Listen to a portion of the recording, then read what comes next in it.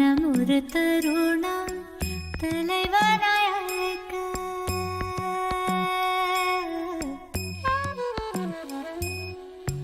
மனம் ஒரு தருணம் தலைவனாய் அழைக்க, கருணையில் நித்யன் கருணையில் இறங்கினான். மனம் ஒரு தருணம் தலைவனாய் அழைக்க, கருணையில் நித்யன் கருணையில் இறங்கினான். அகமதன் இருளை க்ஷணமதில் களைந்து மகதிட தியானமதை நித்யன் வழங்கினான். அகமதன் இருளை க்ஷணமதில் களைந்து மகதிட தியானமதை நித்யன் வழங்கினான். பணிவோடு கனிவாய் அன்புடன் வணங்க நித்யனின் தாசன் நீ என அருளினான். பணிவோடு கனிவாய் அன்புடன் வணங்க நித்யனின் தாசன் நீ என அருளினான். பிறவியின் உயர்ந்த பயனதை அடைய பரவசம் மிகுந்த நிலைக்கென்னை உயர்த்தினான். பிறவியின் உயர்ந்த பயனதை அடைய பரவசம் மிகுந்த நிலைக்கென்னை உயர்த்தினான். மனம் ஒரு தருணம் தலைவனாய் அழைக்க, கருணையில் நித்யன் கருணையில் இறங்கினான்.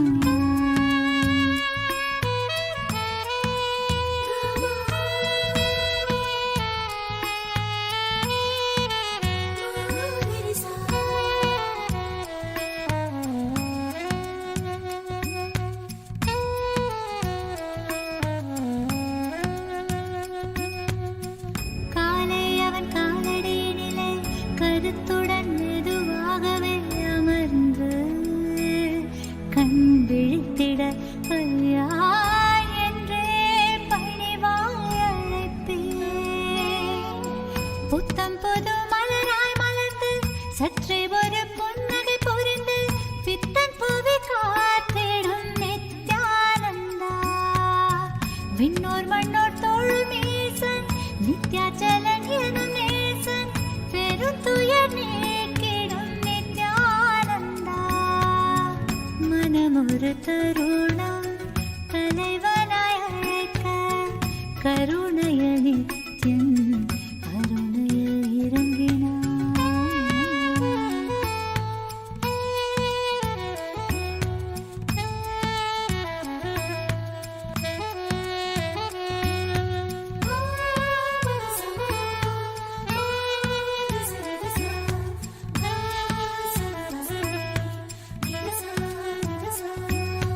கங்கை நீர் கலந்தெந்தன் தலைவனை நீராடிட அழைப்பேன்.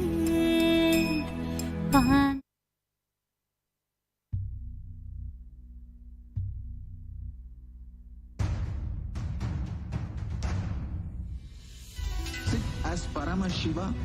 Inhale and exhale deeply with 25 heads and 75 eyes and 50 hands. Visualize, meditate, connect with him. He is a living, alive being. Drop your form into his form and dissolve. Remember, you are a Sarupya Mukta, means your form is dissolved into his form.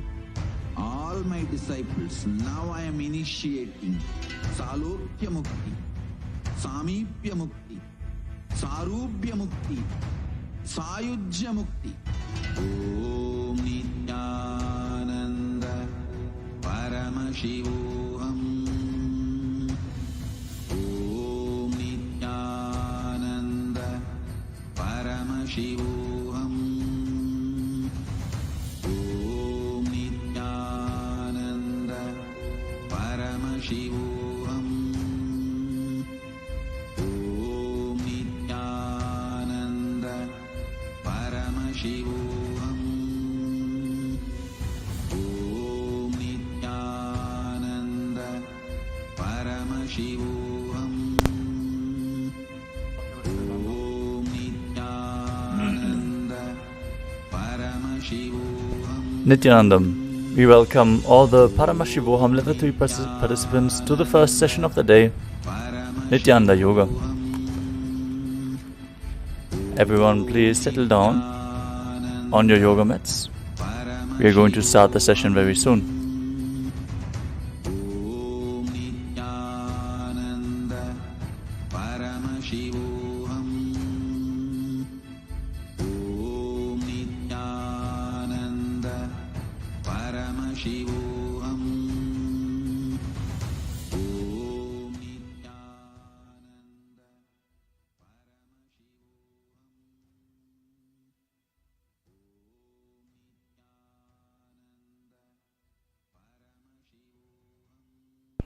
Let us all now settle down on our yoga mats and start this session with the Satguru Vandanam. Sit with your head, neck and spine in a straight line. Hands in Namaskara Mudra in front of the heart center. Close your eyes, take a deep breath. Visualize Swamiji in your inner space as we chant the Satguru Vandanam.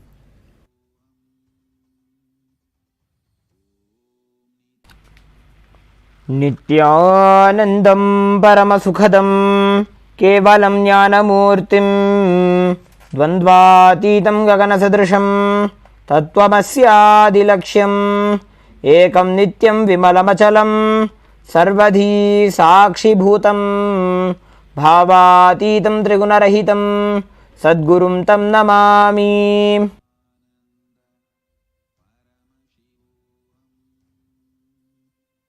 Next we will be chanting the Shiva Mula Mantra 11 times. The Shiva Mula Mantra is Om Ham Haum Shivaya Namaha. All participants please chant the Shiva Mula Mantra internally.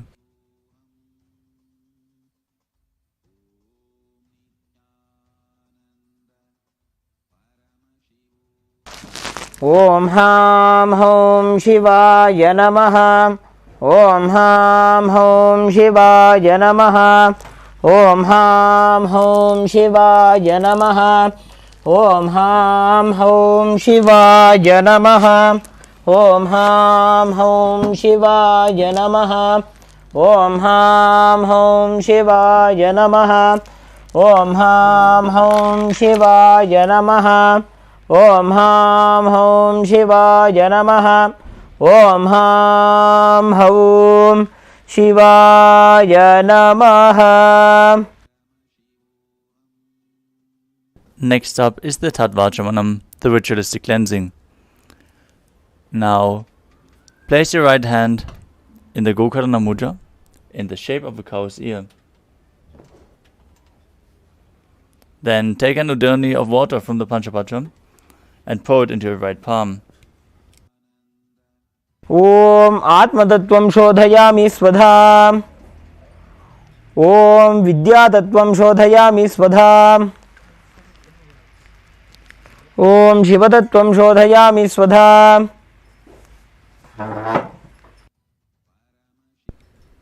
Now wash your hand with the water from the Panchapatra and wipe your lips twice with the bottom of your right thumb as you chant Om Ham Hridayaya Namaha. Your hand again.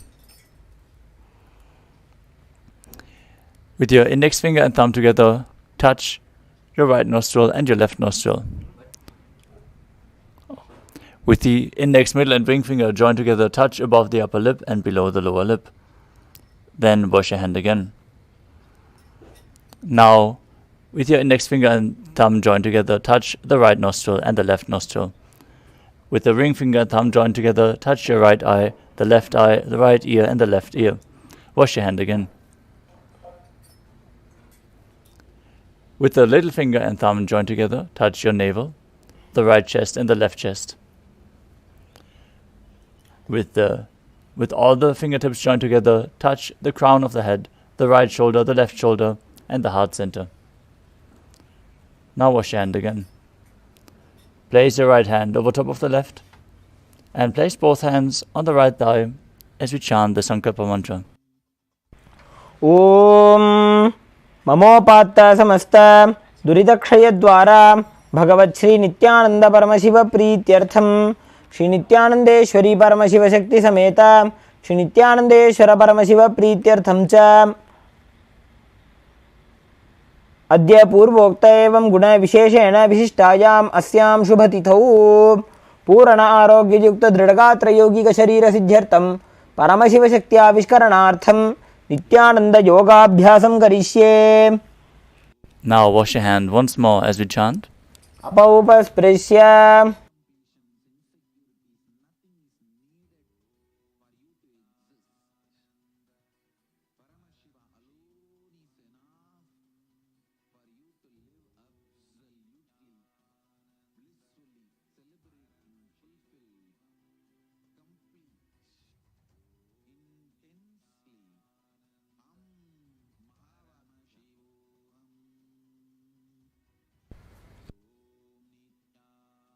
Next we will be covering the 12 components of Kailasa Nithyananda Yoga. Yoga is the ritual of having the divine entering into man, the drop into the ocean, and experience the cosmic union.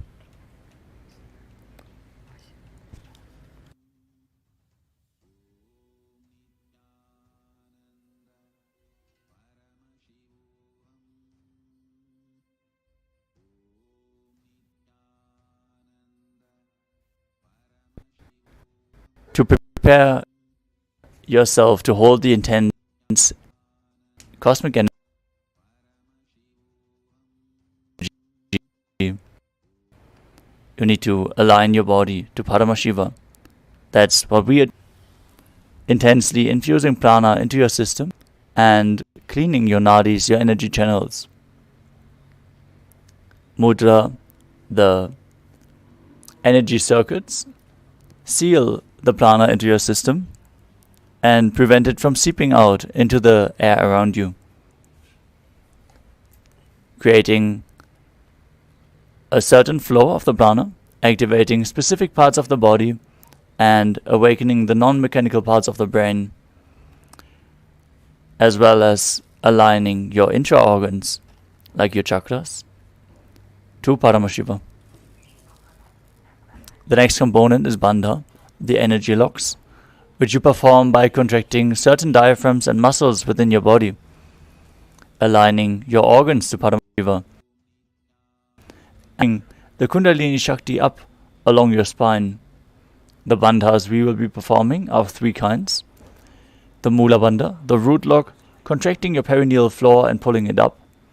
The Uddiyana Bandha, the stomach lock, contracting your stomach muscles above and below the navel and pulling the abdomen in and up towards your spine. And the Jalandhara Bandha, the throat lock, tucking your chin to the chest, internally contracting your throat muscles and thus locking the throat, preventing air from flowing out of the throat. Performed together, they form Mahamudra Bandha. Next up is the Karana, the traditional sacred dance as preserved all over India. Moving your limbs gracefully in synchronicity creates a certain subtle breath, intensifying the absorption of prana. Next up is the visualization. For all of the asanas, we have a specific visualization which leads to the deeper experience of the asana itself and aligning your thought to Paramashiva, awakening Manoshakti thought. The next component is japa, the internal repetition of certain mantras.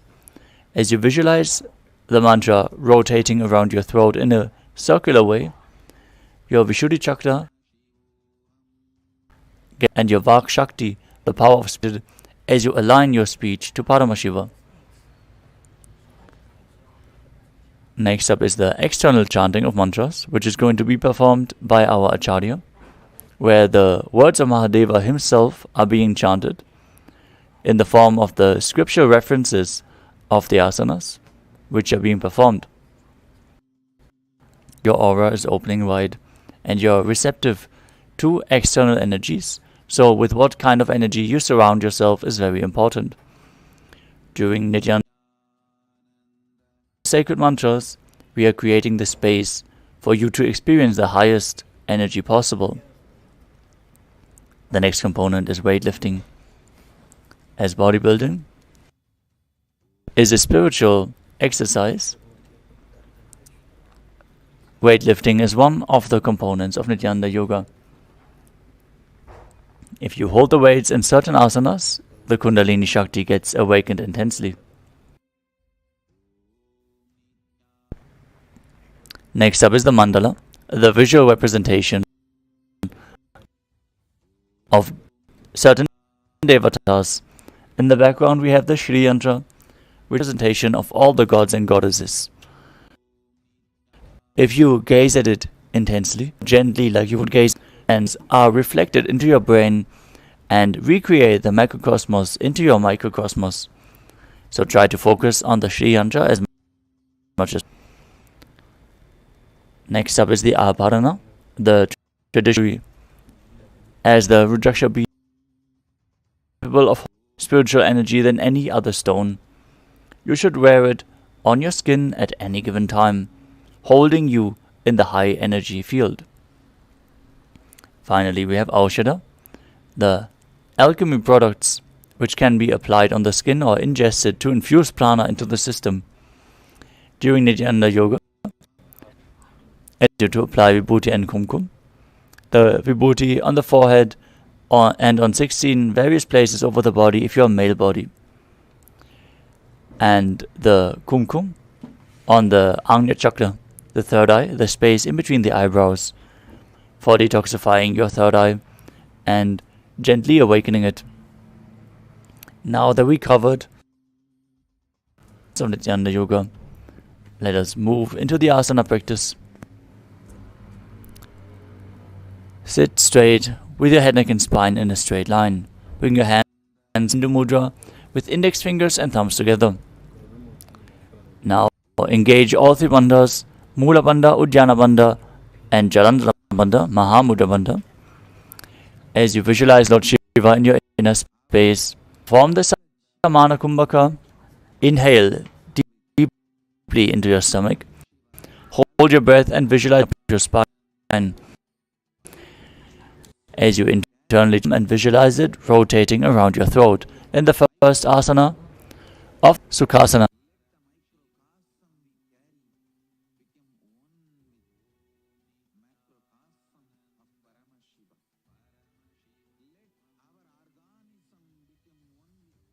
तत्सुखासनमित्युक्तमशक्तस्तत्समाचरेत्.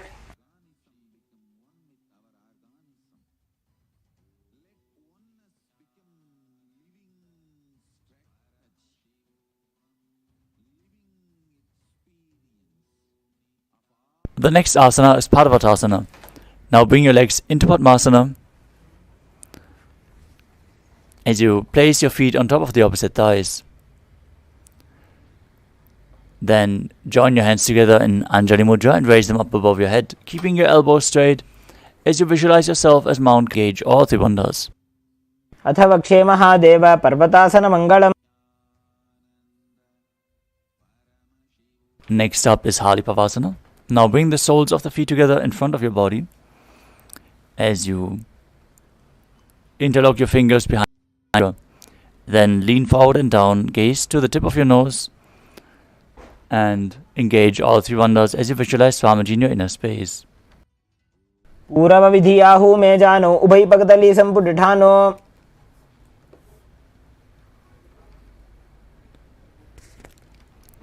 The next asana is Nagipavasana.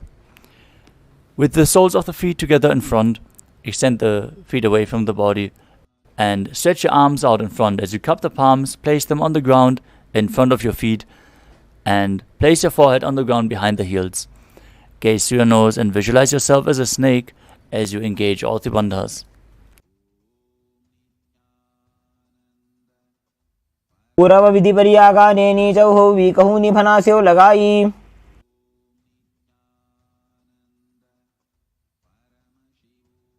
Next up is Kokilasana. Now hold the big toes in Prana Mudra with index and middle fingers. Stretch your legs forward and up and then cross your legs into Padmasana. Now, lean your forearms, your elbows down on the ground as you still hold onto the big toes. Visualize yourself as a bird and engage all three bandhas. धान्यदासनं वक्ष्ये येन सिद्धो भवे नरः. Next up is Nithyananda. Now stack your ankles and knees as you hold on to opposite elbows and start rotating your arms in a circle. Gaze to your nose, visualize Swamiji in your inner space as you engage all three bandhas, and every once in a while change the direction of the movement. घोड़ा बामा पादकी आशमाहिली सोये दशचरण को वारलोता परिगुल्फ समोज. Next up is Gajasana. Now press your hands into the ground, lifting your hips up high. Lower your head, then your chest, scooping the body forward and down again and again. As you visualize yourself as an elephant, perform Uddiyana Bandha and Mula Bandha. पादाग्रे भूमौ कृत्वा लम्बी भुजा मस्तकाग्रे निधाय. The next asana is Rikshasana. From the same position, alternate, pressing the heel of one foot into the ground while lifting the other heel up. Repeat this movement again and again as you visualize yourself as a bear. Perform Uddiyana Bandha and Mula Bandha. एकैकं पादमाकुञ्च्य गजासनं कुर्यात् ऋक्षासनं भवति. Next up is Vaishyasana. Now raise your body onto the tips of the big toes with all the other toes raised off the ground if you can. Place your hands in front of the heart center in Hridaya Mudra with index, middle and ring fingers joined together. Visualize Swamiji in your inner space as you perform Uddiyana Bandha and Mula Bandha. शेषेण पादयुगलं बद्ध्वा तिष्ठेत अधोमुखः.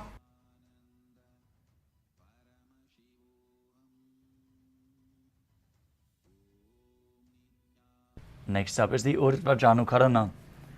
Now stand in Arimandi position with your heels touching, toes pointing outwards and the knees bent. Bring your hands in front of the heart as you keep the elbows parallel to the ground. Now raise one knee up along the center of your body in a circular motion. Follow along with the respective hand as you repeat the movement again and again.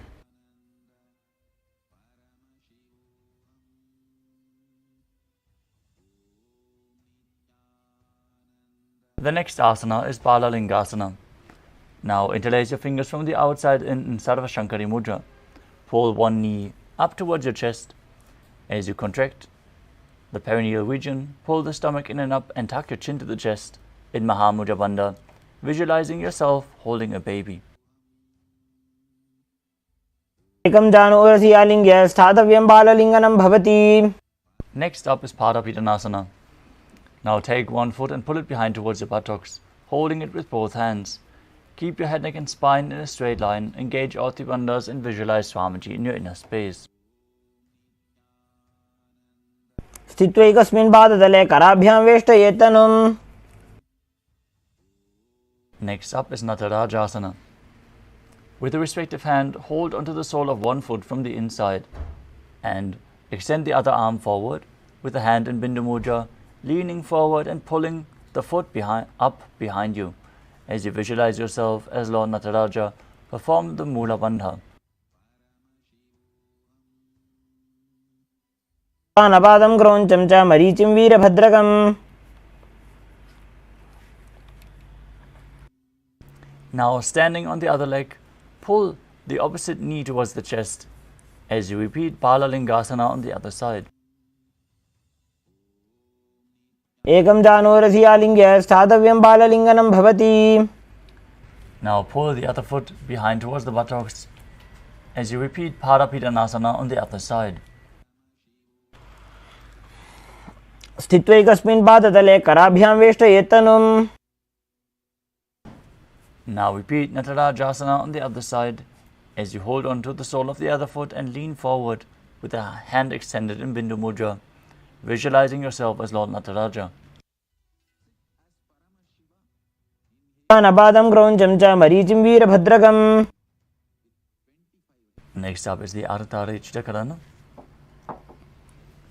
From Arimandi position, Heels together, toes pointing outwards and the knees bent. Bring the right foot behind the left with the toes down and the heel up. Now keep the left hand at the chest and swing the right arm back and forth. Gracefully move the fingers one by one. After some time, place the hand over top of the nose and change the position of your feet as you repeat the movement on the other side.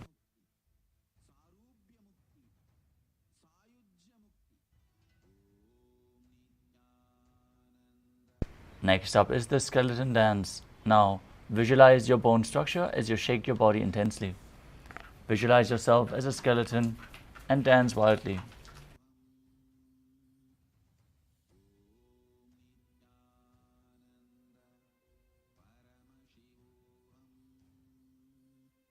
Next up is the Katichina Karana from Arimandi. Bring your hands above your head and cross your arms with the palms facing backwards. Now turn your hips to one side, open your arms above your head. Return to the center and repeat the movement on both sides.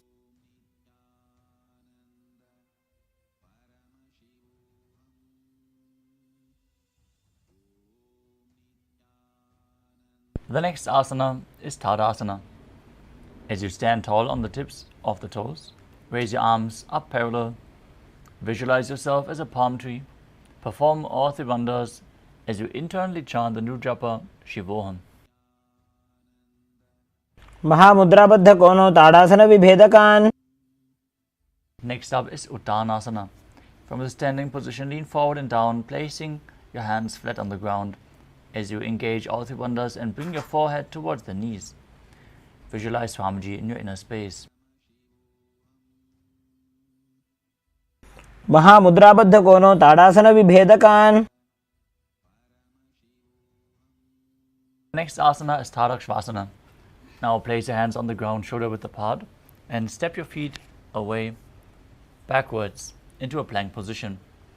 Now contract the perineal region, tuck your chin to the chest, and start rotating your head from side to side as you visualize Swamiji in your inner space. गजासनवस्थित्वा मस्तकं वारं वारं दक्षिणकुक्षिं सव्यकुक्षिं नजेत्.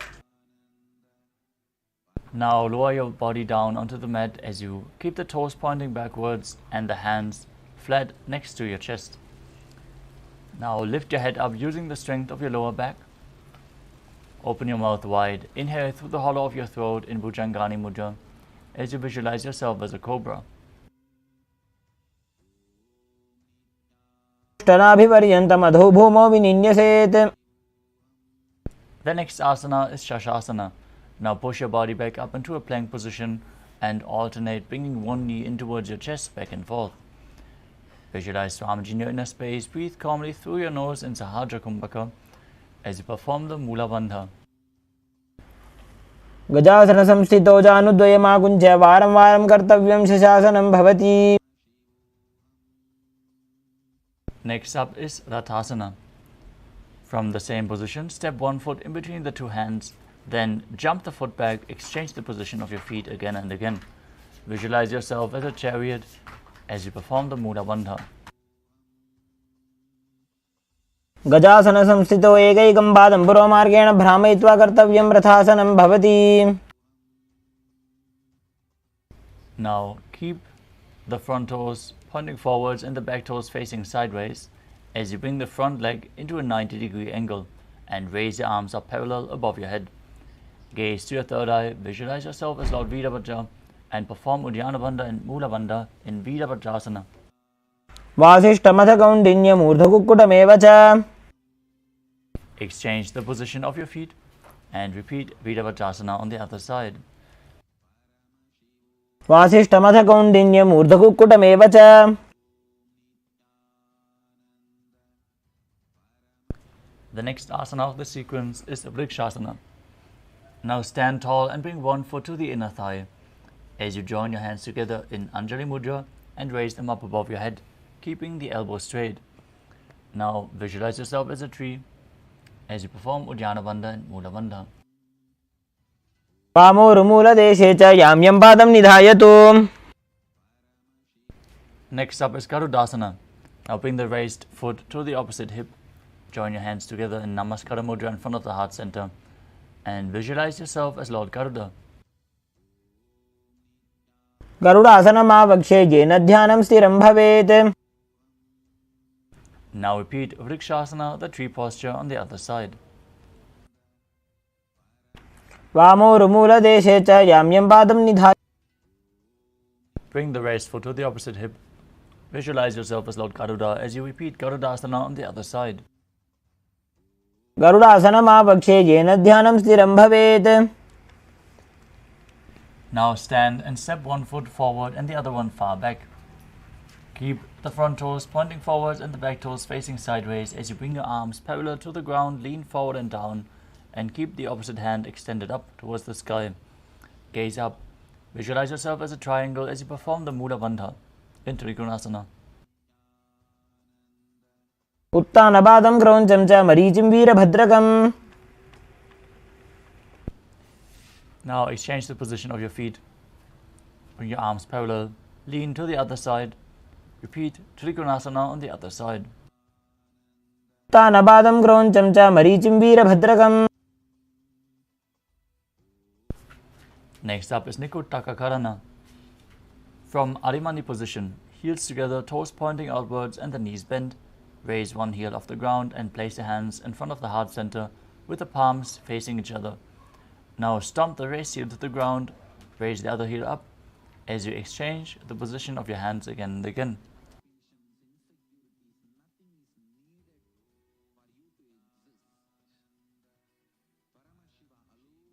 Next up is Angushtasana. Now lower your body down onto the tips of the toes as you place your perineum onto the back of the raised heels. Keep your knees together in front. Join your hands in Namaskara Mudra in front of the heart center. As you visualize Swamiji in your inner space, breathe in Brahmari Kumbhaka, buzzing like a bee on the inhalation and exhalation, as you internally chant the new japa Sadashivoham.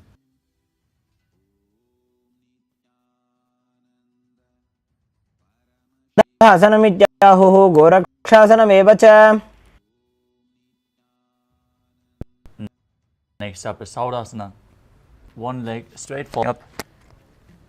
Keep the hands side of the body forward in Vara Mudra, fingers just touching the ground. Visualize Swamiji in your inner space as you perform the Mula Bandha in Saurasana. एकं पादतलं संस्थाप्य त्वेकपादकम्.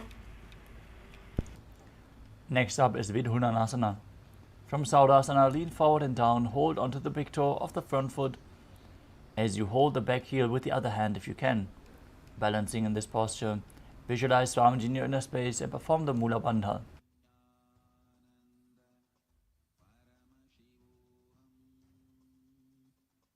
गुल्फस्थितो पादमेकं प्रसार्य तत्पादाग्रं संसृज्य तत्करेण. Next up is Saurasana.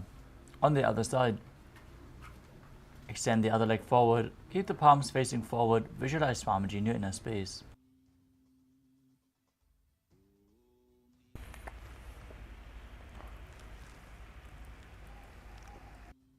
गुल्फस्थितो पादमेकं प्रसार्य तत्पादाग्रं संसृज्य तत्करेण. Now lean forward and down, hold on to the front big toe as you repeat Vidhunanasana on the other side. गुल्फस्थितो पादमेकं प्रसार्य तत्पादाग्रं संसृज्य तत्करेण.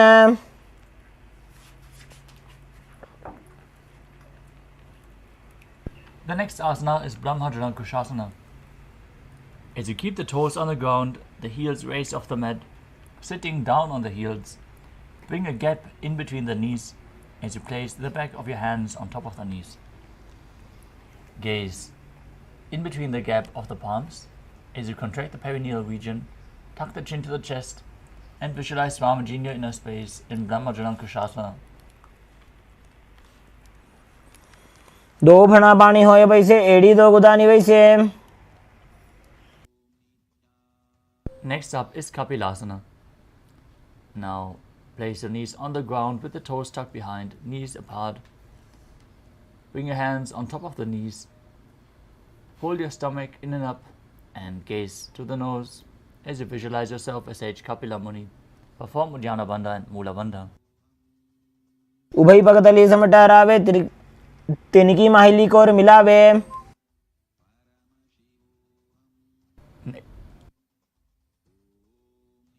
Next up is Padalakudakasana.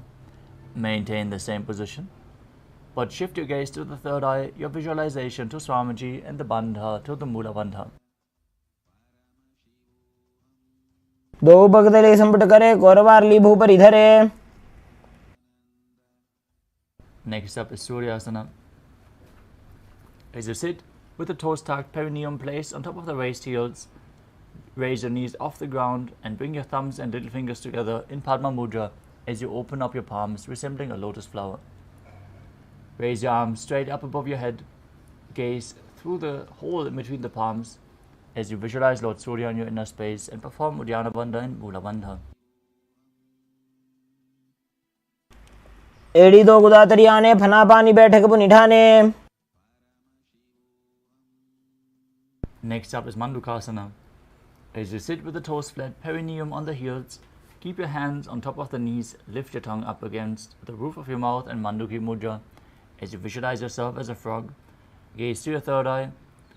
Breathe calmly through your nose in Sahadra Kumbhaka as you perform the Mula Bandha. पादतलौ पृष्ठदेशे अंगुष्ठे द्वे च संस्पृशेत्। Next up is Uttana Mandukasana. From the same position, bring your hands behind your back and hold on to opposite shoulders as you bring the elbows close to your head. Gaze to your third eye, visualize yourself as a frog, perform Manduki Mudra with your tongue. मंडूकासन मध्यस्थं गुरुपराभ्यां धृतं शिरः। Next up is Simhasana. As you cross your ankles and sit on your feet, keep your knees wide, fingers spread on top, open your mouth wide, stick out your tongue and exhale forcefully. Visualize yourself as a lion, gaze to your nose, inhale through your nose as you perform the Mula Bandha.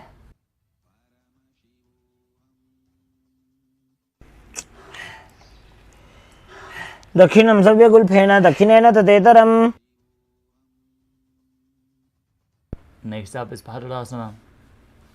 As you sit with the heels under the perineum, the knees open wide, cross your hands behind your back and hold onto the big toes in Prana Mudra.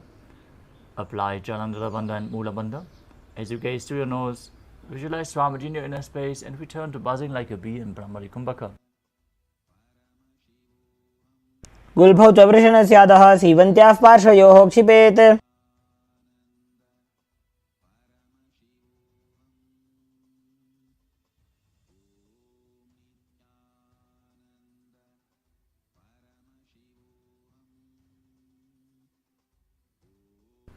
Next up is Kakabushantyasana. As you squat and keep the feet flat on the ground, the knees open wide, bring your arms in and around the raised knees and interlace your fingers behind your back in Parusha Mudra. Try to reach for your hands. Gaze to the nose and visualize yourself as a crow as you perform the Mula Bandha. प्रथमे वैसक उकुटठाने द्वौ हाथपकमि च आने।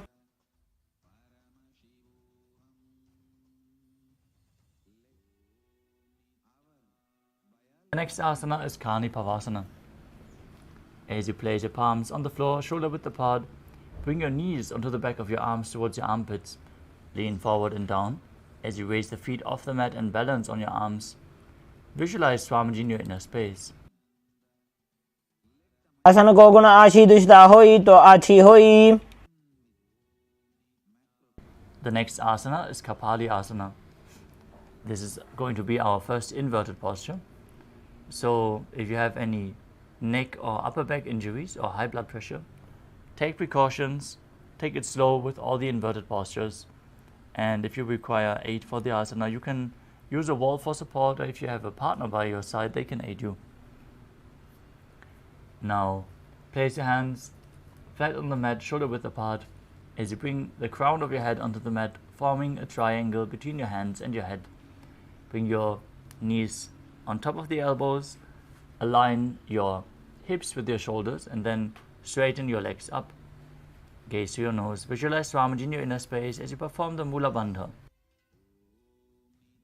शीशी शीशा धरती टेकी पगदो वो मिलिवा ऊंचा गुकरे। Next up is Paramashivoham. As you squat on the toes with the legs together, twist your body and place both hands to one side. Align your elbows with the knee and the hip. Lean onto your arms and balance as you extend your legs out to the side. Gaze to your third eye. Visualize yourself as a peacock. Exhale fully and hold your breath in Enriching as you perform the Mula Bandha. Mayuram Dandavat Kuryan Mayuram Danda Namakam. Now twist your body to the other side. Repeat Paramashivoham as you balance on your elbows and extend the legs. Mayuram Dandavat Kuryan Mayuram Danda Namakam. The next asana is Bhagavan. Now place your hands flat, shoulder width apart. Step your feet back into a plank position and then step one foot outside the respective shoulder in between the two hands. Gaze to your third eye. Visualize yourself as Lord Kala Bhairava as you perform Rechaka Kumbhaka. Asan ko guna biti jai. Now step the front foot back and bring the other foot outside the shoulder in between the hands.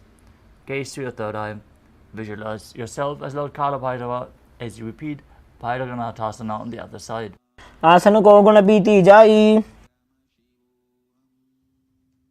The next asana is Unmukha Pitasana. From Tadakshvasana, place your forearms on the ground. Bring the elbows down. As you walk your feet forward, gaze up to your third eye, lift your chest and head up, and visualize Swamiji in your inner space. Bhunyastau januni hastau chadushpadama vangmukham. Next up is Vashishtasana. From Tadakshvasana, rotate your body onto one hand, extending the opposite hand up. Keep your body straight, your core stable, as you visualize yourself as Sage Vashishta. Urdha Kukkuta Vasishta Marichihala Mathyakam. Now rotate your body onto the other hand, as you repeat Vashishtasana on the other side. Urdha Kukkuta Vasishta Marichihala Mathyakam. Now come to a seated position with your legs extended forward. Bring your hands underneath the buttocks with the palms facing up. As you gaze to the nose, visualize yourself as Lord Hanuman. Perform Jalandhara Bandha and Mula Bandha and internally chant the new japa Paramashivoham in Anjani Asana. Dovu घर की उभय हथेली कोरवारली मैले भेली. Next up is Paschimottanasana. Now with your legs stretched out, bend from the waist and hold onto the big toes in Prana Mudra with index and middle fingers. Lean forward and down as close, bring your head as close to the knees as possible as you visualize Swamiji in your inner space and engage all the bandhas. Jano Parilalatanto Paschimam Tanamuchyate. Next up is Ugrasana. With your legs extended, interlock your fingers behind your neck and lean forward and down. Bring your elbows outside the knees, your head in between the knees if you can.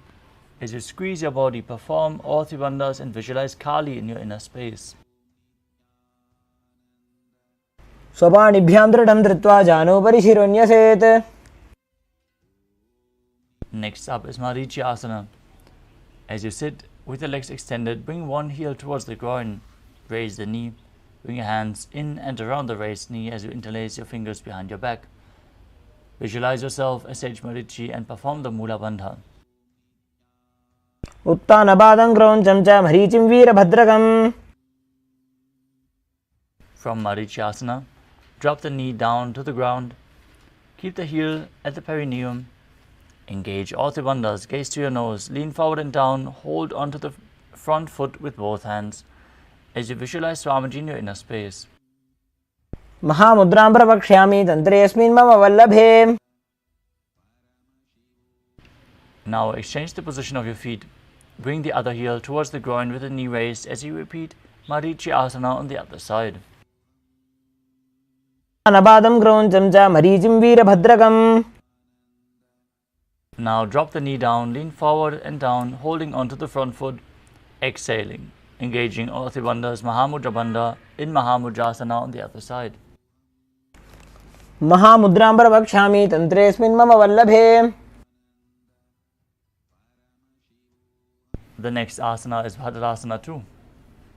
As you sit and bring the soles of the feet together in front of your body with the heels close to your perineum. Keep the knees wide, hold onto your feet firmly with both hands. As you gaze to your third eye, visualize Swamiji in your inner space and perform the Mula Bandha. गुल्भौ त्ववर्षणस्यादः सीवन्त्याः पार्श्वयोः क्षिपेत्.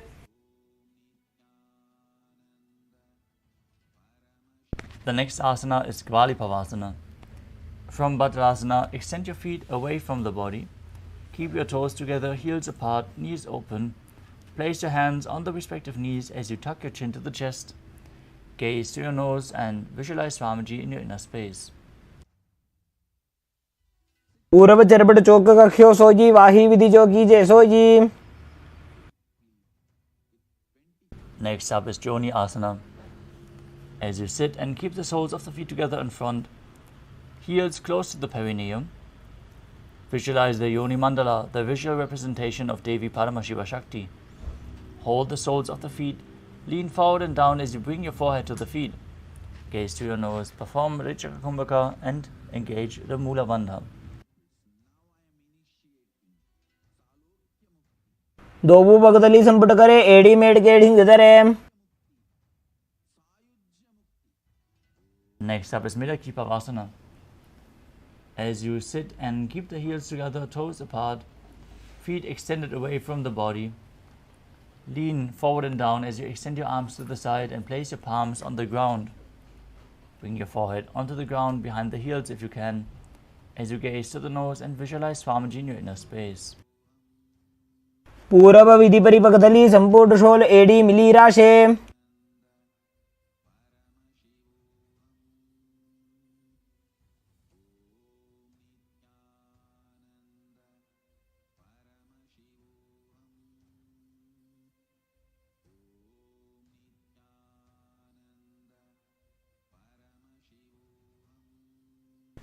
The next asana is Siddha Samadhi Asana. As you sit and keep the toes together, heels apart, bring your arms below the shins and extend them out as you keep the palms facing up. Bring your forehead to the ground above the feet as you bring your toes towards your throat if you can. Gaze to your nose, visualize Lord Surya in your inner space and perform the Mula Bandha. दोबू भगतली संपुट करे सोले मेढ़ आगा में धरे. Next up is Chinakipavasana. As you sit and keep the heels together, toes apart, feet pulled close to the perineum, open up your feet with your hands as you press your elbows down onto your thighs. Gaze to your nose, visualize Swamiji in your inner space and perform the Mula Bandha. दो बगा की एड़ी धरती मगिवा मेढ़ लगावे. Next up is Charapata Chukasana. As you sit and bring the soles of the feet together with the heels at the perineum, place your hands on top of the respective knees and gently push them down towards the ground. Pull your stomach in and up, contract the perineal region. As you gaze to your third eye, visualize Swamiji in your inner space. दोबू भगतली संपुट धारे आगा ने कर jar पसारे. Next up is Bhairavasana. Now place the soles of the feet together as you raise the heels up and bring the toes down if you can. Support your feet with your hands if needed, but then place your hands on top of the respective knees in Bindu Mudra. Gaze to your third eye, visualize yourself as Lord Kala Bhairava as you perform Udyana Bandha and Mula Bandha. गुल्भौ संपीड्य जान्योन्यं व्युत्क्रमेणोत्थितं शनैः. Next up is Samanasana. As you sit with one heel at the perineum, lift and hold the other foot, pulling the sole of the foot to your chest. Gaze to your third eye, hold your breath in the Muladhara chakra as you exhale and contract the perineal region. Gaze to your third eye and visualize Swamiji in your inner space. समानासनमावक्षे सिद्धमन्त्रादि साधनात्.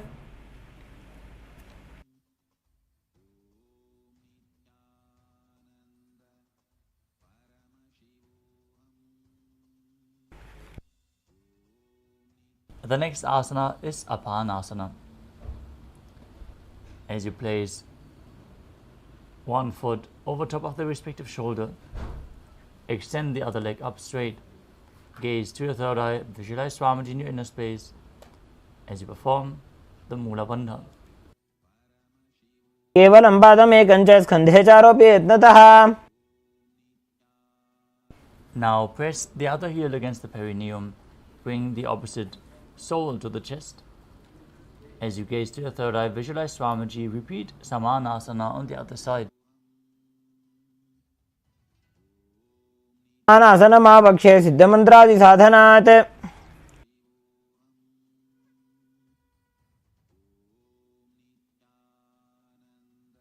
Now lift the other foot over top of the respective shoulder. Extend the opposite leg up. Repeat Apanasana on the other side. केवलं पादमेकं च स्कन्धे चारोपि यत्नतः. The next asana is Gomukhasana. As you sit and cross one leg over the other, aligning your knees at the center of your body. Keep the heels outside the opposite hips. As you gaze to your nose, place your hands on top of the stacked knees. Visualize the face of a cow. Start breathing in Siddhkari Kumbhaka, where you press your tongue up against the palate of your mouth without touching the teeth, hissing through your teeth as you inhale and slowly exhale through your nose. Internally chant the Nud Japa Om Nithyanandoham. सव्ये दक्षिणगुल्फं तु पृष्ठपार्श्वे नियोजयेत्.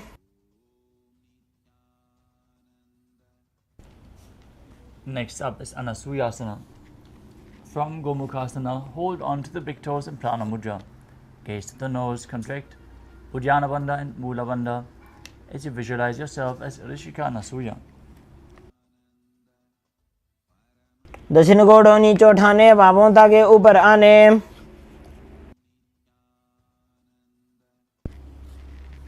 Now interlock your fingers behind your back, lean forward and down, bring your chin over top of the knee and the nose to the ground as you visualize yourself as Rishika Anasuya in Anasuyasana too.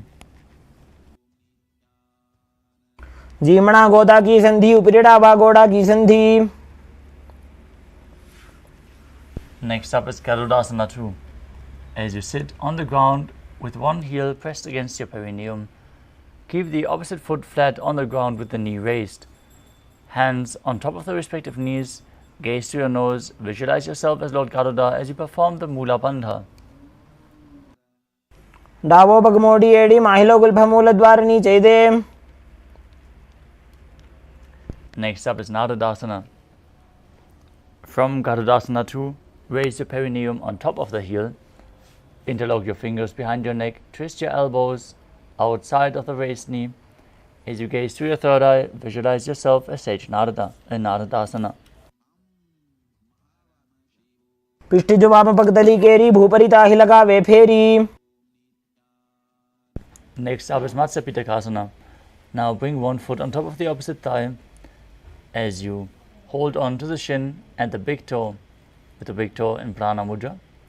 Gaze to your nose. Visualize Matsya, the fish avatar of Vishnu, as you perform the Mula Bandha in Matsya Pitakasana.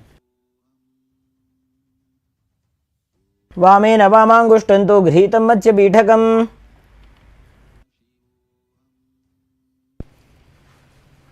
Now repeat Gomukhasana on the other side. Stack your knees with the opposite knee on top, hands interlocked on top of the knees. Visualize the face of a cow as you breathe in Siddhkari Kumbhaka. सव्ये दक्षिणगुल्फं तु पृष्ठपार्श्वे नियोजयेत्.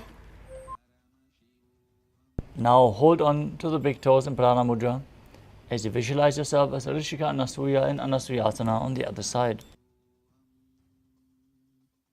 दक्षिण गोड़ों नीचे उठाने, बाहों ताकि ऊपर आने. Now interlock your fingers behind your back, lean forward and down, chin over the knee, nose to the ground. Repeat Anasuyasana too.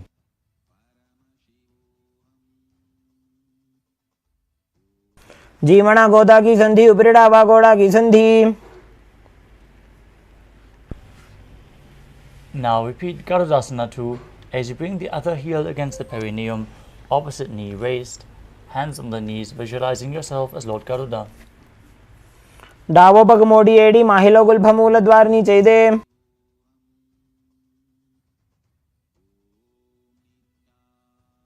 Now raise your perineum onto the heel, interlock your fingers behind your neck, twist your elbows outside the raised knee. Repeat Nada Darsana on the other side. पिष्टिज वाम पगदली गेरी भूपरि दाहि लगावे फेरी. Now repeat Matsya Pitakasana on the other side as you place the other foot on top of the opposite thigh and hold on to the shin and the big toe of the other foot.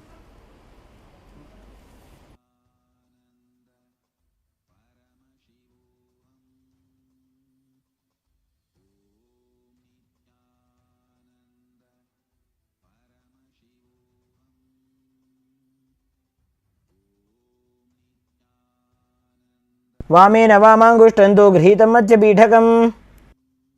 The next asana is Matsyendrasana. As you place one foot on top of the opposite thigh, place the opposite foot flat on the ground and twist your elbow outside of the raised knee. As you keep the raised hand by the neck, place the back hand on the ground and twist your body. Gaze to your third eye, visualize Sage Matsyendranath, the master of Hatha Yoga, as you perform Mula Bandha.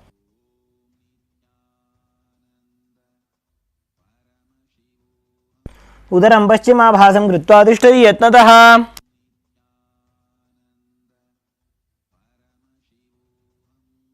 From Matsyendrasana, extend the front arm down towards the foot.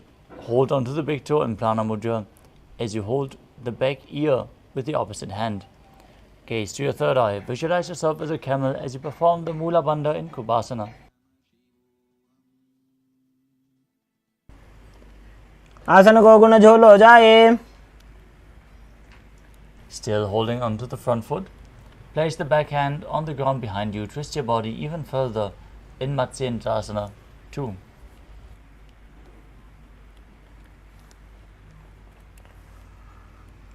मत्स्येन्द्रपीठं जठर प्रदीप्तिं Prachanda रुक्मण्डल खण्डनास्त्रम्.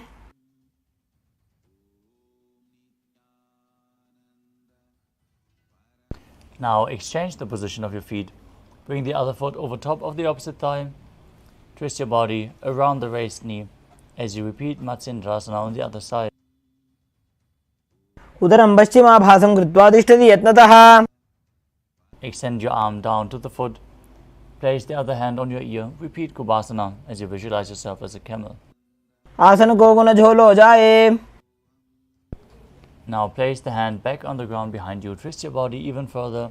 Visualize Sage Matsyendranath in Matsyendrasana 2. मत्स्येन्द्रपीठं जठर प्रदीप्तिं Prachanda रुक्मण्डल खण्डनास्त्रम्. Now place your feet on top of the opposite thighs as we enter Padmasana.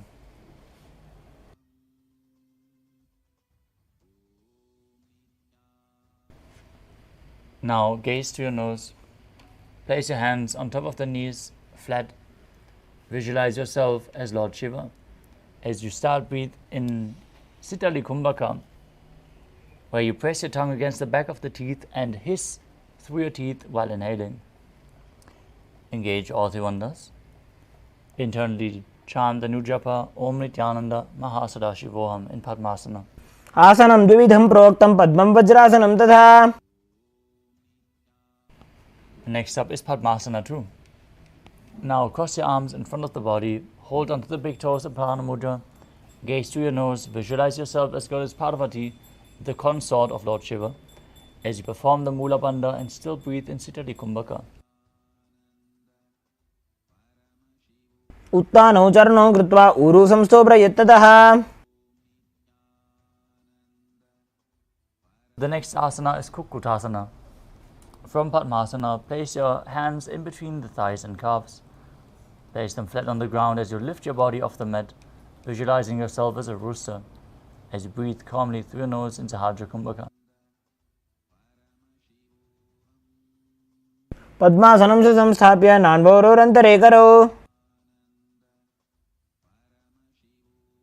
Next up is Badha Asana. From Padmasana, rise up onto your knees. Place your hands flat on the ground with the fingers pointing towards your body. Bring the elbows to the navel Lean forward, raise your knees off the ground and balance as you visualize Swamiji in your inner space.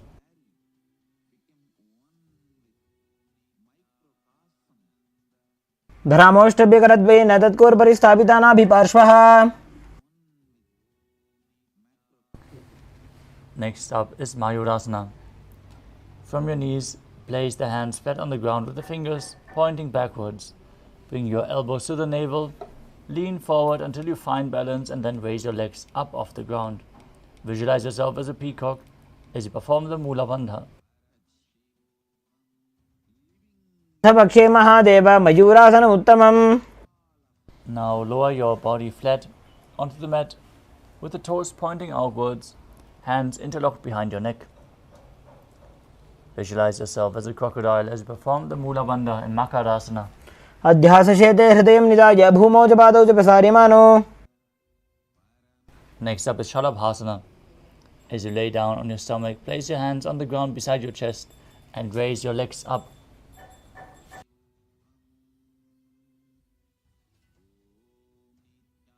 अध्यासशेते करयुग्मवक्षो भूमियोष्टभ्यकरयोस्तलाभ्याम्.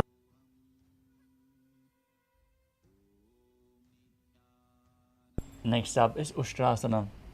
As you lay on your stomach, bring your hands to the feet and pull the feet down outside of the hips towards the ground. Visualize yourself as a camel as you perform the Mula Bandha. अध्यासशेते पदयुग्मव्यस्तं पृष्ठे निधायापि धृतं कराभ्याम्.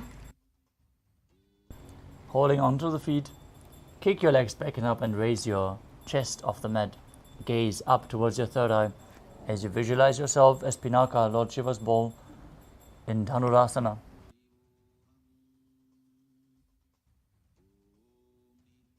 प्रसार्य पादौ बहिदण्डरूपौ करौ च पृष्ठे धृतपादयुग्मम्. Next up is Bhagasana. As you sit in a kneeling posture, with the heels outside of the hips, sitting on the ground, with the toes touching behind. Place your hands on the thighs, gaze to your third eye. Visualize Swamiji in your inner space as you internally chant the new japa, Om Nithyananda Paramashivoham in Bhagasana. उल्टा मोड़ी पाव दो वैसे बहुरो जुगति करे एक ऐसे. The next asana is Gohi Asana. We are setting up for another inverted posture. So set yourself up in front of a wall if required. From your knees, place your forearms on the ground, elbows shoulder width apart. Interlock your fingers, place the crown of your head onto the mat. As you hold onto your head, raise your hips. Walk your feet forward until hips align with the shoulders and then jump your feet up. Pull the knees in close to your chest. Try to touch your chin with the knees. As you gaze to your nose, visualize Swamiji in your inner space and perform the Mula Bandha. दो हाथ की कहुनी जोई पुण्य कलाई जाने दोई. From Gohi Asana, extend your legs up straight into Shirshasana. Gaze to your nose. Visualize Swamiji perform the Mula Bandha. विपरीतं मण्डलं च द्विधैव विदितं हिनः. The next asana is Podhi Asana. As you sit with your hands behind the calves and stretch your legs up, bring your forehead to the knees and come to a vertical position with your legs. Visualize Swamiji in your inner space. Exhale rapidly like the bellows of a blacksmith in Bastika Kumbhaka and perform the Mula Bandha. दो हाथ पग बाहर आने घोड़ा तरे का कसी ठाने.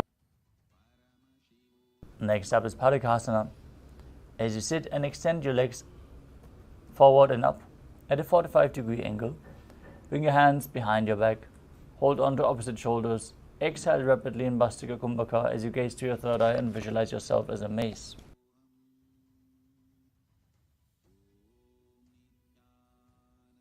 उत्तानं शयनं कृत्वा पादौ मिलित्वा प्रसार्य. Next up is Naukasana. As you sit with your legs raised, extend your arms out forward, parallel to the ground. Bring the elbows down if required as you gaze to your third eye and visualize yourself as a boat in Naukasana. उत्तानशयनं कूर्पराभ्यां भूमिं वष्टभ्य. The next asana is Rudrasana. As you sit and lift the feet up, scooping your hands beneath the heels, pull them close to your chest. Gaze to your nose and visualize yourself as Lord Rudra as you breathe in Bhastika Kumbhaka. पगतली संपुट करी हाथस्य पग ऊंचाई. Now breathe calmly, lay down on your back. Keep the feet flat on the mat, knees raised, palms down just behind the heels. As you raise your hips off the ground, contract the perineal region, tuck the chin to the chest in Jalandhara Bandha. As you exhale through the throat lock in Mocha Kumbhaka, pushing the air out, even though the throat is locked. Gaze to your nose and visualize Swamiji in your inner space in Unmukha Pitasana 2. ऊर्ध्वे च जानुनी कृत्वा शवेत्वोर्ध्वमुखं तथा. Now lay down flat on the mat in Shivasana. Keep your palms facing up just outside the hips. As you pull the Kundalini Shakti up along the spine from Muladhara to Sahasrara Chakra. Unclutch from any micro movements of the body and mind. As you visualize that your body is dead and the Supreme Pontiff of Hinduism, Swamiji, is liberating you. Internally chant the Mahavakya, Om Nithyananda Paramashivoham.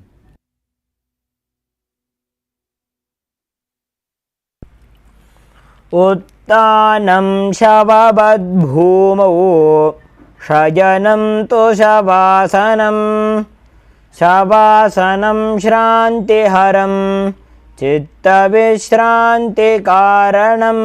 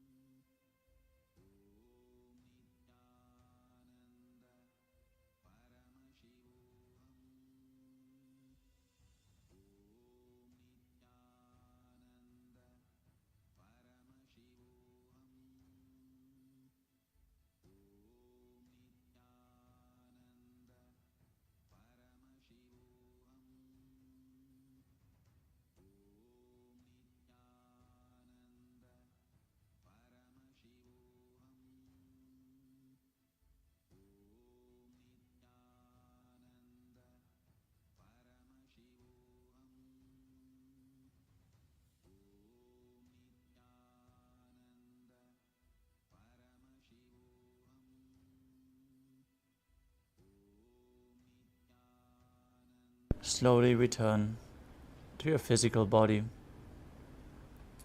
Start to wiggle your fingers and toes, your wrists and your ankles, your elbows and your knees. Pull the knees up towards your chest and rock your body from side to side as you slowly return to a comfortable seated position.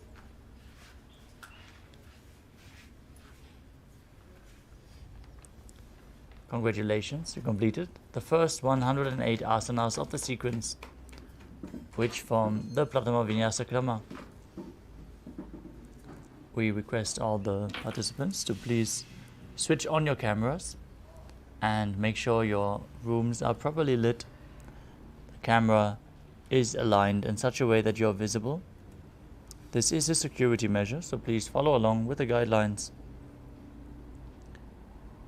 We want to thank all the participants who sincerely participate in the yoga. And with this, let us move on to the next asana of the sequence, which is Yathasana Ishtasana. Now sit in a posture that brings ease to your physical and mental space. Any comfortable position for you is correct. Now place your hands on top of the knees in Bindu Mudra. As you visualize Swamiji in your inner space, breathe in Samana Kumbhaka, filling your stomach with air and holding the breath as you visualize a flame rising up your spine. Perform the Mula Bandha and internally chant Om Nithyananda Paramashivoham. Aryankam Tatsamakhyatam Yatasamstam Yadhastitihi. Next up is Samasana. Now sit in a cross-legged position with your hands on top of the knees in Bindu Mudra. Inhale and exhale deeply as you hold your breath after every inhalation as long as you can. Visualize Swamiji in your inner space and perform the Mula Bandha. Idanim Garbhininaam Yogabhyaso Yatha Laghu. Next up is Muktasana. Now place the left foot against the genital region and place the right foot over top. Gaze to your nose. Visualize yourself as a sage liberated by the Supreme Pontiff of Hinduism as you perform the Mula Bandha in Muktasana. Desivinim Sukshmam Dakshinetara Gulpataha. Next up is Siddhasana. Maintain the same position. Gaze to your third eye and visualize Swamiji in your inner space.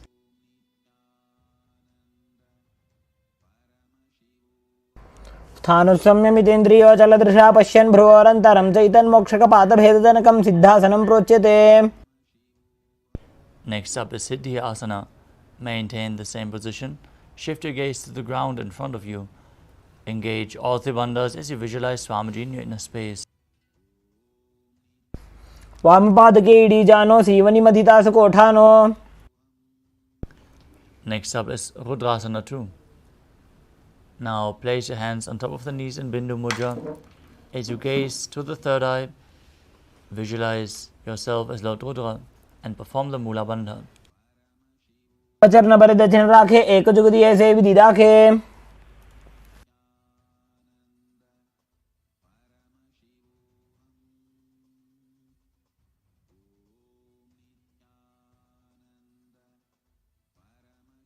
Next up is Santadrunasana. Now maintain the same position. Gaze to the nose and embody tranquility and an unshakable nature. Asana ki gunaman ki chanachalata amite. Next up is Siddhasana 2. Maintain the same position and cup one palm over top of the other in front of your navel in Samputa Mudra, resembling a closed lotus flower as you visualize Swamiji in your inner space in Siddhasana 2. Rujukaya samasina siddhasanam udiritam. Next up is Bandha Yoni Asana. Now maintain the same sitting posture and set the sankalpa of manifesting through the womb of creation as you prepare yourself to enter the Shanmukhi Mudra, locking all the senses with your hands. Now exhale deeply. Cover your mouth with the ring and little fingers, the nose with the middle fingers, the eyes with the index fingers, and the ears with the thumbs.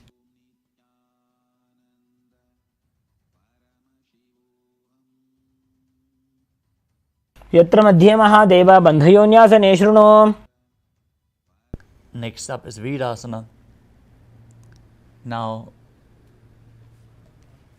place your foot on top of the opposite thigh and the other foot beneath the opposite thigh.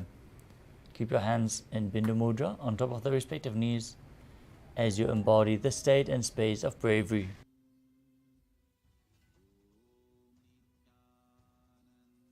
एकं पादमथैकस्मिन् विन्यस्योरुणि संस्थितः.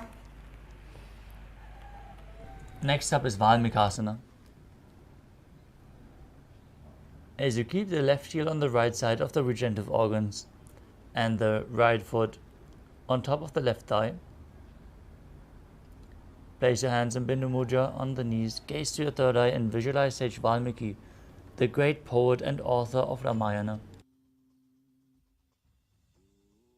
डावा पगगी पगतली पुनी AD है जोय. Next up is Joni Mudrasana. As you keep your legs in the same position, rotate your hands on top of the knees. Keep them flat on the knees. As you gaze through your nose and visualize Yoni Mandala, the visual representation of Devi Paramashiva Shakti.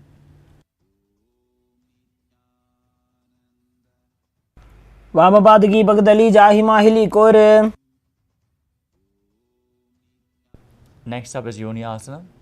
Maintain the same posture, shift your gaze to the third eye and visualize the Yoni Mandala.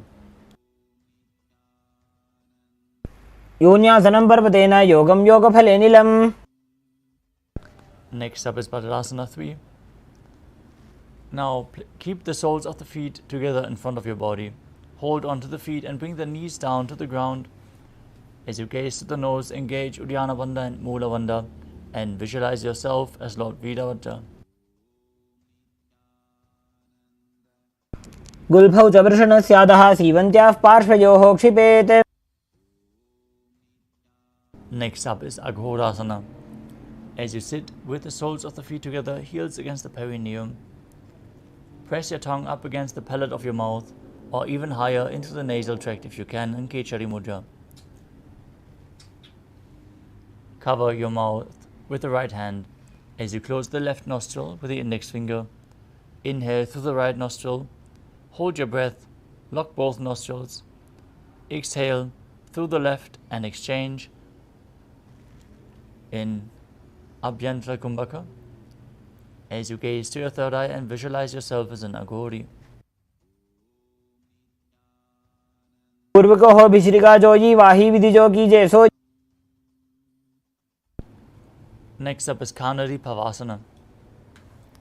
As you sit with the feet together in front, the toes together and the heels apart, place your elbows on the heels and rest your chin on the palms. Gaze to your nose as you engage Uddiyana Bandha and Mula Bandha. Exhale fully and hold your breath in Enriching Kumbhaka and visualize yourself as a female elephant drinking water.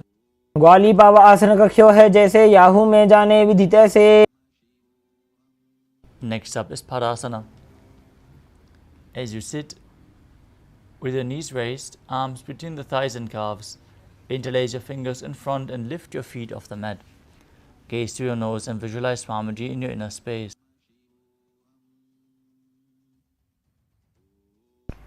ततोर्ध्वं रेचयेत् वायुं मृदुनिश्वास संयुतम्. Next up is Gopi Chandasana. As you interlace your fingers around the feet with the soles together, bring the toes to the groove of your throat and the heels to your chest. Rest your chin on the hands. Gaze to your nose and embody the state and space of a king.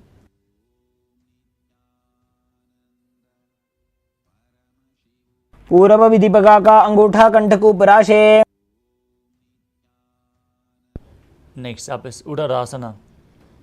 As you sit with the soles of the feet together, insert the hands underneath the legs, hold onto the feet with interlocked fingers. As you bring the feet up to your chest, bring your head down and touch your chin to the soles. As you gaze to your nose and visualize your body free from any defects.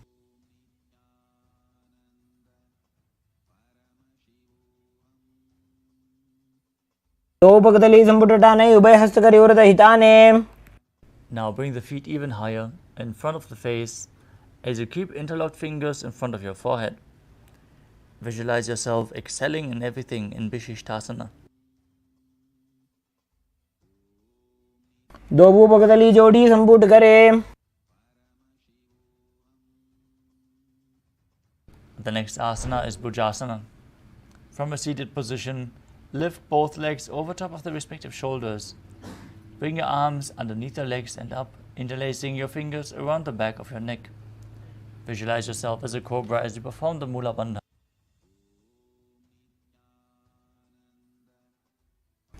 शिरासनं तु विज्ञेयं कक्षासनमतः परम्. The next asana is Kalyanasana. As you maintain a seated posture, raise your legs up and bring your elbows under the knees and wrap your arms around your back. With the palms clasped, gaze to the nose and visualize yourself as a beautiful, auspicious goddess. दो हाथ पगों च आने तिनको गोड़ा नीचे ठाने. The next asana is Sankatasana. As you bring the top of the left foot flat on the ground, sit on the left heel. Bring the right foot over top with the knees stacked, heel outside the hip. Bring your hands on top of opposite knees. Visualize yourself as an elegant swan. Breathe in Ujjayi Pranayama, making an ocean-like sound as you keep your eyes open, but not focusing on any external objects in Vaishnavi Mudra. वामपादं चितेर्मूलं संन्यस्य धरणीतले. Now slide the left foot outside the hip. Sit down on the ground, bring both hands on the top knee as you visualize a cow in your inner space and perform Uddiyana Bandha and Mula Bandha in Dhenukasana. अनुषागी Nagar पंचडं वृषीलिन्दकल्यम्नि. Next up is Machandrasana. As you bring the right foot on the left thigh and the left foot on the right knee, bring the left arm behind your back and twist your body to hold on to opposite thighs with your hands. Gaze to your third eye and visualize Swamiji in your inner space as you perform the Mula Bandha. वामजङ्गपरदक्षिणटाने वामहस्तपिष्टीति आने. Untwist your body, maintain your feet in the same position, hold onto your feet as you lean forward and down, bringing your forehead to the mat, visualizing Swamiji in your inner space in Machandrasana too. प्रथमजी मनो चरणजोयी वामजङ्गपरिराखेसोयी. Next up is Guru Asana. Maintain your feet in the same position, interlock your fingers and place them on the top knee as you engage all Tribandha and visualize Swamiji, your Guru, in your inner space. ऊरुमूले इतरपादस्य कनिष्ठिकाप्रदेशगुल्फं संस्थाप्य. Now repeat Sankatasana on the other side as you bring the top of the right foot flat on the ground and sit down on the right heel with the left foot over top at the opposite hip. Keep the hands on opposite knees. Visualize yourself as an elegant swan in Sankatasana. वामपादं चितेर्मूलं संन्यस्य धरणीतले. Now slide the right foot outside of the hip. Sit on the ground. Visualize the cow. Repeat Dhenukasana on the other side. अनुषागी Nagar पंचडं वृषीलिन्दकल्यम्नि. Next up is Machandrasana. Now bring the left foot on the right thigh and the right foot on the left knee. Bring the right arm behind your back. Hold on to the opposite thighs as you twist your body. Gaze to your third eye. Visualize Swamiji in your inner space. वामजङ्गपरदक्षिणटाने वामहस्तपिष्टीति आने.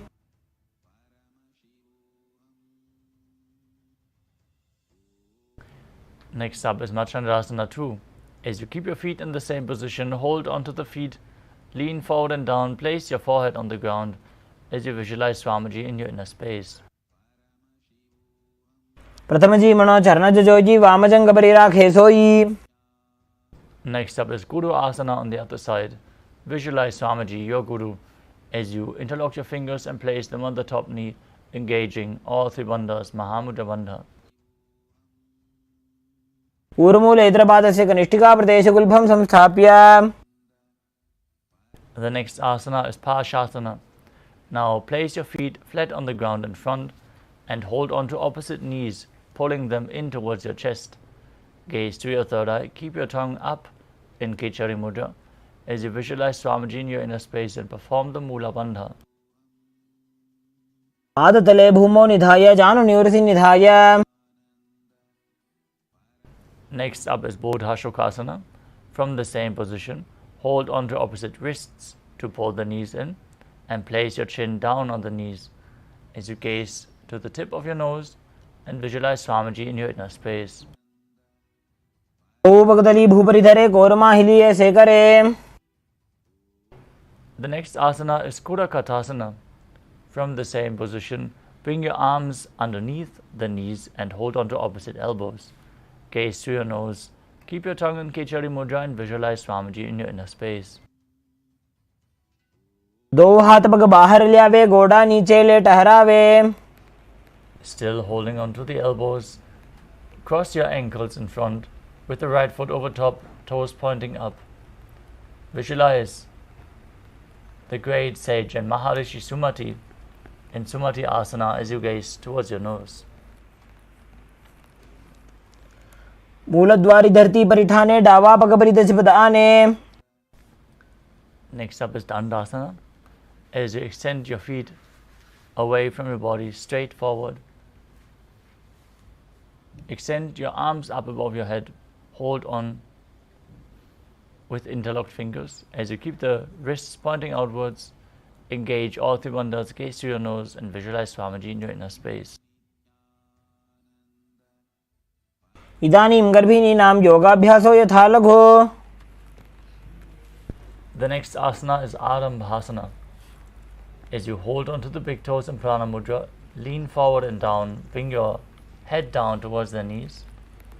As you visualize Swamiji in your inner space, perform the Mula Bandha and start breathing in Nadi Shodhana without using your hands. Inhale through one nostril, exhale through the other, and change the sides again and again. दो पग मिलिवा पसारी पगा का अंगूठा पकड़ी लीलाट गोड़ा लगावे. Next up is Pidukasana. From the same position, raise your knees slightly, lean forward, bring your shoulders down. As you bring your arms in and around the raised knees, hold on to the soles of the feet from the outside. As you gaze to your third eye and visualize Swamiji in your inner space. प्रथम बैसी दो पाव पसारी कछुक ऊर्ध को कुरडो डारे. Next up is Jalandhari Pavasana. With the soles of the feet together, with the heels together in front, place your chin on the heel as you bring the arms underneath the shins with the palms facing up in front. Gaze through your nose, visualize Swamiji in your inner space as you perform the Mula Bandha. दो एड़ी में लिखे दीजिए हाथ पसारी. Next up is Urdhva Paschimottanasana. As you sit with your legs extended forward, bring one leg behind your neck. If you can't bring it behind your leg, you can pull it towards your chest or bring it over your shoulder. As you then lean forward and down, hold onto the front foot with both hands. Visualize Swamiji perform Pratyahara Pranayama, where you focus on the upward flowing prana along the 9 various points of your body, revealed by Mahadeva, which are the soles of the feet, the regenerative organs, the navel, the heart center, your throat, the palate of the mouth, the third eye, the crown, the top of your forehead and the crown of your head. Perform the Mula Bandha as you force the Kundalini Shakti to flow upwards in Urdhva Paschimottanasana. पश्चिमतानवत् स्थितिं कृत्वा एकं पादं ग्रीवायां धृत्वा तिष्ठेत्. Next up is Anantasana. With your legs still behind your neck, lean back and straighten your spine as you hold on to the foot from the other side. Gaze to your nose and visualize yourself as endless, Ananta. उत्तानशयनी एकैकम्पायि ग्रीवायां विन्यस्य. Now, from Anantasana, roll onto the side of the hand, holding onto the foot. Rest on your elbow as you gaze through your nose and visualize yourself in complete control.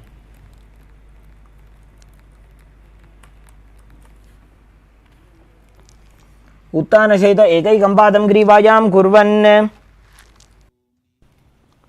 Now lay on your back and pull your knees to the chest with opposite hands. Then rock your body from side to side as you visualize Swamiji in your inner space in Drishasana. उत्तानशयनं जानूनि हृदयेऽवष्टम्भ.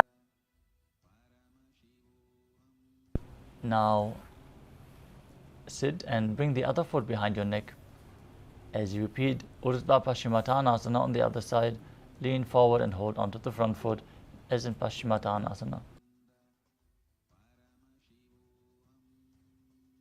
पश्चिमतानवत्संस्थितिं कृत्वा एकं पादं ग्रीवायां धृत्वा तिष्ठेत्. Now repeat Anantasana on the other side, leaning back, straightening your body, holding onto the foot with the other hand. As you gaze to the nose and visualize yourself as being infinite, eternal, endless.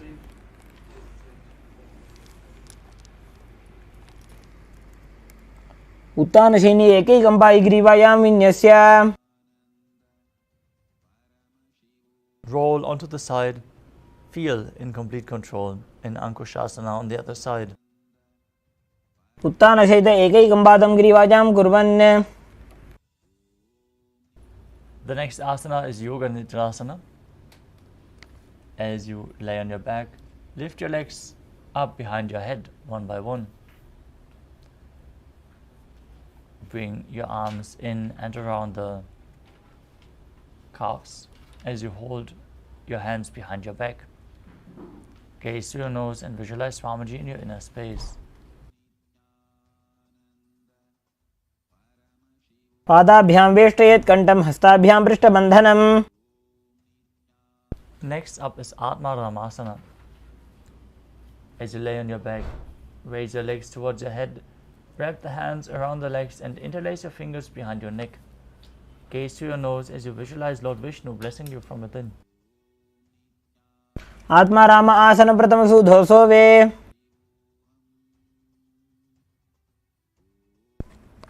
The next asana is Kuchikasana. As you lay on your back, pull your knees up towards your chest with the soles facing up. Bring the hands extended out to the sides at shoulder level. As you gaze through your third eye and visualize Swamiji in your inner space. दोवो हाथ सीधा सा करे 300 ube Sapa करे.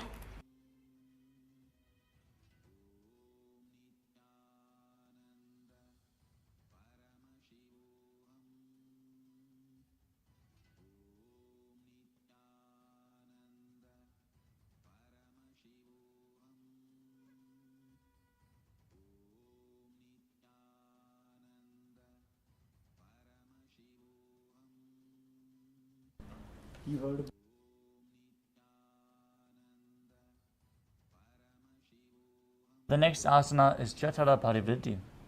This asana consists of 3 steps. Perform all 3 steps as we then repeat them on the other side. First, let us enter a neutral position with the knees pulled to the chest, arms extended out to the sides.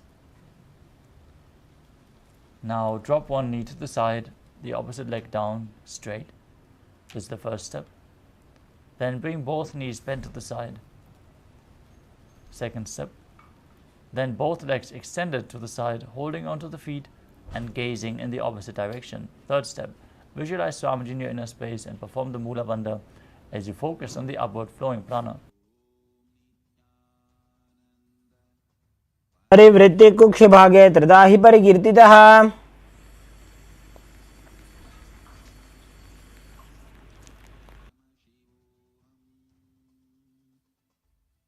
Now return to the neutral position and repeat the steps on the other side. Drop the other knee towards the side, opposite leg extended. Bring both knees bent to the side and then extend both legs to the side, hold onto the foot and gaze away from the feet. परिवृत्ति कुक्ष भागे त्रिधा हि परिकीर्तितः.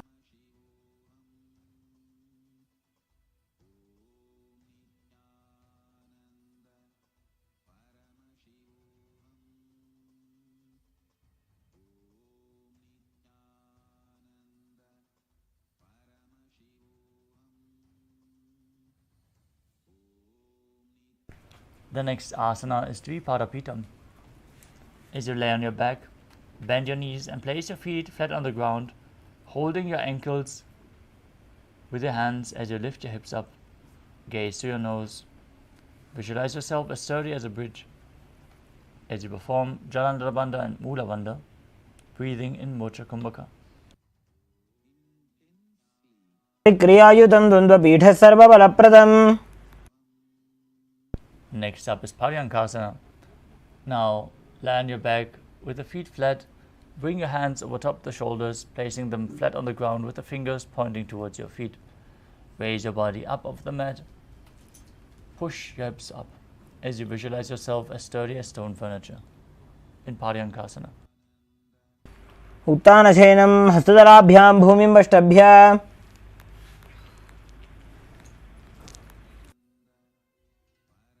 Next up is Shvotanasana. As you lay on your back with the knees towards your chest, hands on the shoulders, move your hips in a circular motion and visualize yourself as a dog playfully rolling around on its back. शरीरं संस्थाप्य जानुनी सम्मील्य नाभो वाणिज्य. Next up is the Viparita Karani. As you lay on your back, place your hands flat on the ground and raise your hips and legs up straight. Visualize Swamiji in your inner space as you start rotating your legs in a circular motion. Engage Jalandhara Bandha and Mula Bandha. तले सशिरो दत्वा खेनय चरणद्वयम्. Now stop the movement of your legs in Viparita Karani too.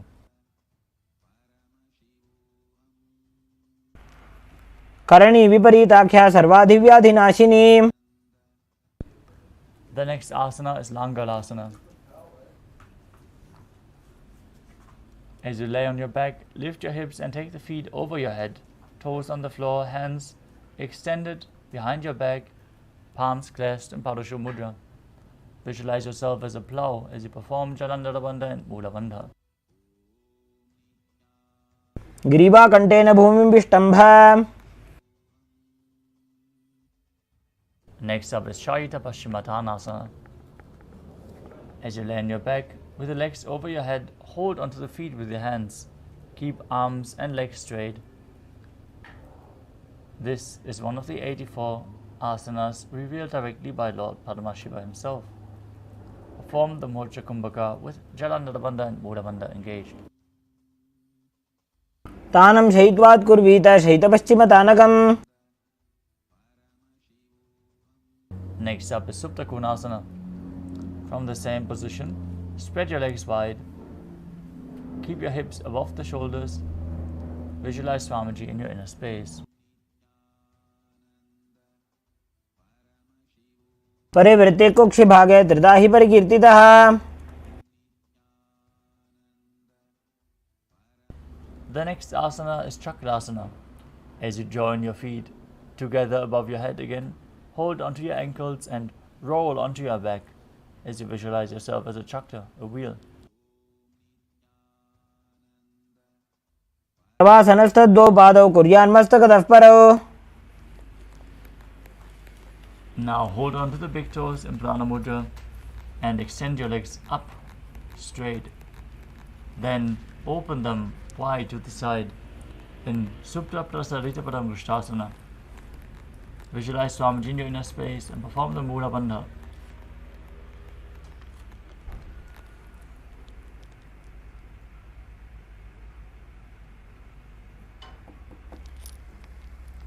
उत्तानपादं क्रौञ्चं च मरीचिं वीरभद्रकम्. Join your feet together above your body, still holding onto the big toes in Supta Paramrushtasana as you visualize Swamiji in your inner space.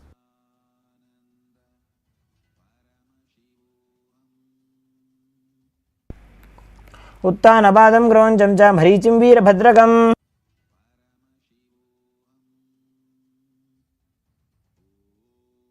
The next asana is Matsyasana.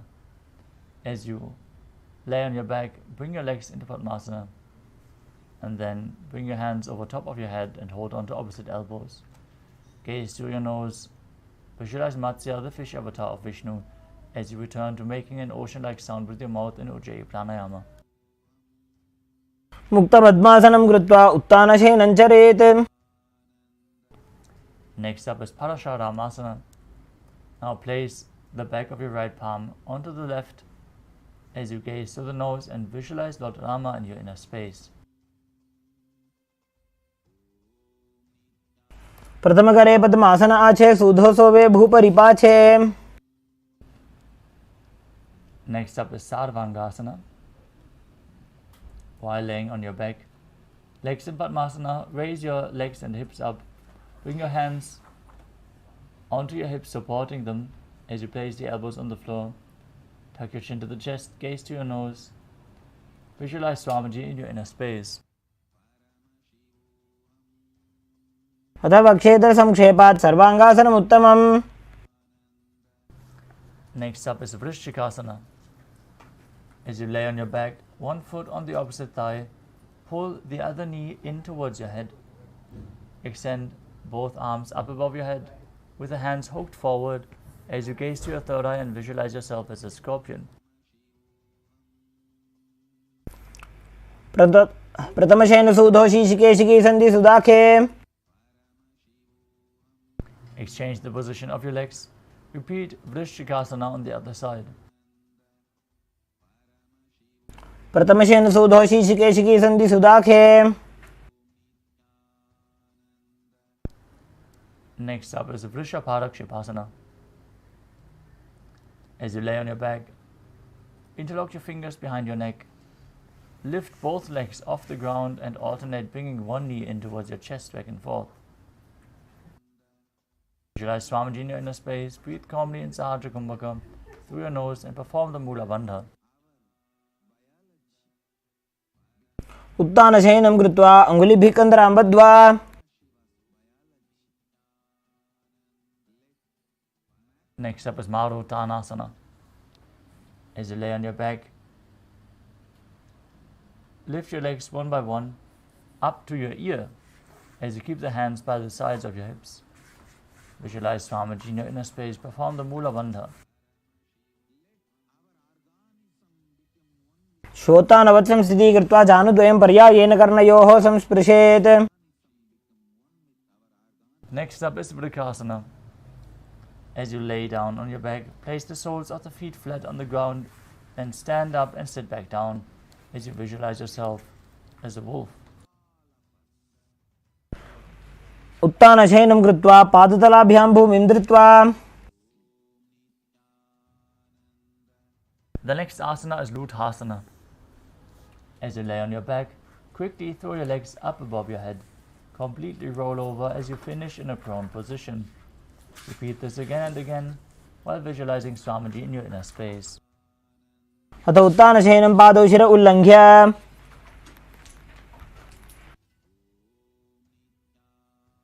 Next up is Saradhasana. Lie on your belly with your hands at the shoulder level. Make the sound of a flute as you contract your lips, whistling while inhaling. Visualize yourself as a chariot carrying warriors into a battle for Dharma on your chariot back in Saradhasana. Nibjashenam Krutva Nabhim Bhumo Nidhaya.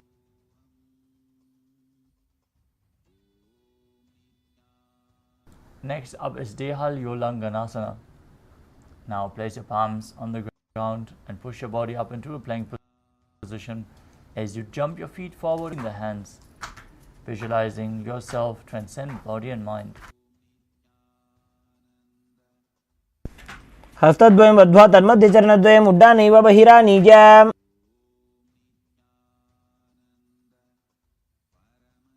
Next up is Jatyasana. As you stand on the mat, place your hands on the ground in front of you and start walking around on the mat, visualizing yourself as a wise 60-year-old elephant. Atha Jatyasanam Vakshe Yena Jatismaro Bhavet. Next up is the Lolitika Karana. As you stand with the knees bent and the feet pointing outwards, Bend your elbows and start rotating your arms around the body as you open up your chest wide and move your head in all directions.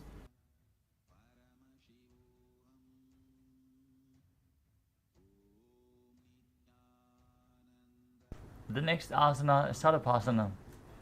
Now tie your feet with a rope if you have one available as you stand straight like a rod with the arms close to your side of the body, hands on the thighs.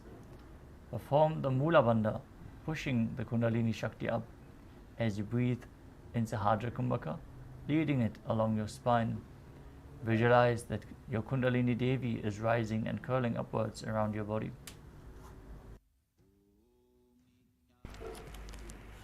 अथ सर्पासनं वक्षे वायुपाणाय च केवलं शरीरं दण्डवत् तिष्ठेत् रज्जुबन्धस्तु पादयोः.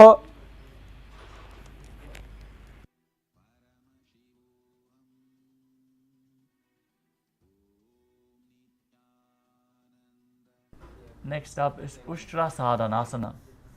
Untie the rope if you tied your legs, and then lean forward and down. Hold onto your feet from the front as you visualize yourself as a camel and start walking around on the mat. मुष्टिकनिष्ठिका प्रदेशेन भूमौ निधाय उपरि पादतले संस्थाप्य.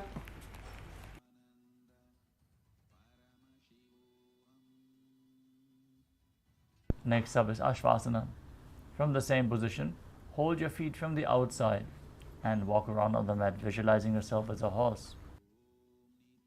मुष्टिकनिष्ठिका प्रदेशेन भूमौ निधाय उपरि पादतले संस्थाप्य.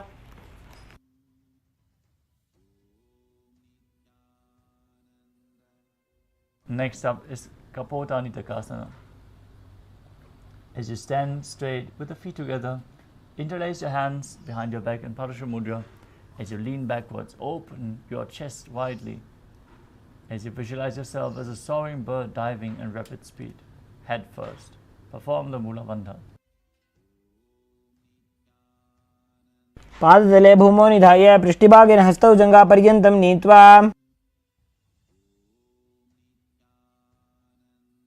Next up is the Talapushpa Karana. As you stand tall with the palms together in Namaskara Mudra, gently bend your knees, keep the toes pointing outwards, bow down to one side as you raise the respective heel. Repeat the movement on both sides as you visualize yourself holding a bouquet of flowers and offering it to Paramashivam.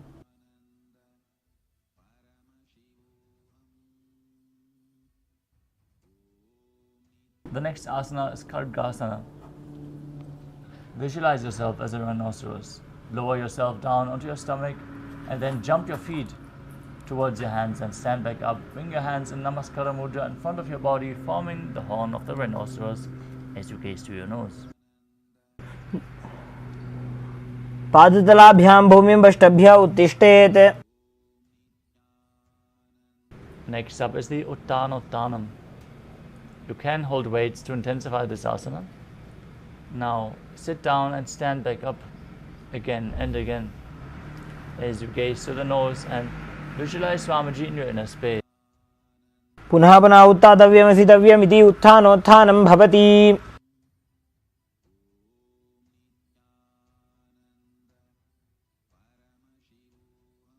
Next up is Musalasana. Now stand up straight and raise your arms up above your head as you jump repeatedly, visualizing yourself as a mace. सरलं स्थित्वा ऊर्ध्वं बाहु नयेत्. Next up is Ujjayi Shakasana. From a standing position, pull the sole of one foot towards your chest. With the other leg, sit down and stand back up, alternating on both sides. Gaze to your nose and visualize Swamiji in your inner space. हस्तद्वयेन धृत्वा. Next up is the Parshva Karana. Stand and keep one leg slightly bent with the toes pointing out to the side as you pull the knee of the other leg towards your chest, holding it encircled with your arm, hand in a fist.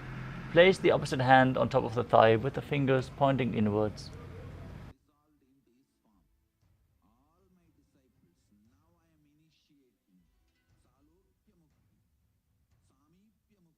The next asana is Tandavasana. You can hold weights to intensify this asana as you extend one leg forward and your arms, sitting down and standing back up on one leg as you visualize yourself fiercely dancing as Lord Shiva. एकेन पादेन स्थातव्यं ताण्डवासनं भवति. Next up is Brahmanasana. Now place the left foot on the opposite thigh and stand erect on the mat like a rod. Keep your hands hanging down by the sides as you visualize Lord Brahma blessing you from within. ब्राह्मणासनमापक्षे यत्कृत्वा ब्राह्मणो भवेत्. Next up is Garudasana 3. Now stand tall and wrap the left leg over and around the right knee. Tuck the left toes by the other side of the right calf as you simultaneously cross the left arm below the right and bring the palms together in Namaskara Mudra. Visualize yourself as Lord Garuda as you perform the Mula Bandha. उत्तानकूर्मपीठं च सिंहस्गारुडमेव च. Next up is Ekapadasana. As you stand straight on the right leg, keep the left foot on the opposite thigh. Hands relaxed by the knees. Visualize Swamiji in your inner space and perform the Mula Bandha. दक्षाङ्घ्रिं वामपादस्य जङ्घोपरि निधाय च. Next up is Dhruvasana, the pole-star posture. Now stand on the right leg and hold onto the big toe of the left foot in Prana Mudra. Start rotating your body on the standing leg while visualizing yourself as the North Pole Star. एकेन हस्तेन दण्डरूपस्य एकस्य पादस्य अग्रं धृत्वा. Next up is Trivikramasana. As you stand on the right leg, lift the left foot behind your neck if you can. You can also lift it over your shoulder or pull it towards your chest. Try to stand straight on the mat. Then sit down and stand back up, performing the 3 steps of Lord Vishnu while visualizing Lord Vishnu blessing you from within. एकेन पादेन स्थातव्यम् उत्थातव्यम्.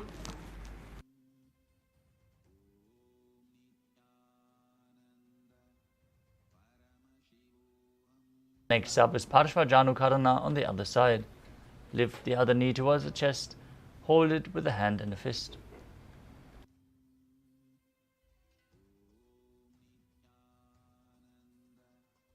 Now repeat Tandavasana on the other side. Visualize yourself fiercely dancing as Lord Shiva. एकेन पादेन स्थातव्यं ताण्डवासनं भवति. Now repeat Brahmanasana on the other side. Visualize Lord Brahma blessing you from within. ब्राह्मणासनमापक्षे यत्कृत्वा ब्राह्मणो भवेत्. Now repeat Garudasana 3 on the other side, bringing the right leg over top and intertwining your arms and legs, visualizing yourself as Lord Garuda. उत्तानकूर्मपीठं च सिंहस्गारुडमेव च. Next up is Ekapadasana on the other side. As you bring the raised foot on top of the opposite hip, keep the hands hanging down, visualizing Swamiji in your inner space. दक्षाङ्घ्रिं वामपादस्य जङ्घोपरि निधाय च. Now repeat Dhruvasana, the pole-star posture on the other side. हस्तेन दण्डरूपस्य एकस्य पादस्य अग्रं धृत्वा. And now repeat Trivikramasana, the 3 steps of Vishnu on the other side. As you pull the other leg up, sit down and stand back up. ग्रीवायां पादं संस्थाप्य स्थातव्यम् उत्थातव्यं त्रिविक्रमासनं भवति. Next up is the Samanakakarana. Stand with your feet touching, heels together, toes pointing slightly out. Keep both hands to the side of the body in a natural pose. This is Samanakakarana.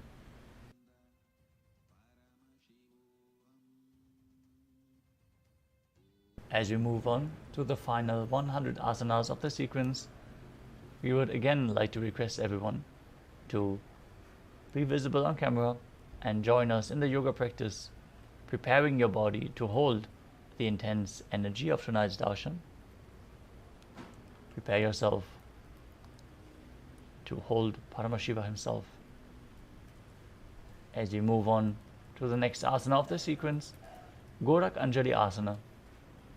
Now stand erect and bend forward as you bring both hands underneath the knees, interlocking the fingers in Parasha Mudra. As you squat down, bring the finger lock to your navel. Visualize the great sage Goraknath, founder of the Natha Yoga Hindu Sampradaya. As you perform the Jiva Chala Kumbhaka, inhaling deeply, holding the breath and forcefully pushing the prana up and down and throughout your limbs. Be in complete control of the prana within your body. प्रथमहि उभो होए बाहुरी नीचो पुनि होवे. Next up is Kanchi Asana. Now insert your hands between the thighs and calves, then wrap them around behind your butt. Squat down, hold your hands behind, keep your chest upright as you visualize Swamiji in your inner space. ऊर्मध्याद् हस्तो निवेश्य नितम्बं धृत्वा. Next up is Bhairu Asana. Now bring the feet together and sit in a squatting posture with the heels touching your perineum. Hold the hands behind your back in Parasha Mudra. As you sit straight, gaze to your navel and visualize Bhagavan Kala Bhairava, the Lord of Time. दो bug की थैलिया की माहिली core मिलाई. The next asana is Varahasana. As you squat all the way down to the ground, keep your feet together, toes apart. Bring your elbows up close to your head with the palms joined together behind your back, pointing down in Anjali Mudra. Gaze to the nose and visualize yourself as Varaha, the boar avatar of Lord Vishnu. अगदली की माहिली core मिलाई फना पानी उकड़ बैसे.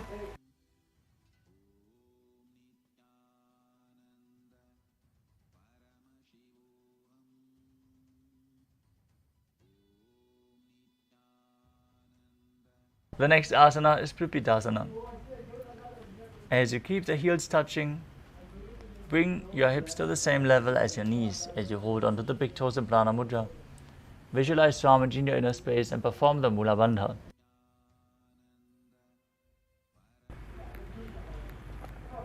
पार्श्वद्वये सम्मील्य स्थित्वा.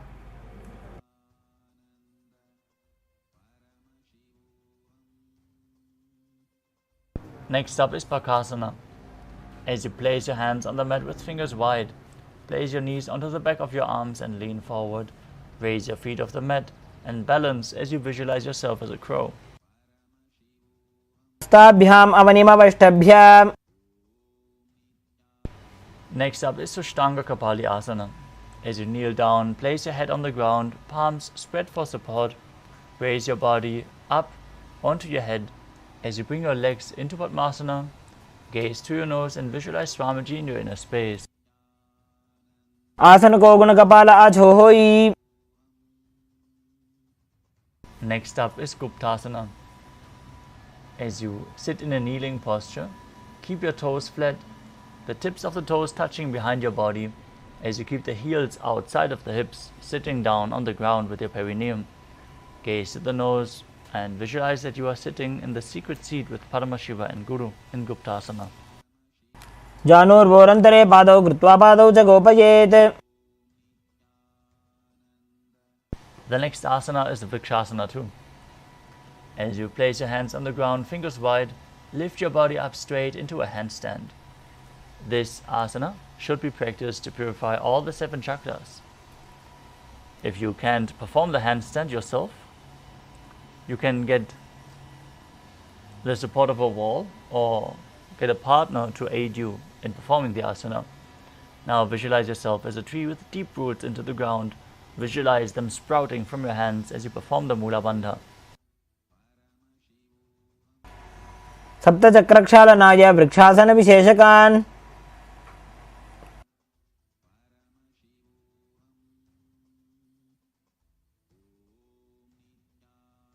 Next up is Shiva Asana.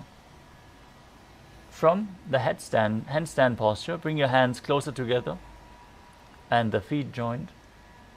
As you gaze to your third eye and visualize Tejas energy flowing to your third eye, rejuvenating your body.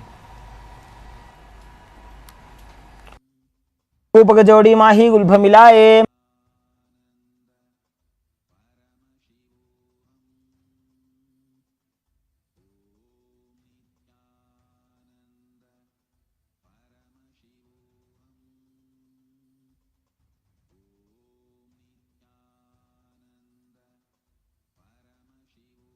visualizing yourself as a fish in Matsyasana too. Nibjam shayanam kurparo parshvabhagaja murdhakritya. Next up is Sadapasana too. As you lay prone on your belly with the hands on the hips, lift your chest to the left and right and visualize and move your body like a snake. Nibjam shayanam krutva hastau nidambam samsthapya. The next asana is Niralambanasana. As you lay prone on your belly, extend the toes backwards, keep your elbows on the ground and rest your chin on your hands. Hands in Padma Mudra, the lotus posture. Feel self-supported and completely independent. Karabhyam pangajam krutva tishthet kurparaya sudhihi. The next asana is Chaturasana. As you lay on your stomach, place your hands flat on the mat in front, straighten your arms and bend your knees as you bring the feet towards your upper back, the head high. Visualize yourself as an umbrella protecting your guru from the sun rays. Ardhyasanavastitva hasatalabhyam bhumim vashtabhya. Next up is Vajrasana. As you sit on your knees with the tops of the feet flat on the mat, bring your butt onto your heels and stretch your arms in front, palms facing down. Place your forehead on the ground, gaze to your nose and visualize yourself as Vajra, the weapon of Indra, which is symbolizing your indestructibility. Idanim garbhidinam yogabhyaso yatha lagho. Next up is Meshasana. Now place your hands flat on the ground and raise your hips up high into Gajasana. Then alternate striking the ground with your hands, visualizing yourself as powerful as a ram.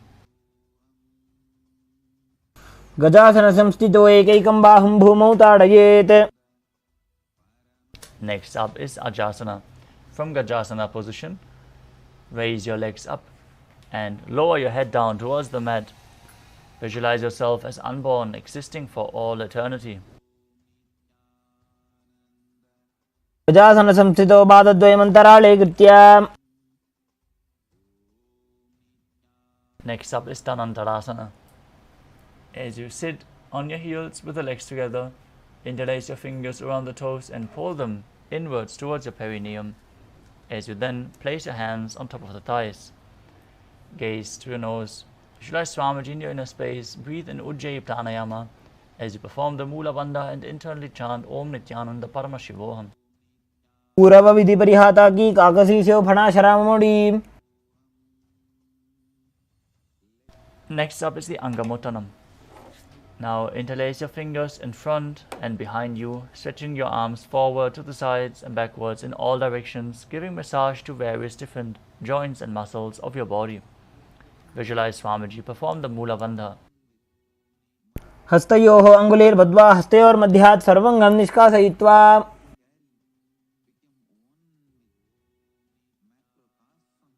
Next up is Garudasana form. As you sit on your heels in Vajrasana, keep your feet turned outwards. Keep your spine straight, hands on the knees as you visualize yourself as Lord Garuda, flying Lord Vishnu and Lakshmi on his back. Jango rubhyamtaram pidya sthirakajo dvijanuna.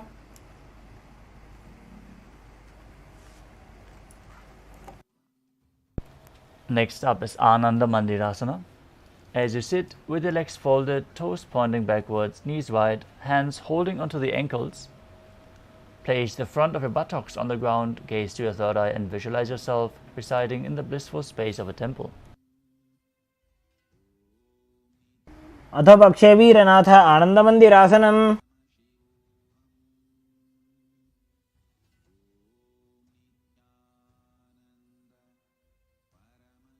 Next up is Mandukasana too.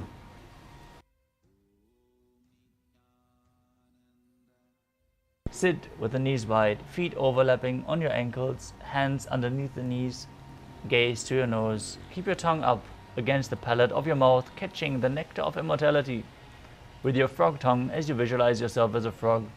Perform Ujjana Bandha and Mula Bandha. Prishtam sampidya gulbhabhyam janvangye savalaya kritihi.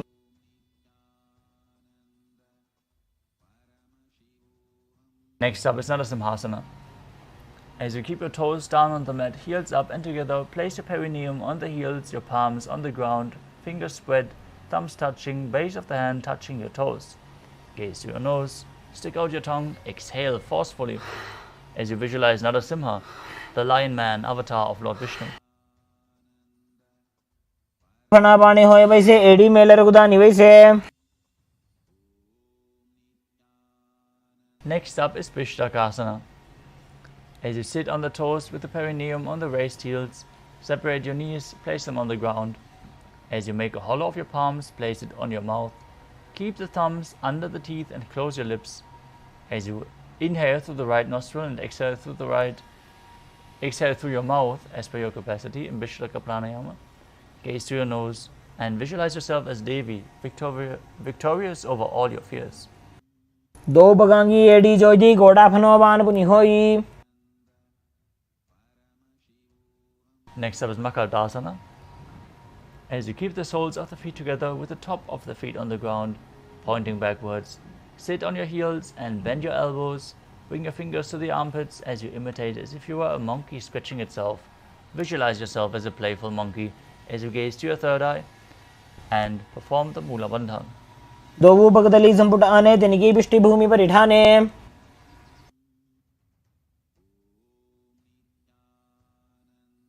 The next asana is Vajrasangadasana.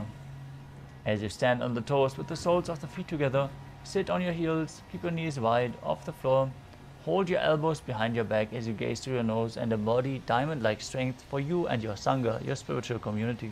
પ્રથમ ફણાપાણી હોય વૈસે દોવું એડી ગુદાની વૈસે.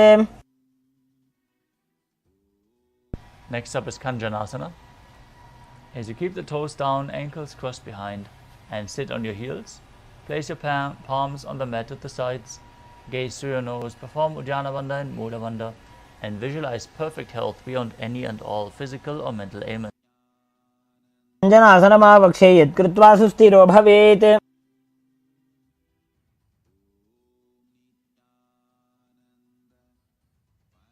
Next up is Kurmasana. With your toes flat, cross your feet and place your perineum onto the back of your heels. Keep your knees wide and on the floor. As you rest your hands on your knees, gaze to your nose and visualize yourself as a turtle with a stable body and mind to live for centuries. गुल्फौ जवृषणस्याधो व्युत्क्रमेण समाहितौ. Next up is Yogasana. Maintain the same position. Gaze to your nose and visualize Swamiji in your inner space. गुदं नियम्य गुल्फाभ्यां व्युत्क्रमेण समाहितः. Next up is Vijyogasana. As you stand on your knees, cross your ankles behind the feet and place the feet near the knees. Hold your calves with the fingers inside, the thumbs outside. Gaze to your third eye and visualize a space of eternal oneness, Advaita, with your Guru. गोड़ा वामो उभौ होई गोड़ा आड़ा राखे दोई. Next up is Ushtrasana 2. In a kneeling position, bend backward and hold onto your ankles with your hands. Keep your arms straight, push your hips forward and tilt your head back as you visualize yourself as a camel. मेरुदण्डग्रन्थि दाढ्य संविपादयिषुः पुमान्.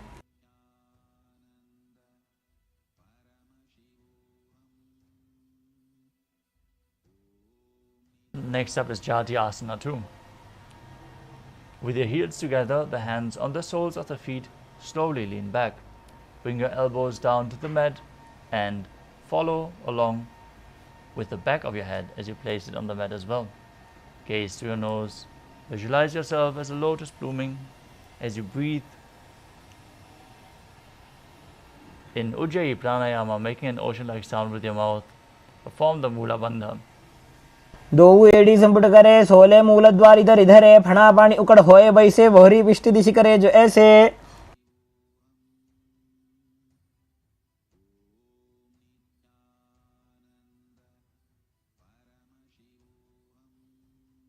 Next up is Viratasana. Now sit on your knees with the thighs and calves together. Lean back and touch your back to the ground and lift it back up again and again. You can use the support of your hands if needed Gaze through your nose and visualize the healing and liberation of all causal, subtle forms of your body. जङ्घापृष्ठिभूमौ निधाय जङ्घोद्रजोः ऊरुनी संस्थाप्य. The next asana is Kapotasana. From Viratasana, raise your hips higher, bring your forearms on the mat and hold the back of your heels. Bring your head in between the feet. Visualize yourself as a beautiful dove as you perform the Mula Bandha. मेरुदण्डग्रन्थिदाढ्य संविपादयिषुः पुमान् कपोतोष्ट्रासनाभ्यास कुर्यान्वितहुताशनः.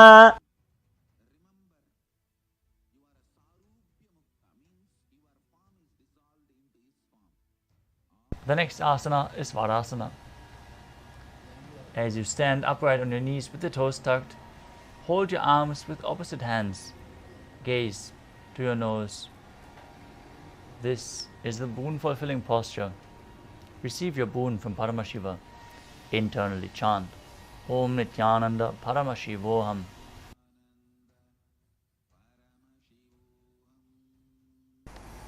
जानुनी भूमौ संस्थाप्य हस्ताभ्यां बाहुपरस्परं धृत्वा सरलं तिष्ठेत् वारासनं भवति.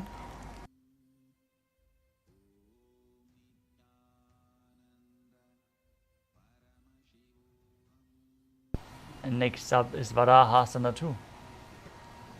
As you keep your knees together, toes tucked, lean forward, bring your elbows to the mat with your hands holding your head.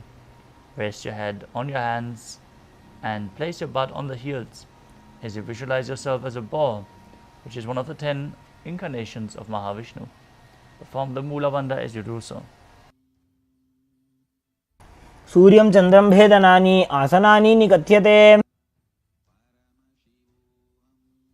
Next up is Mundasana, another inverted posture. Get the support of a wall if needed. Now kneel down, place your elbows on the mat, shoulder width apart. Interlace your fingers, place your head on the mat, support it with your hands. Walk your feet forward, raise your hips, align your hips with the shoulders and raise your legs up straight.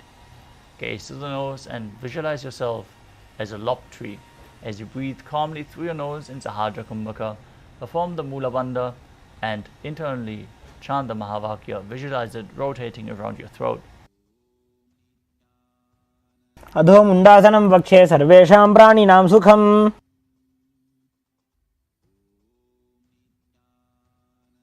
Gently lower your body down as you place your head in between the knees.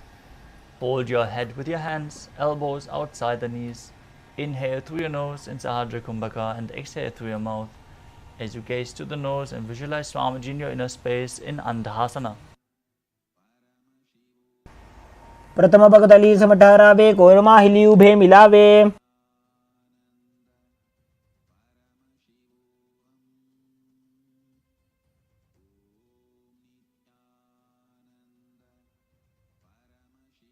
Next up is Viparita Shalabhasana.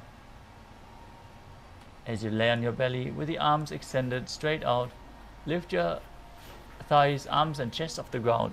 Hold on to weights if you want to intensify this asana. Visualize yourself as a locust as you perform the Mula Bandha. शलभासन भेदाश्च नटभेरुण्ड नामके. The next asana is Kapalasana. As you lay on your belly with the arms at the side, palms down, keep your forehead on the ground, chest on the mat. Lift your legs up together as you visualize yourself as a skull, representing the mind with purified thoughts and the strong will to attain enlightenment. कपालं भूमौ निधाय ऊर्ध्वं पादौ नयेत्.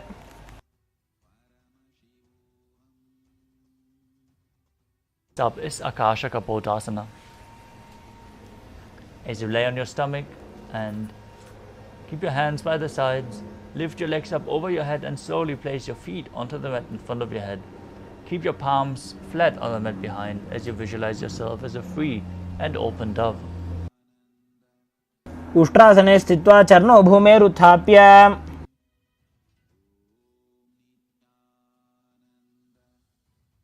Next up is Chatakasana. As you sit on the knees, bring your chest down so your navel touches the knees. Keep your hands flat on the mat. Place your forearms on the ground, be sturdy. As you visualize yourself as a sparrow, perform the Mula Bandha. परपर्यन्तौ हस्तौ धरामवष्टभ्य. Next up is Vrishchikasana too. As you kneel down, place your hands and elbows on the mat. Raise your legs, bend your back to touch your feet to your head. Lift your chin and hold as you visualize yourself as a scorpion. विच्छेप पुच्छ प्रतिमाङ्घ्रिपार्ष्णे धृत्वा स्वशीर्षे चिबुकं विधार्य कौ.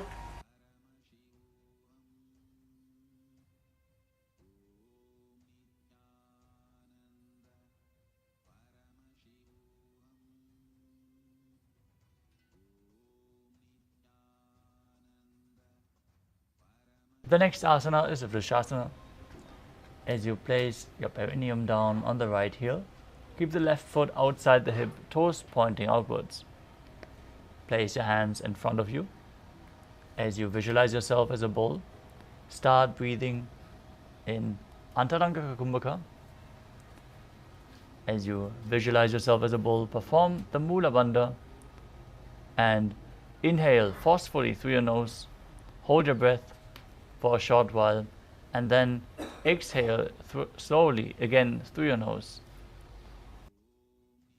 याम्य गुल्फे पादमूले वामभागे पदेतरम्. Next up is Lolasana.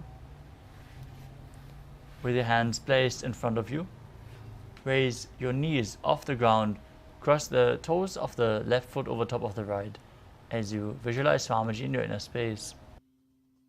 लोलासनं सदा कुर्यात् वायुलोलापघातनात्. Now place the perineum down on the other heel as you keep the opposite foot outside the hip, toes pointing outwards. Repeat Vrishasana on the other side as you visualize yourself as a bull. याम्य गुल्फे पादमूले वामभागे पदेतरम्.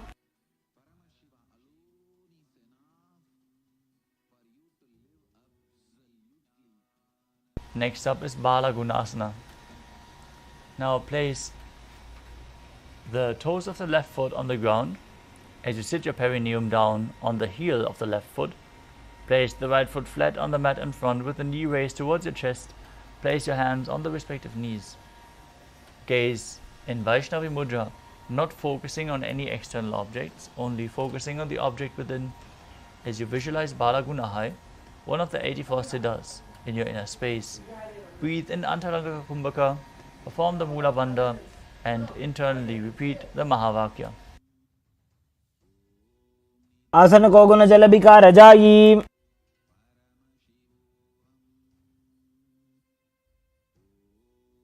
Next up is Grahasana. As you squat with your feet flat on the mat, bring your elbows under the thighs and wrap your hands around the shins. Hold onto your ankles from the outside as you visualize yourself as the entire planet. पादतले भूमौ संस्थाप्य जानुमध्ये कूर्परौ स्थाप्य. Now repeat Bala Gunasana on the other side as you place the right toes down, sit on the right heel, which is raised off the mat, hands on the respective knees, with the other knee towards your chest. आसन को गुण जल विकार जायी. Next up is Utkatasana. You can hold weights to intensify this asana. As you squat on your toes with the heels up, knees off the mat, place your perineum on the heels. Keep your hands on the respective knees. As you keep your spine upright, visualize Swamiji in your inner space and perform the Mula Bandha. युजास्पिजोस्ति यत ऊर्ध्वजानुचित्रासने पादतलद्वयोपरि. Next asana is Vajrasangarasana too. As you sit on the toes with the perineums raised, knees off the ground and spread wide, hold on to the opposite elbows behind your back. Visualize Swamiji in your inner space and perform the Mula Bandha. प्रथम पणापाणी होय जैसे दो एड़ी गुदान वैसे. Next up is Anilasana. Now squat or sit with the feet hip width apart. As you place your feet flat, your palms flat on the mat, step your heels onto your hands. As you keep your arms straight, gaze to the nose, and visualize you're able to live off air alone. Perform the Mula Bandha in Anilasana.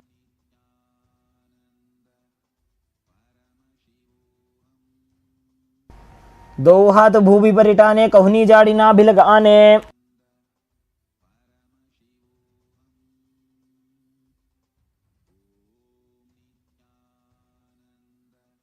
Next up is Padukasana.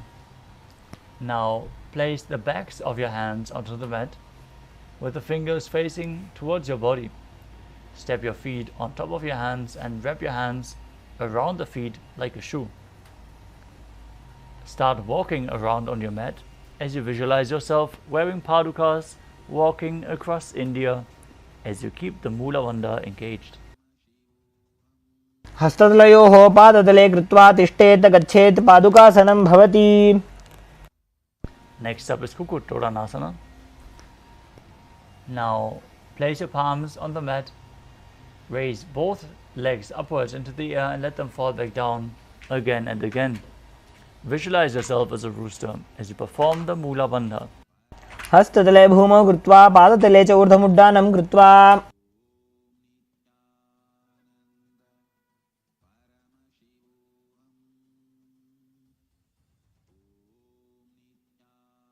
The next asana is Viparita Nrityasana. As you place your hands on the mat, raise your legs upwards into a handstand and move around on your hands dancing. Feel yourself become free of all inhibitions. हस्ततलाभ्यां भूमिम् अष्टभ्य ऊर्ध्वपादाग्रे कुर्वन्। Next up is Kunjarasana. Now separate the feet and place one palm down on the mat with the arms straight as you bring the opposite hand towards your head. Be stable. Visualize Swamiji in your inner space as you perform the Mula Bandha. अथ पक्षे Mahadev कुञ्जरासनमुत्तमम्। Now exchange the position of your hands. Repeat Kunjarasana on the other side. अथ पक्षे Mahadev कुञ्जरासनमुत्तमम्।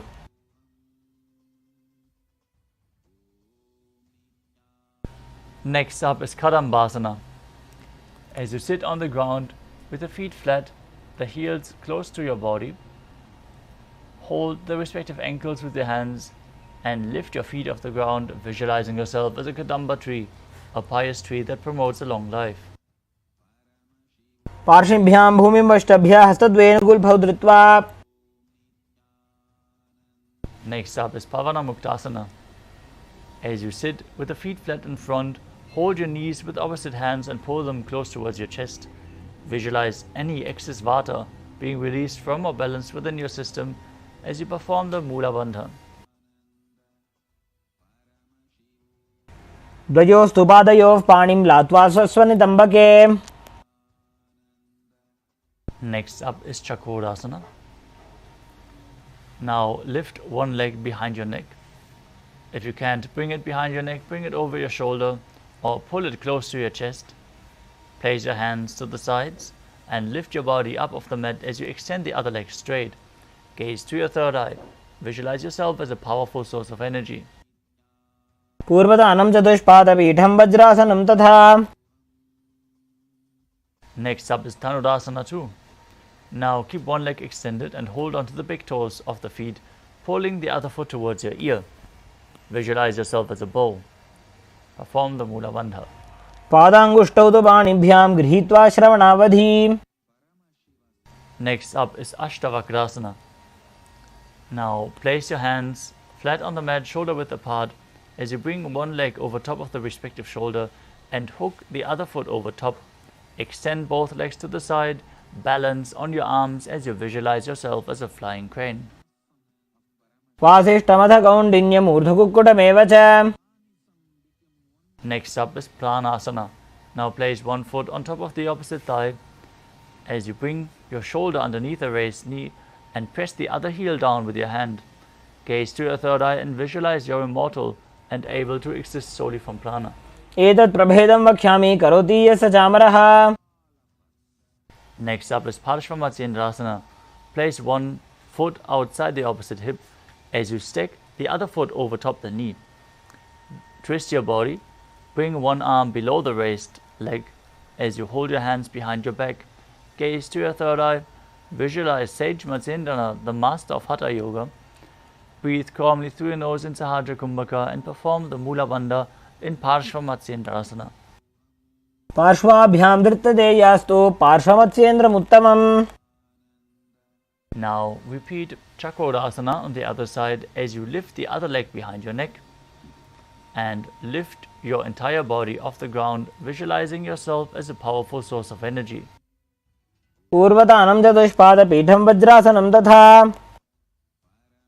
Next up is Dhanurasana 2, where you hold onto the big toes and pull the other foot towards your ear, visualizing yourself as a bow. पादाङ्गुष्टौ च पाणिभ्यां गृहीत्वा श्रवणावधि धनुराकर्षकाकृष्टं धनुरासनमीरितम्.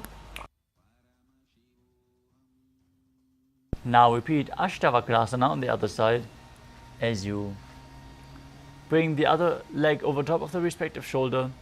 Extend both legs to the side and balance. Visualize yourself as a flying crane. वासिष्ठमथकौण्डिन्यमूर्धकुक्कुटमेव च. The next asana is Pranasana on the other side. Bring the other foot on top of the opposite thigh, shoulder underneath the raised knee, other hand pressing down the knee. As you gaze to your third eye and visualize you are immortal and able to exist solely from prana. एतत् प्रभेदं वक्ष्यामि करोति यस्य चामरः एकपादमुरो बद्ध्वा स्कन्धेऽन्यत्पादरक्षणम्.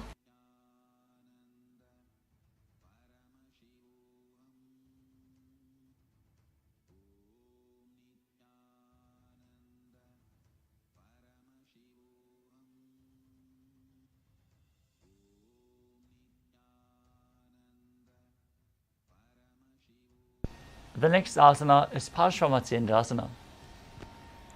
As you place your right foot at the root of the left thigh, step the other foot over top of the knee, bring one elbow outside the raised knee, arms underneath, interlock your fingers behind your back as you gaze to your third eye and visualize Sage Matsendrana, the master of Hatha Yoga.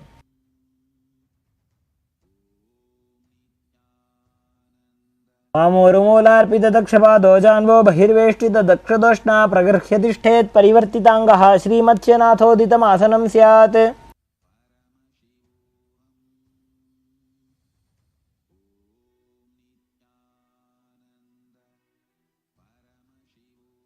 Next up is Ardha Paschimottanasana.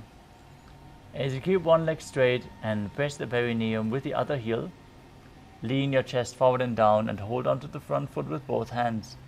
Bring your head towards the knee.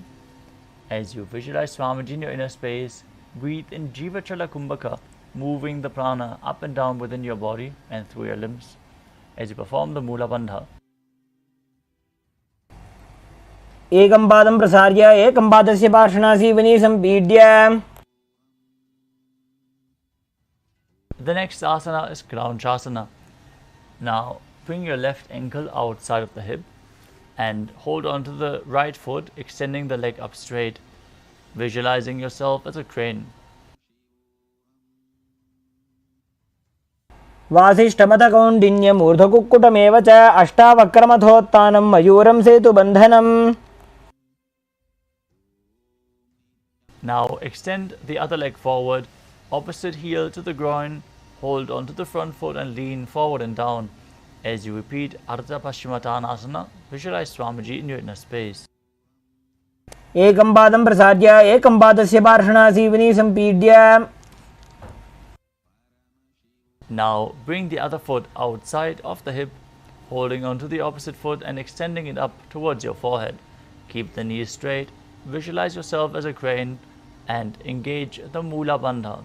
उत्तानपादं क्रौञ्चं च मरीचिं वीरभद्रकं नटराजं त्रिकोणं च सुप्ताङ्गुष्ठप्रसारणे. The next asana is Swastikasana. Sit with the soles between the thighs and calves. As you keep your spine straight, palms resting on top of the knees, gaze through your nose and embody peace, well-being, good fortune and prosperity as you visualize a swastika. Perform the Mula Bandha as you do so. जानुर्भोरन्तरे सम्यक् कृत्वा पादतले उभे ऋजुकाय समासीन स्वस्तिकं तत् प्रचक्षते.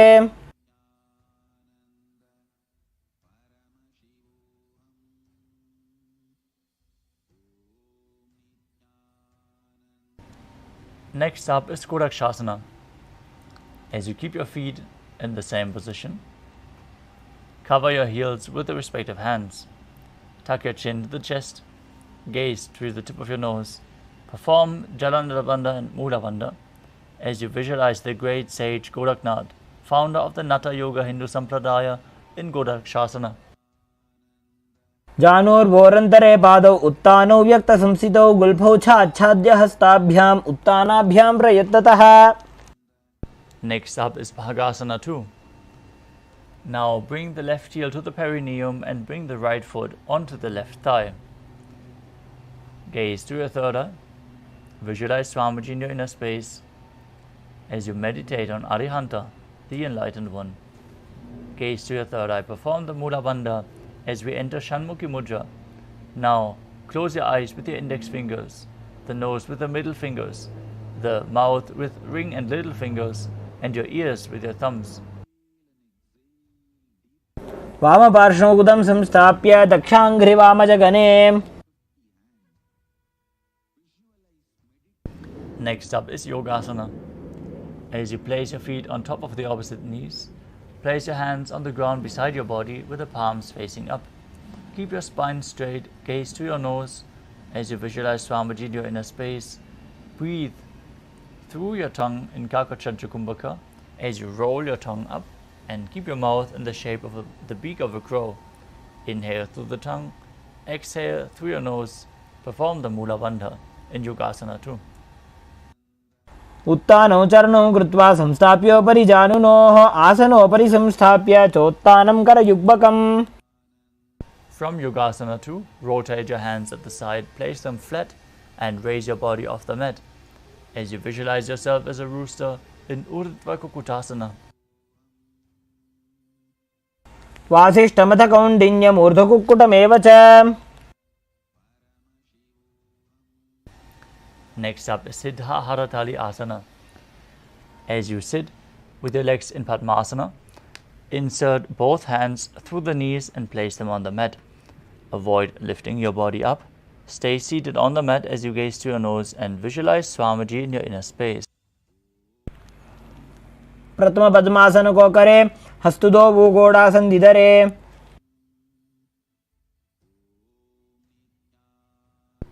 From the same position, push your hands into the mat and raise your body up. Gaze to the nose and visualize yourself as an elegant swan.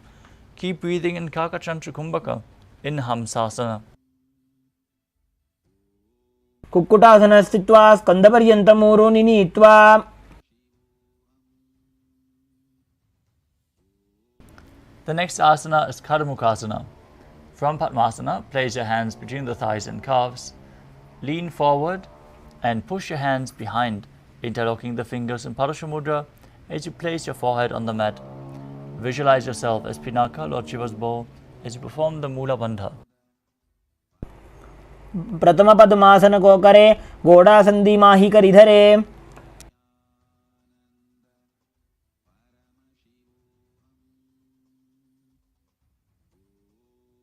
Visualize yourself as a turtle.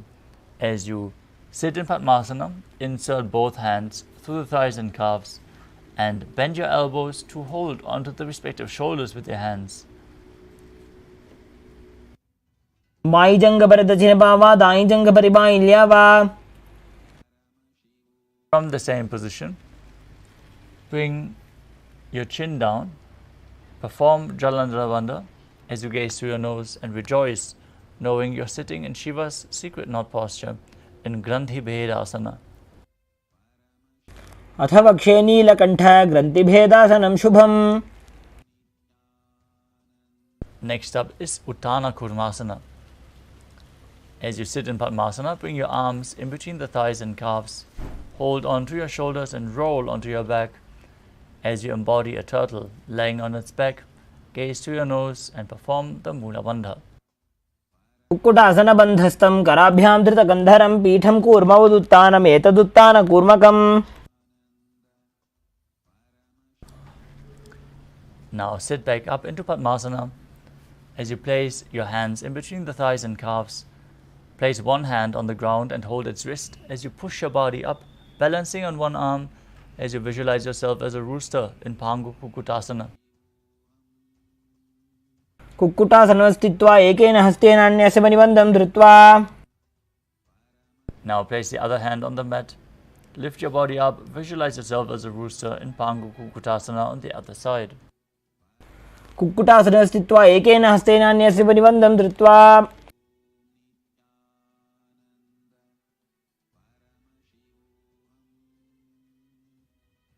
The next asana is Gridrasana. From Padmasana, place your elbows on the toes and interlace your fingers in Parashu Mudra. Rest your chin on the knuckles. Press your thumbs to the throat.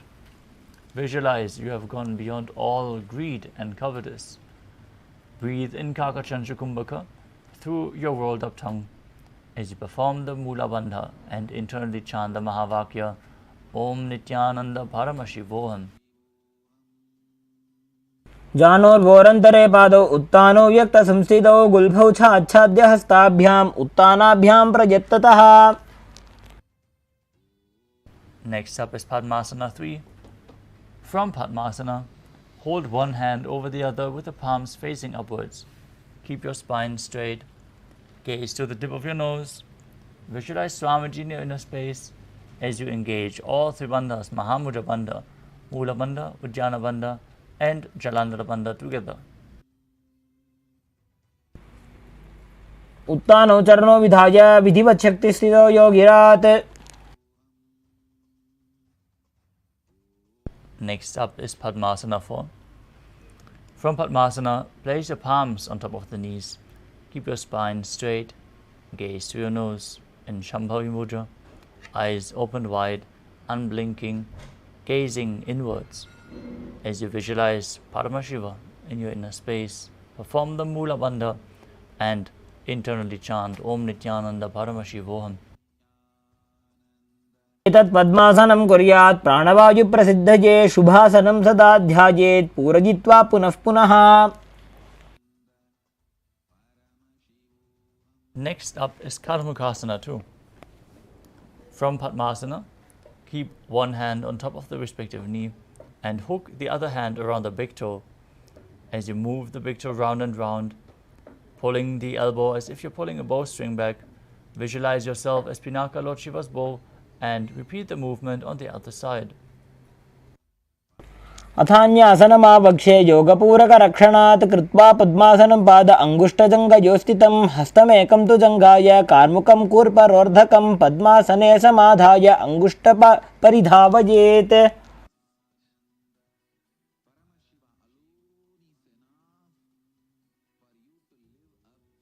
Next up is Karmukasana 3. From Padmasana, cross your arms behind your back and hold onto the big toes in Prana Mudra. Gaze to the nose. Visualize yourself as Paramashiva's bow as you engage all three bandhas, Mahamudra Bandha, in Karmukasana 3. कार्मुकासनमाक्षित्य उदरे पूरयेत् सुखं तदवायुर्वसो जाति कालेन सूक्ष्मवायुना कृत्वा पद्मासनं मन्त्रे वेष्टयित्वा प्रधारयेत् करेण दक्षिणो नैव वामपादान्तिकं ततम्. The next asana is Tridhasana. Maintain Karmukasana 3. Lift your chest up, gaze up towards your third eye as you visualize that you are the action of Paramashiva's third eye. Anything you come across, you destroy. Perform the Mula Bandha as you do so. ऊरुभ्यामुपरि स्थाप्य पादयुग्मं प्रयत्ततः दक्षिणं सव्यदेशे च सव्यं दक्षिणदेशके करद्वयं पृष्ठदेशे परिवर्त्य प्रयत्ततः पादाङ्गुष्ठयुगं सम्यक् कराभ्यां सन्निगृह्य च.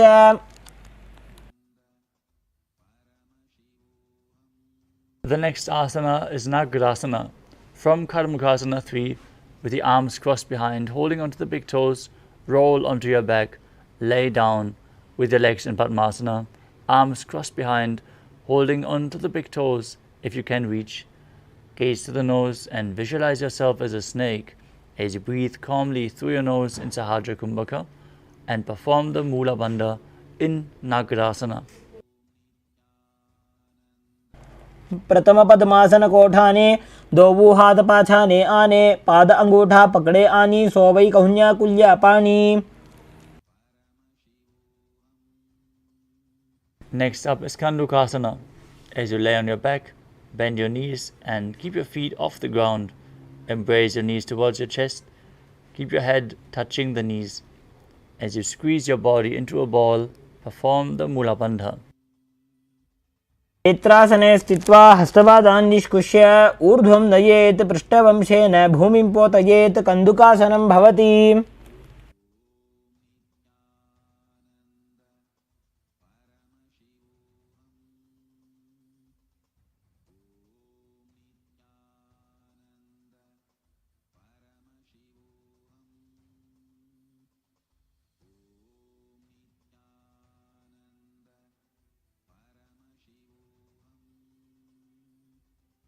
The next asana is Urdhva Bhavanasana. As you lay on your back, with the knees raised together, keep your feet flat on the ground and interlock your fingers behind your neck. Gaze to the nose. Visualize Swamiji breathe calmly through your nose in Sahajra Kumbhaka and perform the Mula Bandha. प्रथमे सूधो San करावे गोड़ा ऊभा राशि मिलावे Gulf माहिला अंगुष्ठ doji करे एक समेल रसोजी. Next up is Marakata Pitasana. As you lay on your back, bend your knees and keep your feet flat on the mat. Place your upturned palms underneath the heels. Lift your hips up high as you push them forward. Perform the Mula Bandha and contract the throat region in Jalandhara Bandha as you perform Murcha Kumbhaka, forcing the air out through the throat lock, leading to a state of swooning. Gaze forward as you visualize yourself as a powerful alpha ape in Marakata Pitasana. उत्तानशयनं पादतले उत्तानहस्तयोः स्थापयेत् पृष्ठभागम् उत्तरमजेत् मरकटपीठं भवति.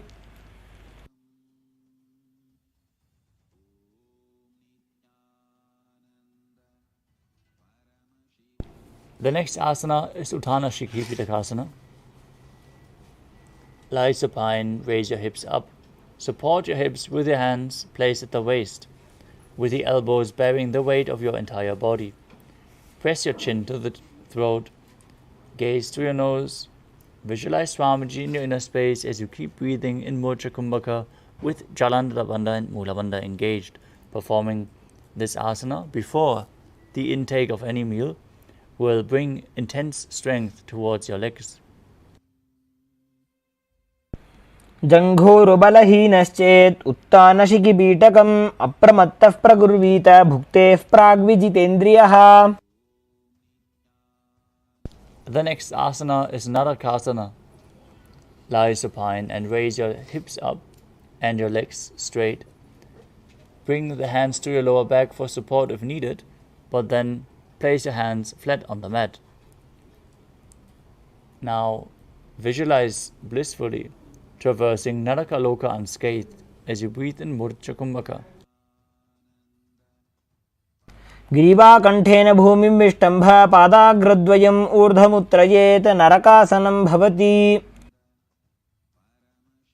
The next asana is Tiryannaukasana.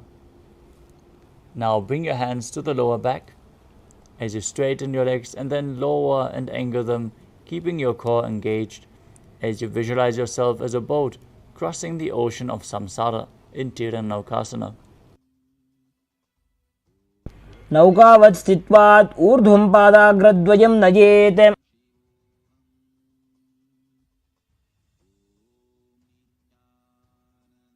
The next asana is Dvajasana. As you bring your hands back down to the mat, keep your legs straight like a flagpole. Visualize yourself as the Kailasa flag respected across all nations, in Vajasana.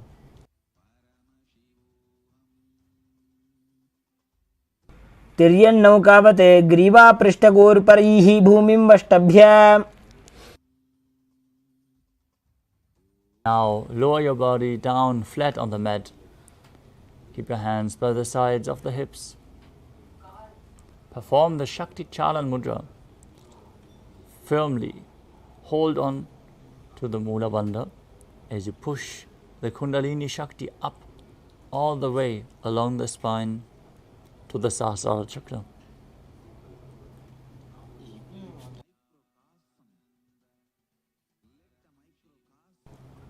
Now relax, unclutch from any micro movements of the body and mind.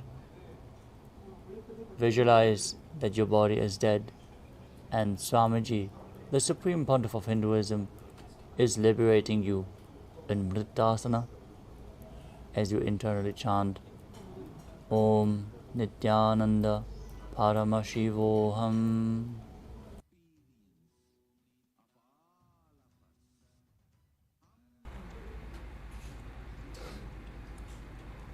उत्तानं शववद्भूमौ शयनं तोषवासनं शवासनं श्रमहरं चित्तविश्रान्तिकारणम्.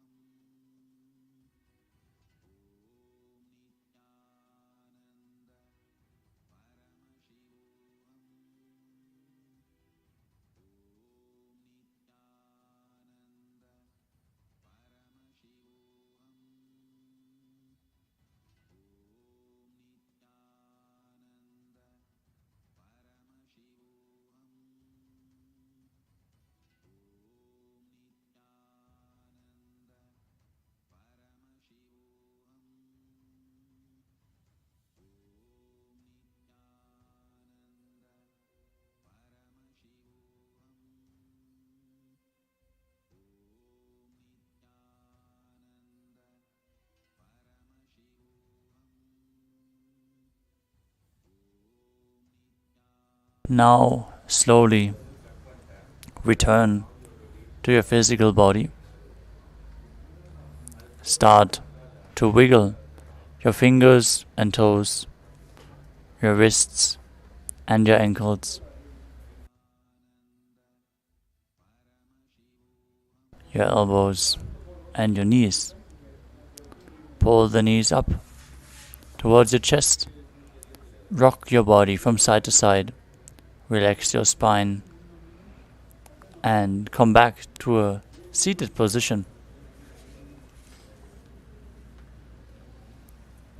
Congratulations, you completed the Dvitiya Vinyasa Krama, all 308 asanas of the sequence. Next up is going to be the power manifestation session. Before that, we would like to thank all the participants for sincerely participating in the Nithyananda Yoga, preparing your body to hold the intense energy which is going to be showered tonight during the darshan of Paramashiva himself. If you manifest the powers of Paramashiva, the Shaktis, directly after intense yoga, the activated nervous system settles and you become permanently established in this state and space of Paramashiva, making it your lifestyle. So after every instance of Kundalini awakening, you should go and perform the Shaktis of Paramashiva to make the change, the transformation, the superconscious mutation permanently in your system. We would like to request all the participants to share your experiences from today's Nithyananda Yoga session in social media. Just take a short video of yourself performing your favorite asanas, any breakthroughs you experienced today. You can take a picture on your yoga mat or write a short post sharing your experiences in Facebook and all the other social media handles that you're using. Make sure to share your breakthroughs to inspire and enrich other people, to empower them through the experiences that you had. Thank you all for joining us today in Nithyananda Yoga. Let us now conclude the session with a Purna Mantra. Sit straight with your head, neck and spine in a straight line. Hands in Namaskara Mudra in front of your heart center. Close your eyes, take a deep breath. Visualize Swamiji in your inner space as we chant the Purna Mantra.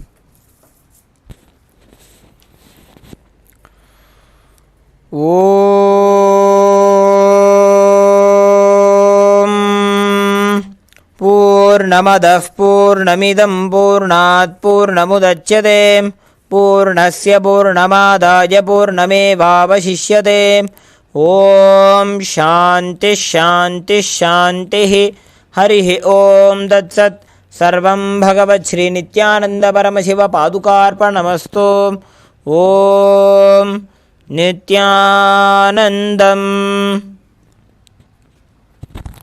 Thank you all once more for joining us all today. Nithyanandam.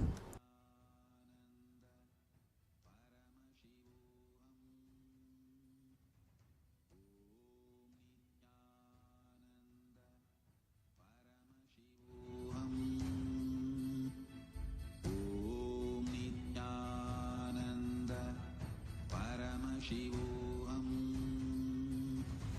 Om Nithyananda Paramashivoham.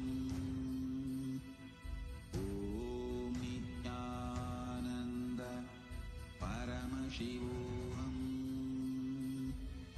Om Nithyananda Paramashivoham. Om Nithyananda Paramashivoham. Om Nithyananda Paramashivoham. Om Paramashivoham. Om Nithyananda Paramashivoham.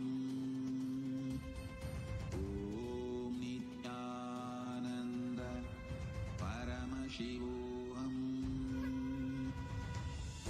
Om Nithyananda. தாடிதனை அழகாக உடுத்திட கொடுப்பேன், நித்தியம் பூசனை செய்ய ஆயத்தம் செய்து முடிப்பேன். மானுடனாய் பூமியை ஆளும் நித்தியனை நாடும் துதிப்பேன். காத்திடுவான் காத்திடுவான் காத்திடுவான் காத்திடுவான் காத்திடுவான் என்று மனம் ஒரு தருணம் தலைவனாய்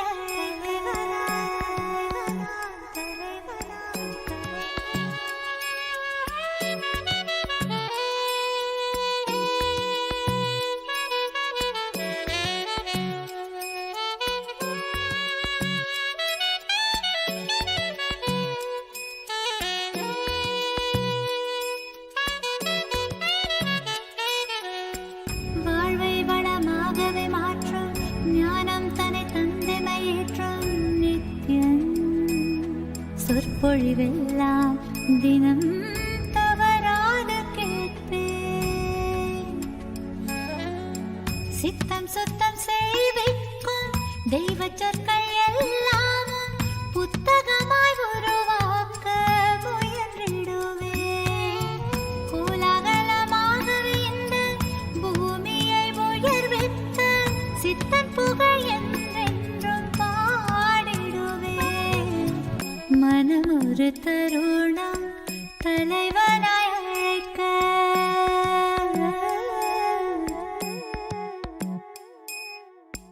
மனம் ஒரு தருணம்.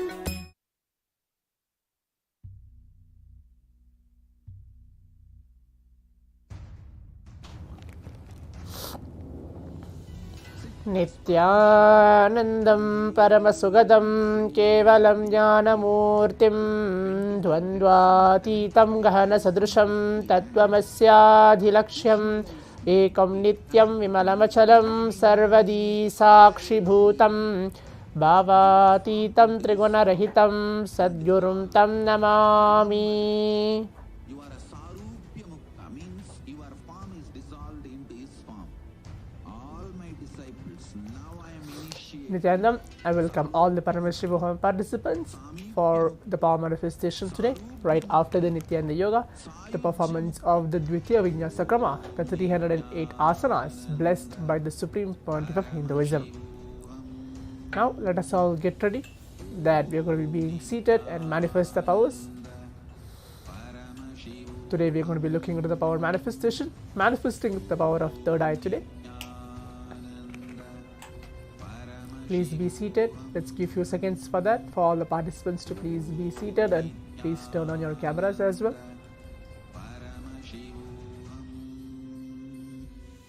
Om Nithyananda Paramashivoham. Om Nithyananda Paramashivoham. Today we are going to be manifesting something different than yesterday, so let us all get ready for that. Please be seated.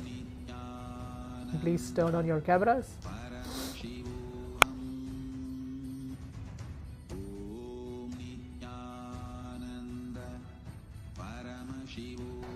We are going to be manifesting the powers of Paramashiva for the next 21 minutes,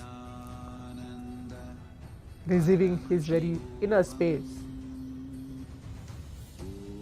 as manifesting as our reality today.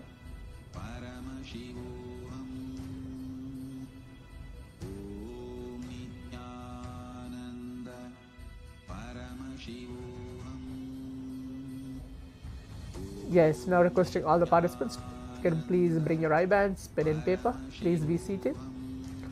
If you don't have an I-band, something to blindfold yourself, even a piece of a cloth.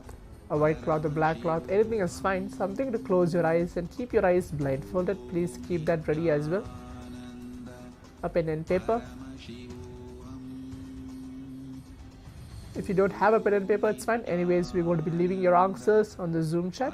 But please bring your eye bags. Please keep them ready with you. Today we are going to be manifesting 3 rounds of the power manifestation.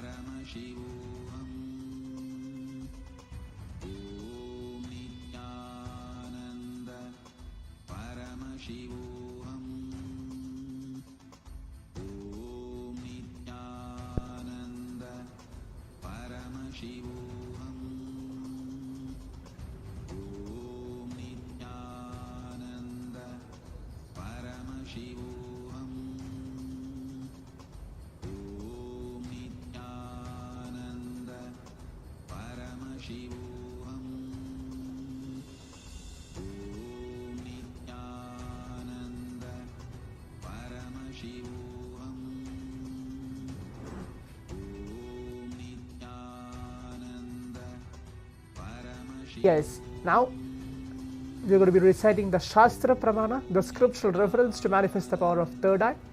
When we manifest these powers, it is bringing our very being, raising our very consciousness to the next superconscious breakthrough, receiving Paramashiva himself onto our very being.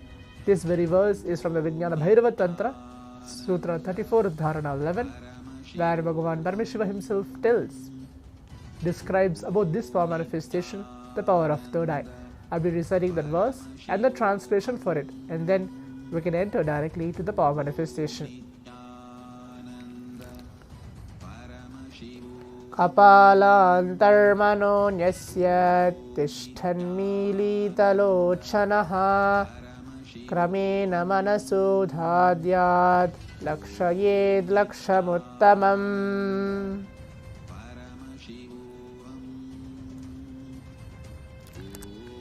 The translation goes, by fixing the mind on inner space within the crown center and sitting stably without any movement, having your eyes closed in succession, by the stability of the mind and inner space through the power of the third eye, one directly sees the ultimate goal, Lakshyam, by having vision beyond the sight that reveals any object or place, attaining the space of oneness with the source, Paramashiva, for all of us, Swamiji himself. So this is a beautiful verse from the Vijnana Bhairava Tantra, and the translation for it, for this power manifestation, the power of third eye, which we are going to manifest. For every single power manifestation which Supreme Pontiff of Hinduism initiates us, he himself has even manifested the very same power. That is what we call as Atma Pramana, the personal experience of the Supreme Pontiff of Hinduism. Only when he experiences by himself from this power manifestation, he even gives to all of us as a Sakshi Pramana, as an evidence that all participants are now being seated here for the power manifestation.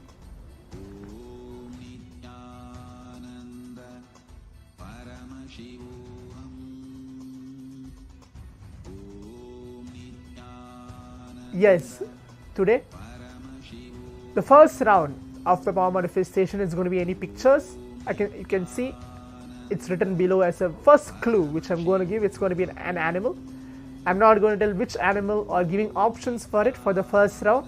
The first round of the power manifestation, it's going to be an animal picture. Requesting all the participants to please be seated.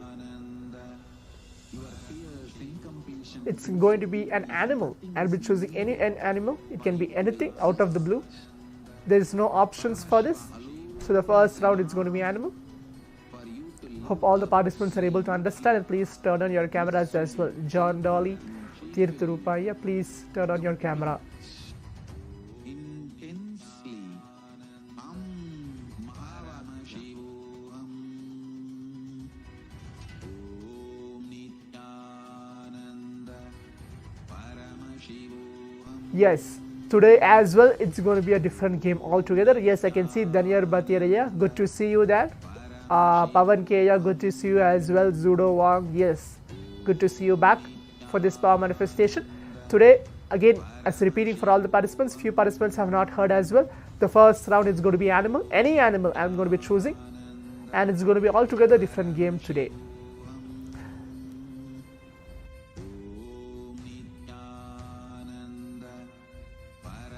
Now please close your eyes. You can put on your eye bands. Please keep your eyes blindfolded. Visualize Paramashivam onto your very inner space. Please close your eyes.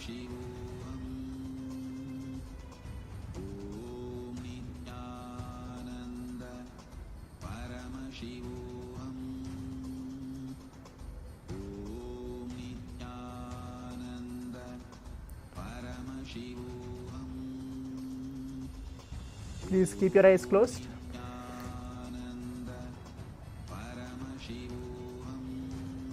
Again, I'm repeating, it's going to be animals for the first round of the power manifestation. Seeing what is the image which the Supreme Pontiff of Hinduism is revealing through all of us.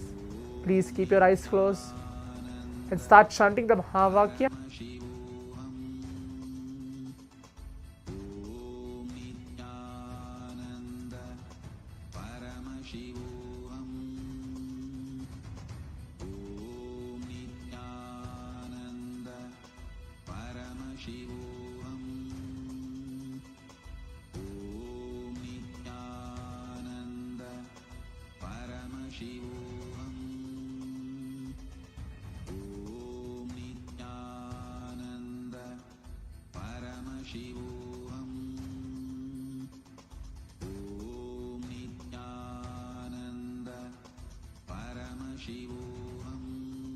Please keep your eyes closed as we have started the round 1 of the power manifestation.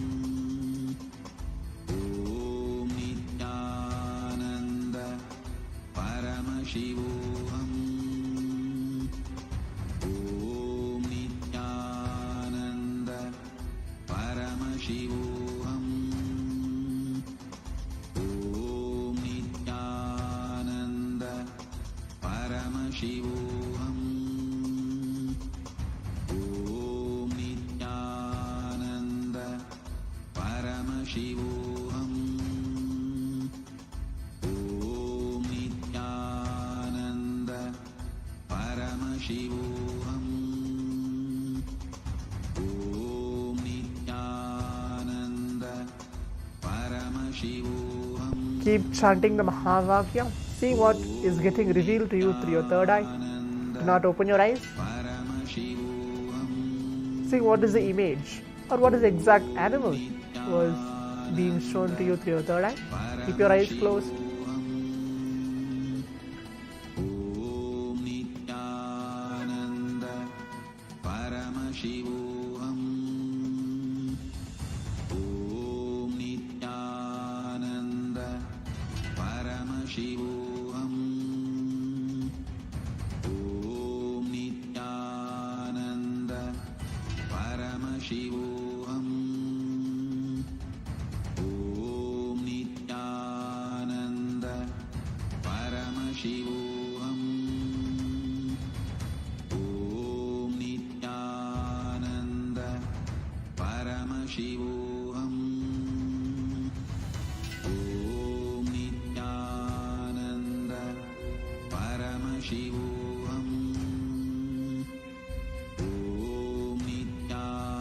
We have a few more seconds.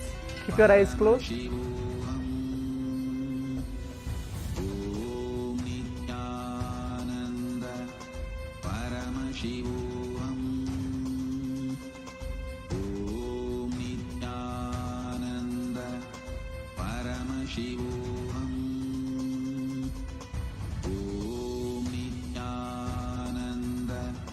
Paramashivoham.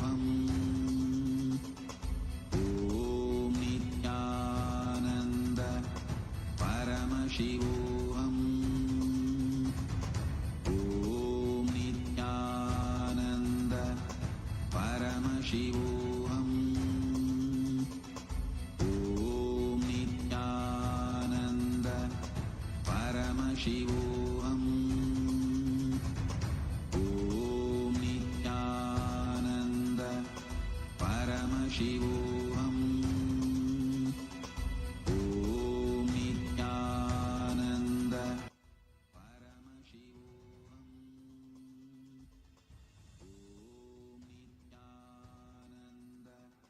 Paramashivoham. Yes, now requesting all the participants, we can relax, take off your eye bands, please open your eyes.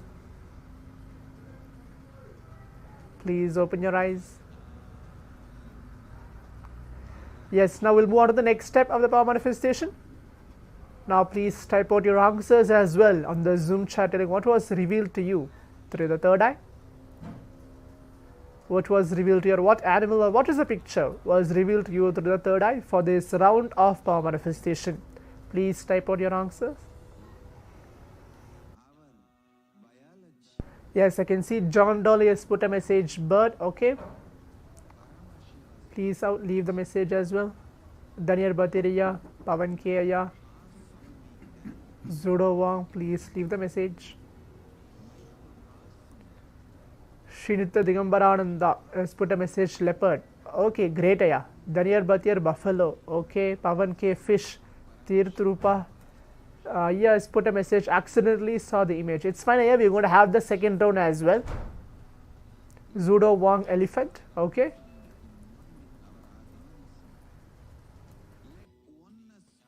Sen Yang Li, I can see you're connected. From the next round as well, please participate for the round 2 of the power manifestation.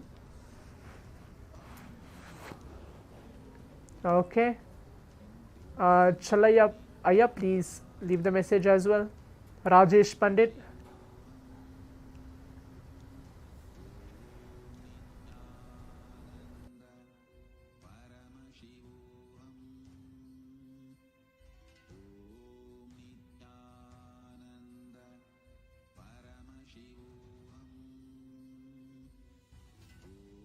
Yes, now all the participants can see the image chosen for all of us for this round 1 animal for the power manifestation is the animal of a cat was chosen for all of us for this round 1 of the power manifestation. Many of the participants have put bird, leopard, buffalo, fish and many other images. Tirthrupaya, I think so you can participate for the round 2. It's not going to be animal, but it's going to be completely different. Daniel Batira has put a message, a cat. You are laughing with that. Yes, good. Yes, the image chosen for all of us was cat for this round of manifestation. Okay, now we'll move on to the round 2. Do not keep your eyes closed. I'll be telling how the round 2 is going to be. The round 2 of the power manifestation, I'll be choosing from any one of the gadgets. Hope all the participants are able to hear. The round 2 of the power manifestation, I'll be choosing from any one of the gadgets. Any gadgets I'll be choosing.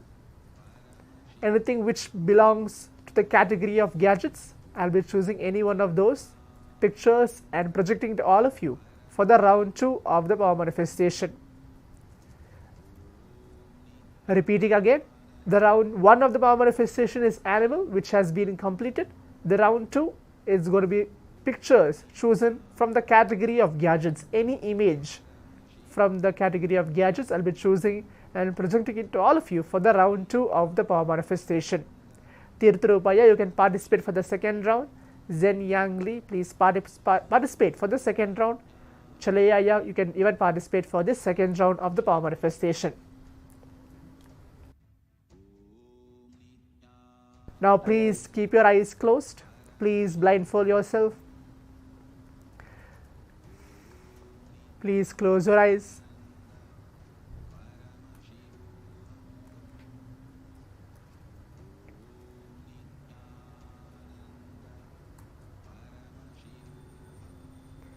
Remember the Supreme Pontiff of Hinduism, Swamiji, into a very inner space. Please close your eyes.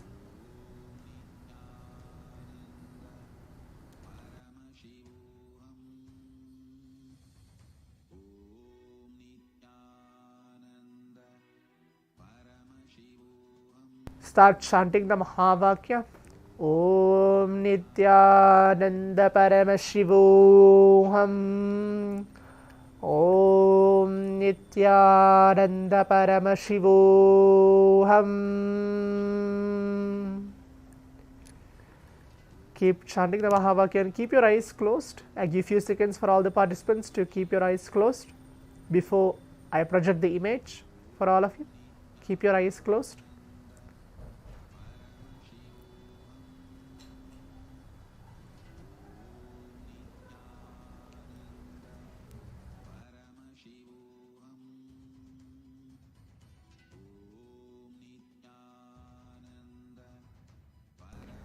Yes, now the round 2 of the power manifestation has started. Keep your eyes closed and keep seeing what is getting revealed to you through your third eye. Keep your eyes closed. We have 3 minutes for this round of power manifestation.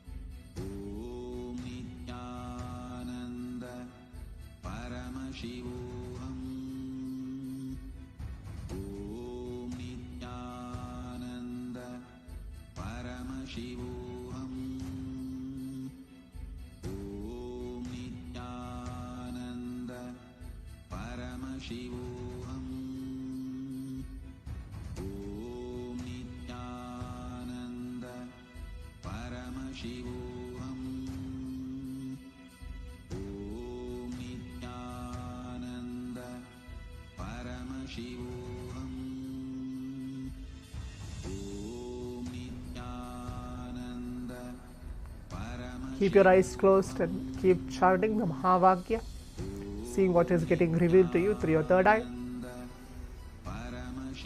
Even though you are able to see 2-3 images, keep seeing that.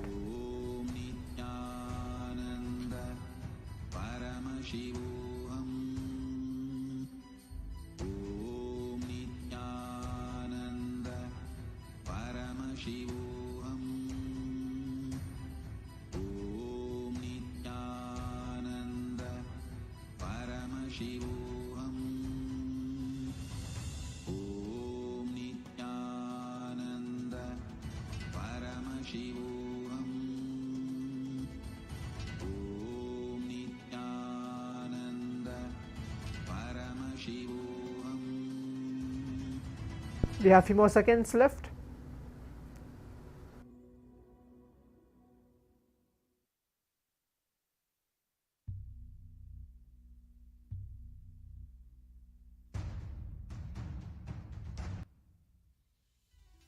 As Paramashiva, inhale and exhale deeply with 25 heads and 75 eyes and 50 hands.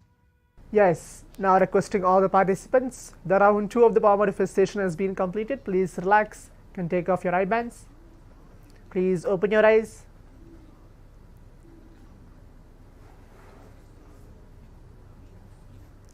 Please open your eyes.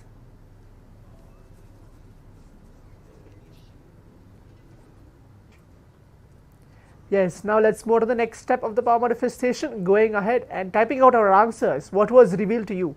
What is the answer was revealed to you for this round 2 of the power manifestation? Please type out that answers. What is the image was revealed to you? What is the, maybe some of you maybe have seen some gadget as the image. So what is exactly was revealed to you through your third eye? Please type out that answers in the Zoom chat.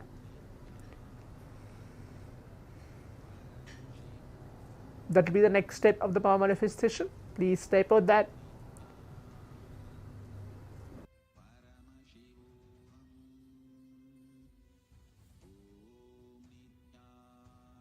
Okay, Tirthrupaya has put a message: kitchen, mixer, blender. Okay, John, Dolly, clock and radio.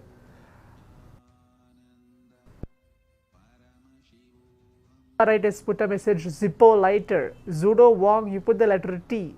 Can you elaborate on that as well? Okay, Sriditya Digambarananda has put a message, touch screen. Okay, Pavan K laptop.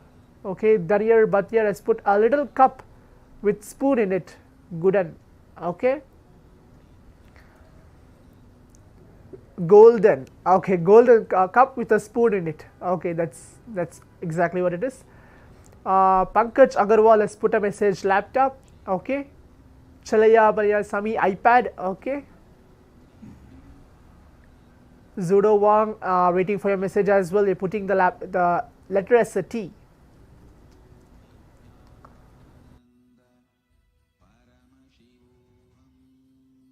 Yes. Now, as all the participants can see, the image chosen from all of us from the category of gadgets is the image of an iPhone. So, for those of you who put something like a touch screen or maybe a laptop, I don't see even laptop, but iPad, for all of those participants who have put the message, that is exactly correct. The image chosen for all of us was an iPhone for this round 2 of the power manifestation.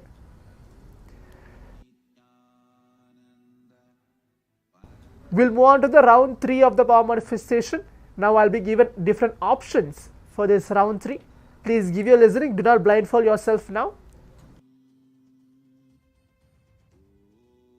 Yes, for the round 3 of the power manifestation, there are 4 different options, 4 different images. I'll be choosing and projecting it to all of you for this round 3. Hope all the participants are giving your listening. The first image is table, chair, book.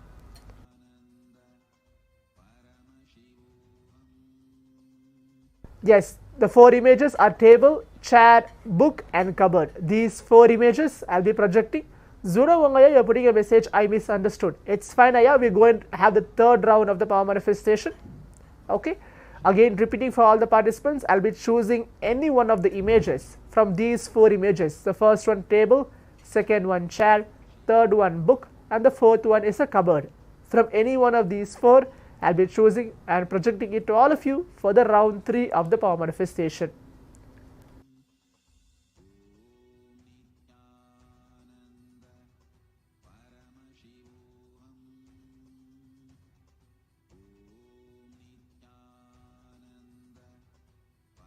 Now please keep your eyes closed. Visualize Paramashivam into your very inner space.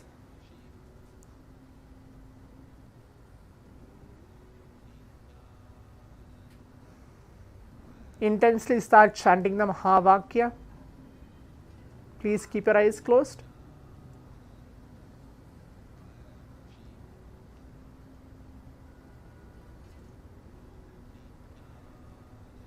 We are entering to the round 3 of the power manifestation. Please keep your eyes closed.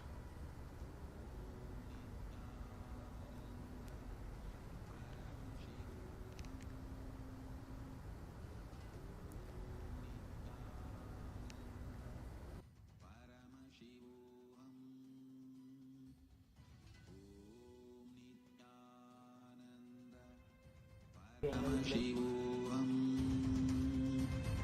Om Nithyananda Paramashivoham. Keep chanting the Mahavakya. Om Nithyananda Paramashivoham into your very inner space. Seeing what is getting revealed to you through your third eye. Om Nithyananda Paramashivoham. Om Nithyananda Paramashivoham. Om Nithyananda Paramashivoham. Om Nithyananda Paramashivoham. Om Nithyananda Paramashivoham. Om Nithyananda Paramashivoham. We have a few more seconds. The third round is going to be a quick round. We have a few more seconds. Om Nithyananda Paramashivoham. Om Nithyananda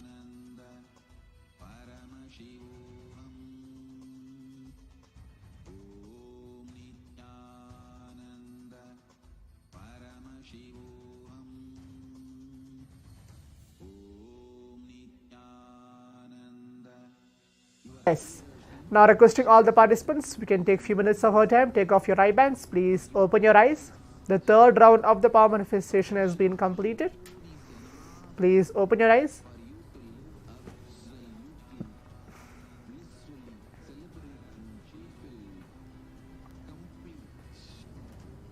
Yes, now let's type out our answers in the Zoom chat, telling what was revealed to you through your third eye for this third round of the power manifestation. Seeing what is the image or what was revealed to each one of us. Even though you're able to see something altogether different from any one of those four, it's fine. Please leave that message as well.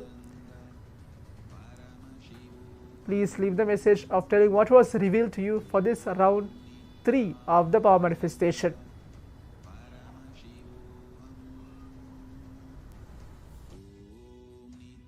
Yes, I can see John Dalia putting the message of chair, Pavan K table, Tir Turupa chair, Digambarananda chair, okay. Chalaya Paryasami chair, Satya right book, Zudo Wong chair, Pankaj Agarwal book on the table, okay.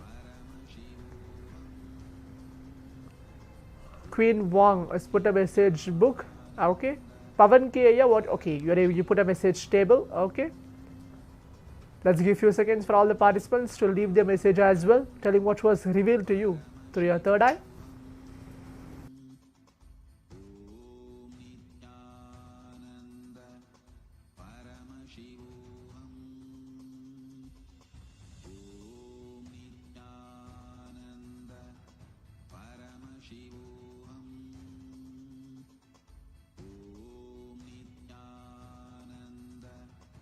Yes. Suril Jain has put a message table.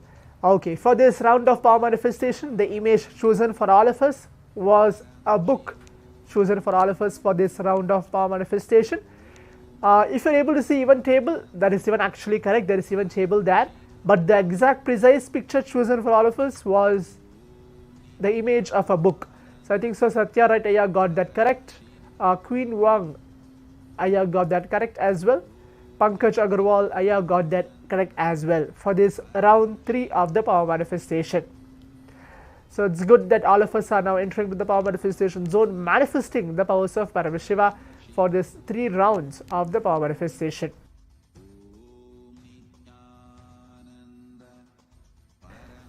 Now for those of you who are now entering, we are entering to the day 12 of the Paramashivoham sessions, manifesting these powers. There is one hidden secret I just maybe want to tell, or a technique where all of us are entering to this power manifestation experience.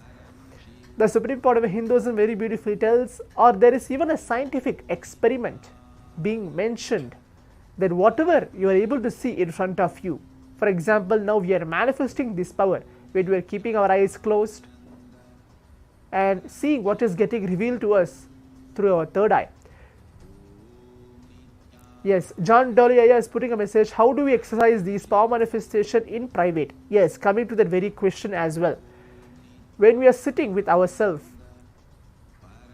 and closing our eyes, in every 7 seconds, what is going to happen in every 7 seconds is decided by very us. What is going to be appeared. For example, when I tell, keep your eyes closed, I am going to be projecting the image. What is going to get appeared for the next 7 seconds is exactly decided by our very being. But we are very unconscious, seeing whether it is real or whether it is not real, how we are deciding or not. But for the next 7 seconds, the future, coming 7 seconds, what is going to be appeared or what is going to happen is decided by very us. Once we know, once we have the powerful cognition and that confidence, yes, for this next 7 seconds, I am going to be choosing as the image of a chair. For example, I'm going to be seeing the image of a chair for sure. For the next 7 seconds, that is going to be the image which I'm going to hold, and exactly that is what is going to manifest. For the next coming power manifestation, try to use this powerful cognition of seeing, having the powerful cognition, yes, I am Paramashiva.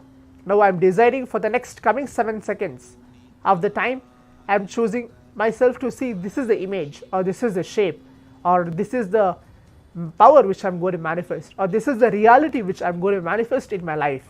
Once you keep seeing that and practice this very technique, like seeing yourself for the next future. What is the next 7 seconds which I'm going to see?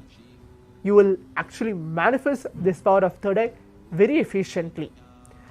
For answering to John Dolia's question, just sit 11 minutes of your time, unclench, watch the oneness capsules, watch Swamiji's videos, darshans which have been posted in the YouTube. Watch that as well, 11 minutes of the time. Sit in the very nature, in the complete breathing space where you see there's no disturbance around you. You are with your own being, looking into your very Paramashiva component in your very self. And then you keep the background music of Mahavakya getting played, and you will see, you will have the experience of power manifestation. This is the question which John Dolia put for answering him as well. Any other participant have any doubt on this power manifestation, how to manifest these powers, or how it is manifesting, or why it is sometime manifesting for me at some point of time, but it is not manifesting as well? You can leave the message in the Zoom chat. Pankajaya, Satyarataya, Zudo Wangaya, Tirthurupaya, Digambranandaya, Dhaniyaraya as well. Please leave the message of telling if you have any doubts.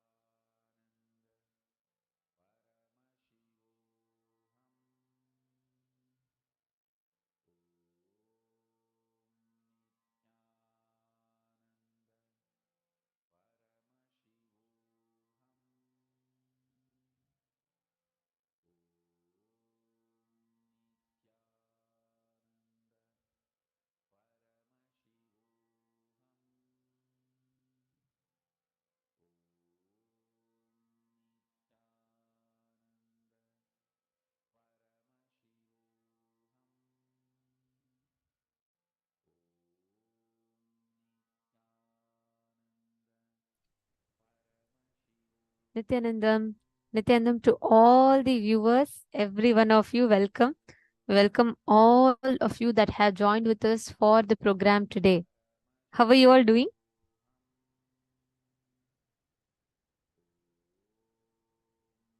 Nithyanandam, it's very nice to see every one of you joined in here with us.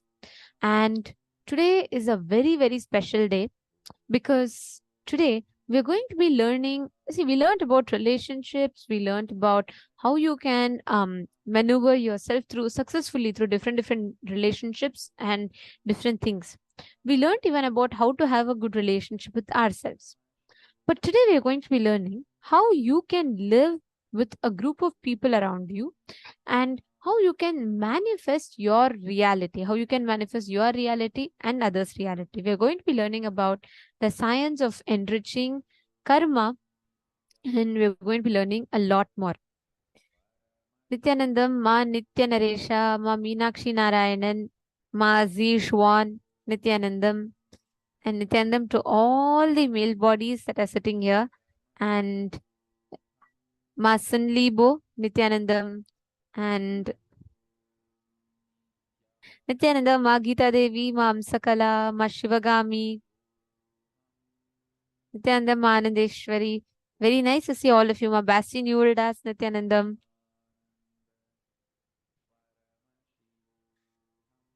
Nithyanandam, Ma Yoga Malar, Ma Shamila Pillai, Ma Donna. Okay. Today is a day where we're having Bhikshadana Murti as a deity. And it is in this form of Paramashiva that he appears to bestow enlightenment to humanity in the most sweetest of ways. He literally walks amongst us as Bhikshadana Murti, removing all the delusions, the ego, the suffering, the arrogance, everything that we are stuck with. And he bestows us with the ultimate bliss, the experience of the ultimate bliss. And that is what all of us are having today. And let us all get ready to enjoy the day today. And I request every one of you to share with us whether you have a question, you have a doubt, or if you have any clicks that you would like to share. Please feel free to share with us. And we request every one of you to ask your questions, doubts, etc. to us. So today what we are going to be learning is we're going to be understanding about karma. We're going to be understanding what is karma, what is good karma, what is bad karma, and is the concept of karma something true?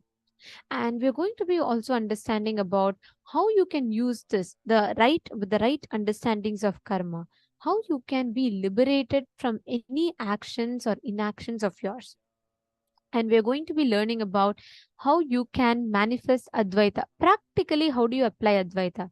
If you are living with a group of people and you have a group of people around you that you have to deal with on daily basis, how do you exactly apply the science of Advaita with them? And how can you be successful with applying the science of Advaita daily? And these are all the things we are going to be learning today. Okay? And today we are going to be manifesting a very, very beautiful power. The Apyayana means literally manifesting the power of enriching people, manifesting the power of causing people's reality, enriching people. And these are the powers, these are the sciences that we are going to be manifesting today. So are we all ready? Excited?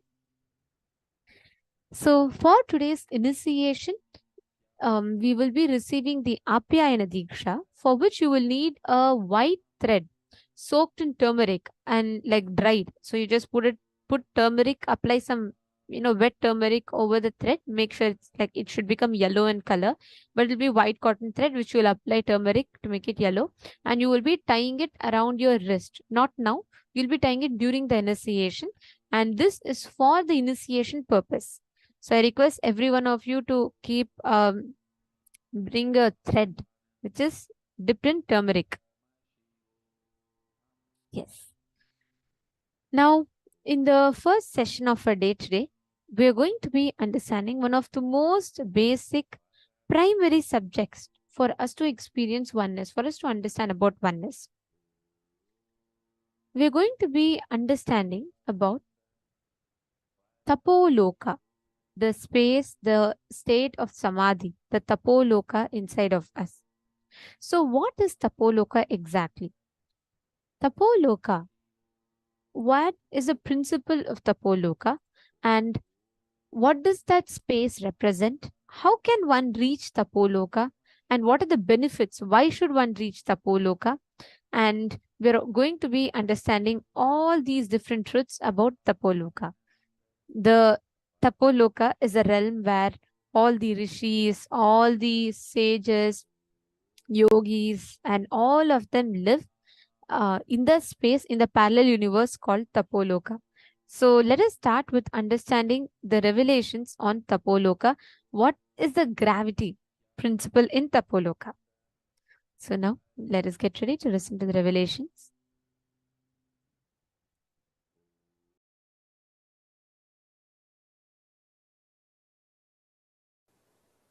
All of you have your presence in all 14 lokas.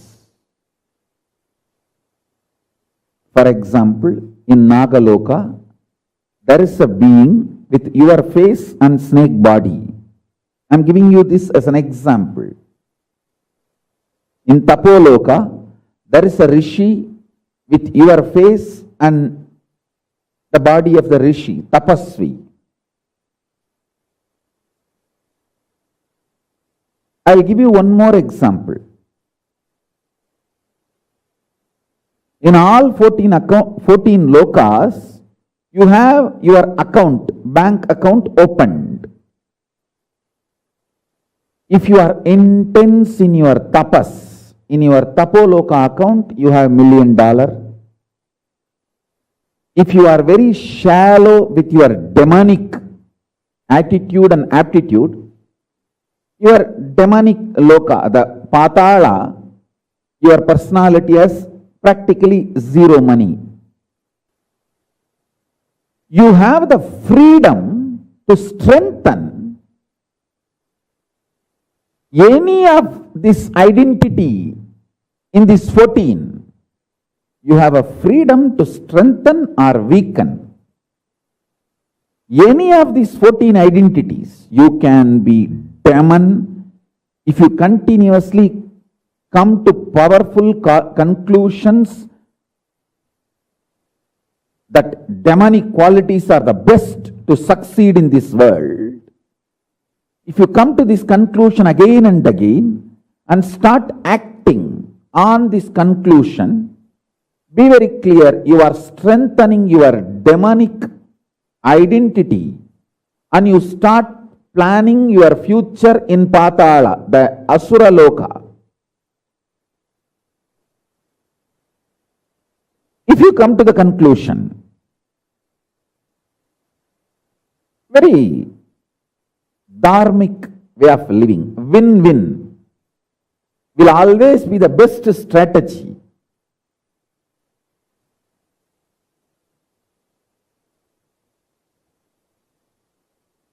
For success in the life.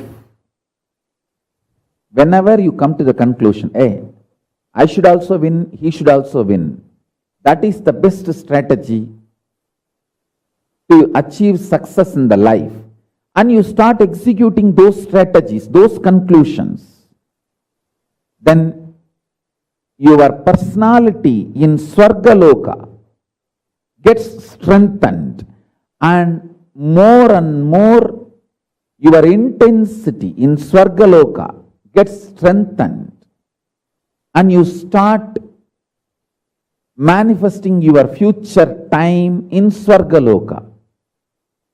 And if you feel tyaga, giving up, vairagya, the absolute tyaga is the best strategy for success. Your personality in Tapoloka, highest zone, your identity in Tapoloka gets strengthened. That gets empowered. And naturally your future starts manifesting in Tapoloka. So each of these loka opens up for you based on the powerful conclusions you arrive, based on the actions and activities you do. So understand this truth deeply so you can start manifesting not only the highest zone, Tapoloka, Satyaloka, all that, you can manifest Kailasa itself. Pure integrity, absolute integrity to Guru and Paramashiva.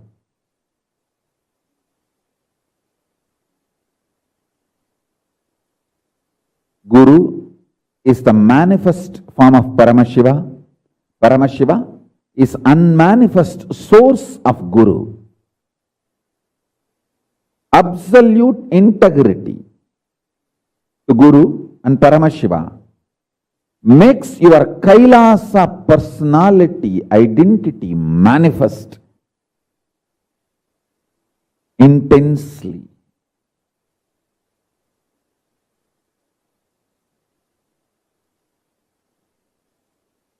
Listen carefully. If you come to the powerful conclusion in your life, if you conclude,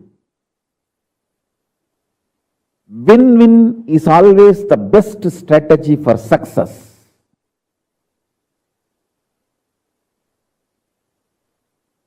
Your Swargaloka identity starts getting stronger and stronger.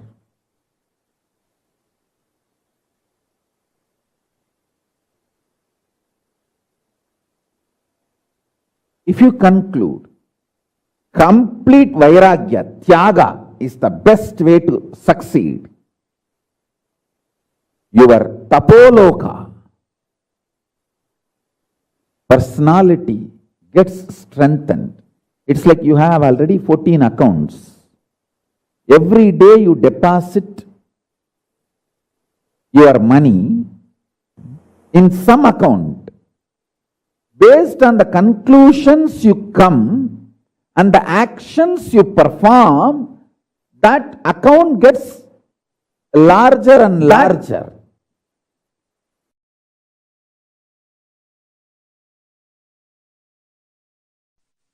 Listen, if you are experiencing oneness, it is Maharloka. If you are experiencing oneness during the multiple expression, even though there are many people, but you know you are in all of them, that is Janaloka. Even if you listen to these powerful cognitions, you will be irreversibly empowered.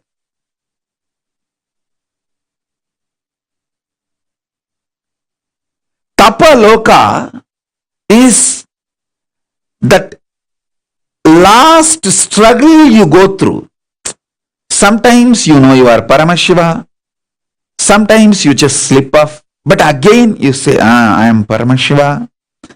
That space is the Tapoloka. An absolute surrender. Whether I am remembering, I am manifesting Paramashivatva, or I am deluded, I surrender both to Paramashiva. When you take that decision, you are lifted to Brahmaloka. You move to the Brahmaloka. The deep surrender lifts you to Brahmaloka. So understand. Then from there you move to Parandama, Vaikunta, and Kailasa, then Mahakailasa itself.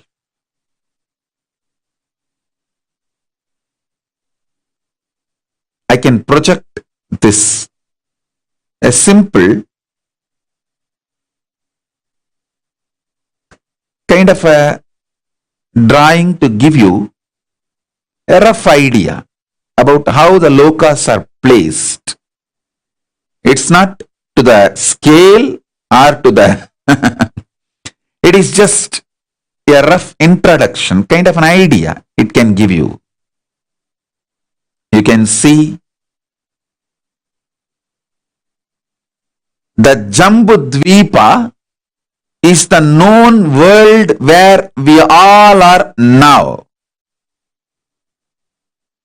All human beings, all of us are now in Jambudvipa. Suvarloka is absolute youth, excitement, energy, absolute power, bliss, no boredom, no tiredness, eternal life, Amara Loka, eternal life. Time does not tire you, frustrations does not bore you, failures do not age you, because they all don't exist in Suvarloka.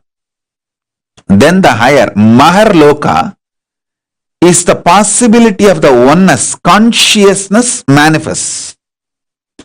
You get the glimpse of oneness in Maharloka, and Janaloka, rooted on the oneness, you experience multiverses. That is the Janaloka. Tapoloka is like a literally last minute, last moment before entering into the ultimate.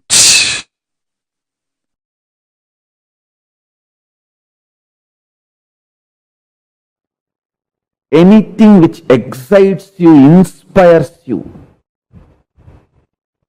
empowers you is a positive currency. anything which drains you, puts you in blind spot, deludes you, is negative currency. Violence is negative currency. Non-violence is conscious currency.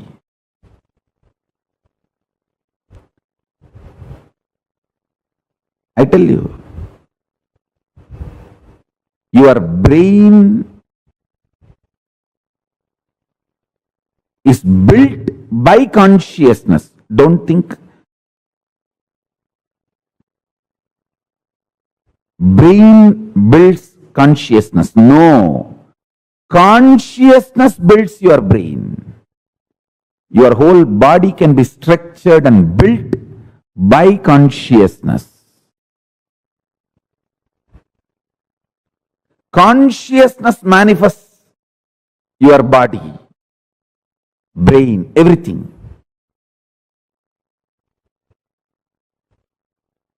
This conscious currencies will help you to live in any zone you reach. For example, a person non-violent and non-stealing can live as long as you want in Tapoloka, higher zone, where the peaceful beings exist.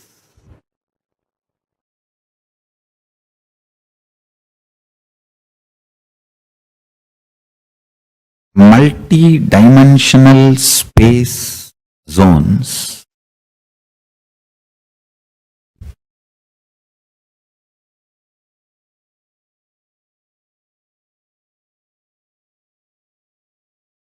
by understanding its existence, by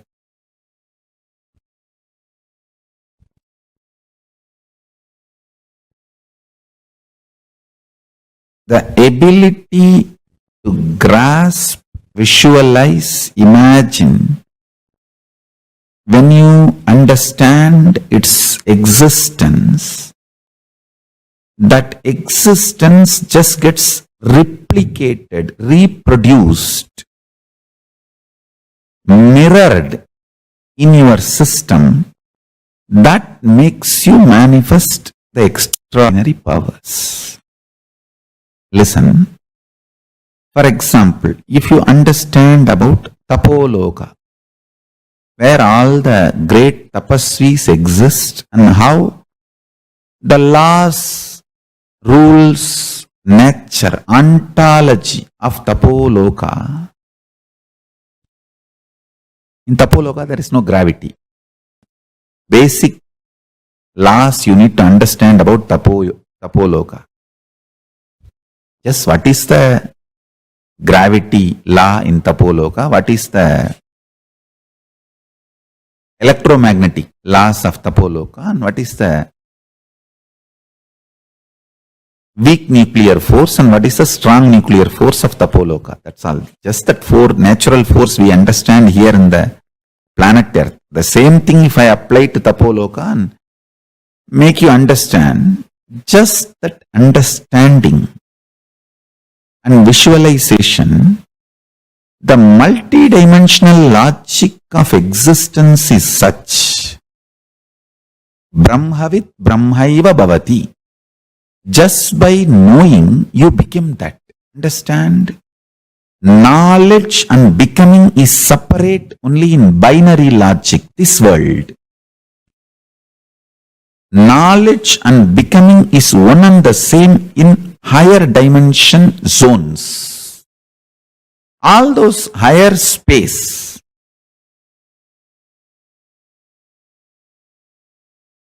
higher zones. If you understand the functionality of the higher zones, Tapoloka's law of gravity, why there is no gravity and how you can also be without influenced by gravity. What is the electromagnetic force of Tapoloka? See, for example, in the planet Earth, here, your electromagnetic force is lust and fear. If you are terrorized or if you become extremely lusty, your electromagnetic force goes to its peak. In Tapoloka, another one thing is that all of them are very sweet and highly intimate because there is no jealousy and nobody can own anything or nobody can.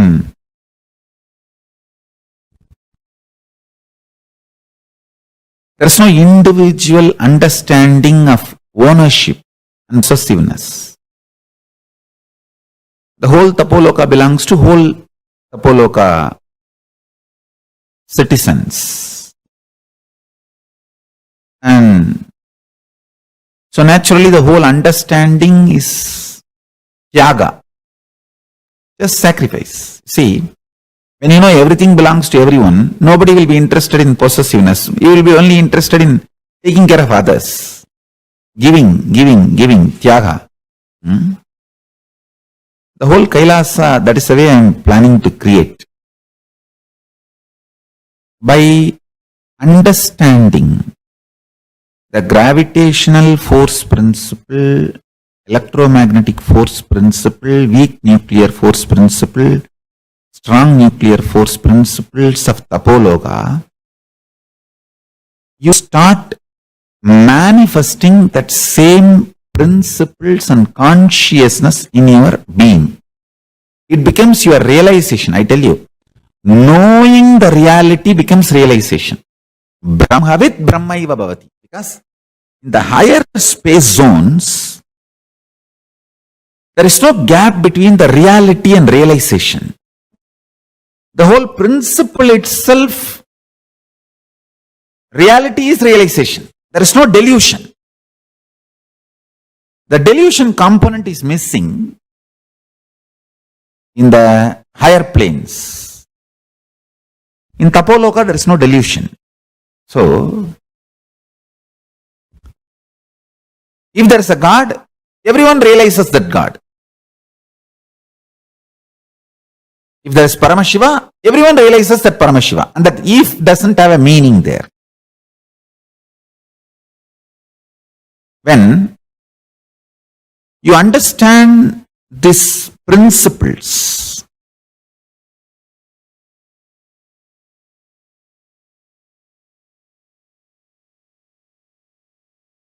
with in this planet Earth, understanding does not become you becoming that. Because you have so many SDHD, self-doubt, self-hatred, self-denial and all these problems.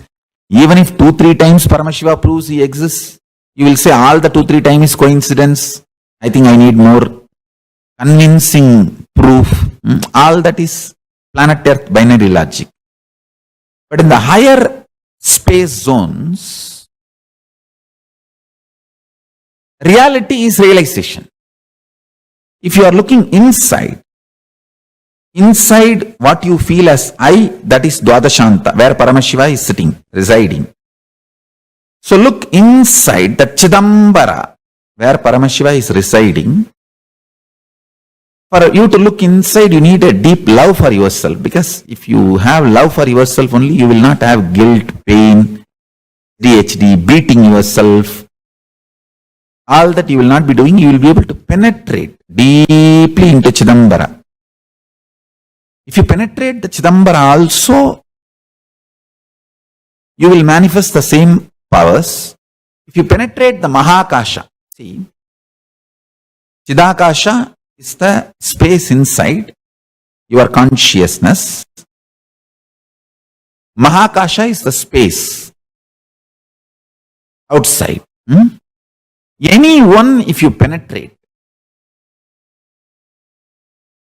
you will understand the gravitational force, electromagnetic force, weak nuclear force, strong nuclear force, principles of Sri Kailasa or Poloka, any higher zones. Initially, usually you will understand only Tapoloka. Directly you will not be able to reach Kailasa. That is too big, too much.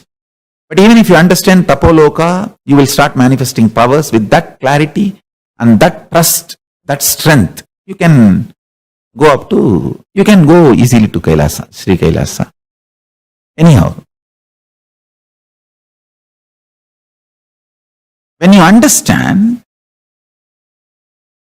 the fundamental principles exist in Tapoloka, the higher space zones. That understanding, that realization is like you bringing dollars and euros into Indian currency. When you come with the dollars and euro, conversion rate is such that you have large quantity of Indian money, so you can, that's why people feel you are very rich when you are coming back from US or UK, Europe or UK, and they think that US or UK all over in the road, dollars and euros are lying down, you just have to take it and pack it in gunny bag and bring to India. Indians always feel that NRIs are too rich and they expect you to do everything for them, especially if some of your brother's family is in India and you are in US, earning in US and UK, they expect you to take care of them completely because they feel that a whole US road is filled with dollars and euros. You just have to bring gunny bags from India and just dump all these dollars and pack it and seal it and send it in the ship for them. Anyhow, when you go to that high space zone and understand this information, enlightenment is one and the same, and grasp those principles when they are mapped in your prajna, in your inner space, you manifest so much of electromagnetic force, so much of levitation force, the strong nuclear force of this planet. You do power manifestation, that's all.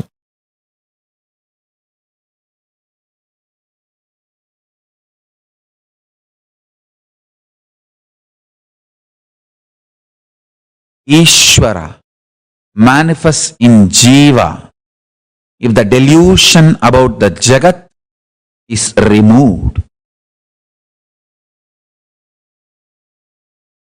Information can become enlightenment just if the delusion can be removed by any which way possible. Understand this.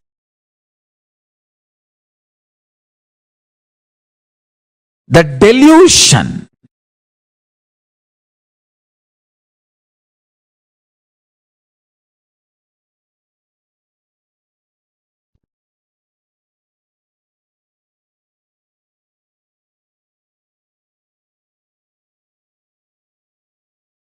if it can be brought down, information can become enlightenment in you. I'll give you a simple introduction. The gravitation rule. Listen, gravitation theory in Tapoloka is nothing but, see, tapa. Exact word tapa means burning. Your ability to burn your thoughts.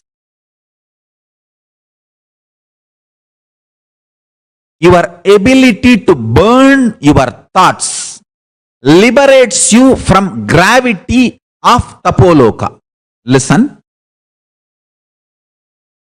If you have too many thoughts, you will feel heavy.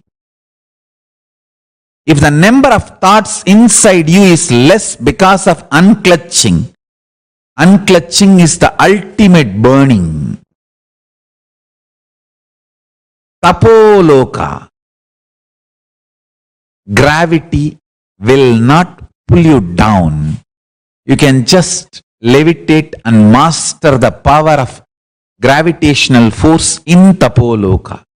Then principal forces and the theories for Tapoloka. Gravitation theory for Tapoloka, electromagnetic theories for Tapoloka, and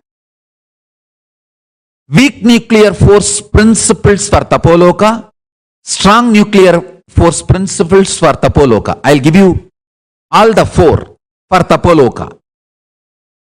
Understand The electromagnetic force of Tapoloka is burn your stomach with mantra without adding any solid. Nirahara Samyama. All this with a reason only I have designed. Nirahara Samyama.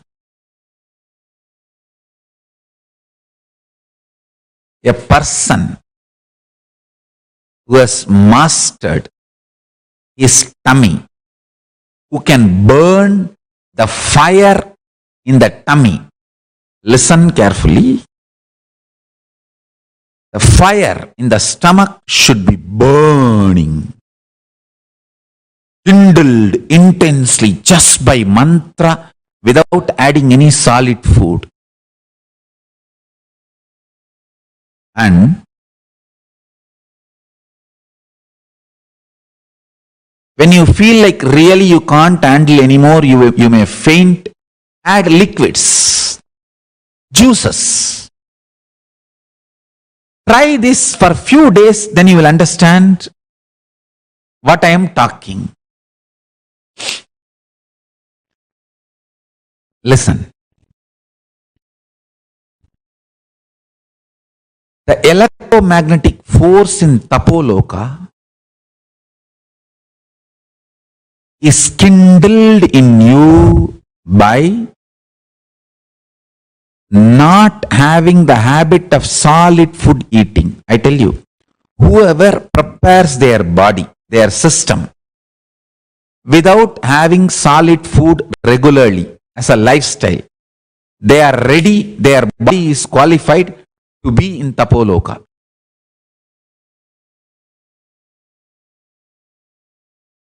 If you can just live by liquid, you can reach Tapoloka.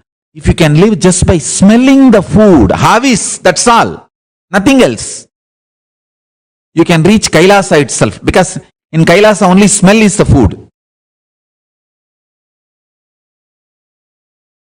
Only smell is the food. No other food.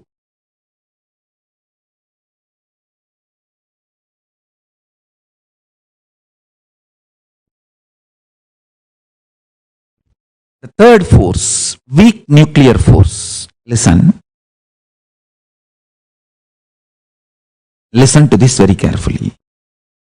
When you chant the Mahavagya, or when you unclutch, the intense conscious decision, will, persistence you manifest is the weak nuclear force of Tapoloka. Your will, persistence is the weak nuclear force of Tapoloka. And anyone who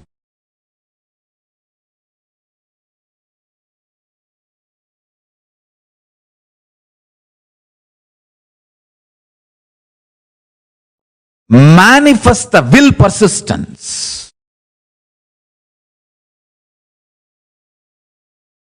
unclutches, or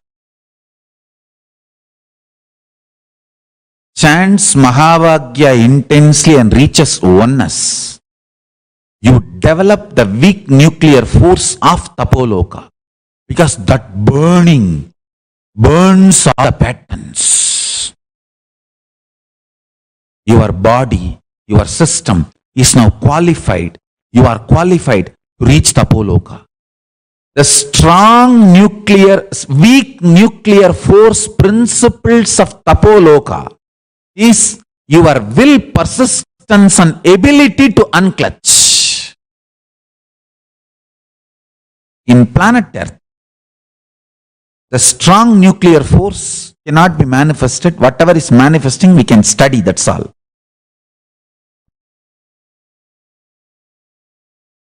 The strong nuclear force principles of Tapoloka. In Tapoloka, what is strong nuclear force and what is the principle? The absolute eternal bliss. Nithyananda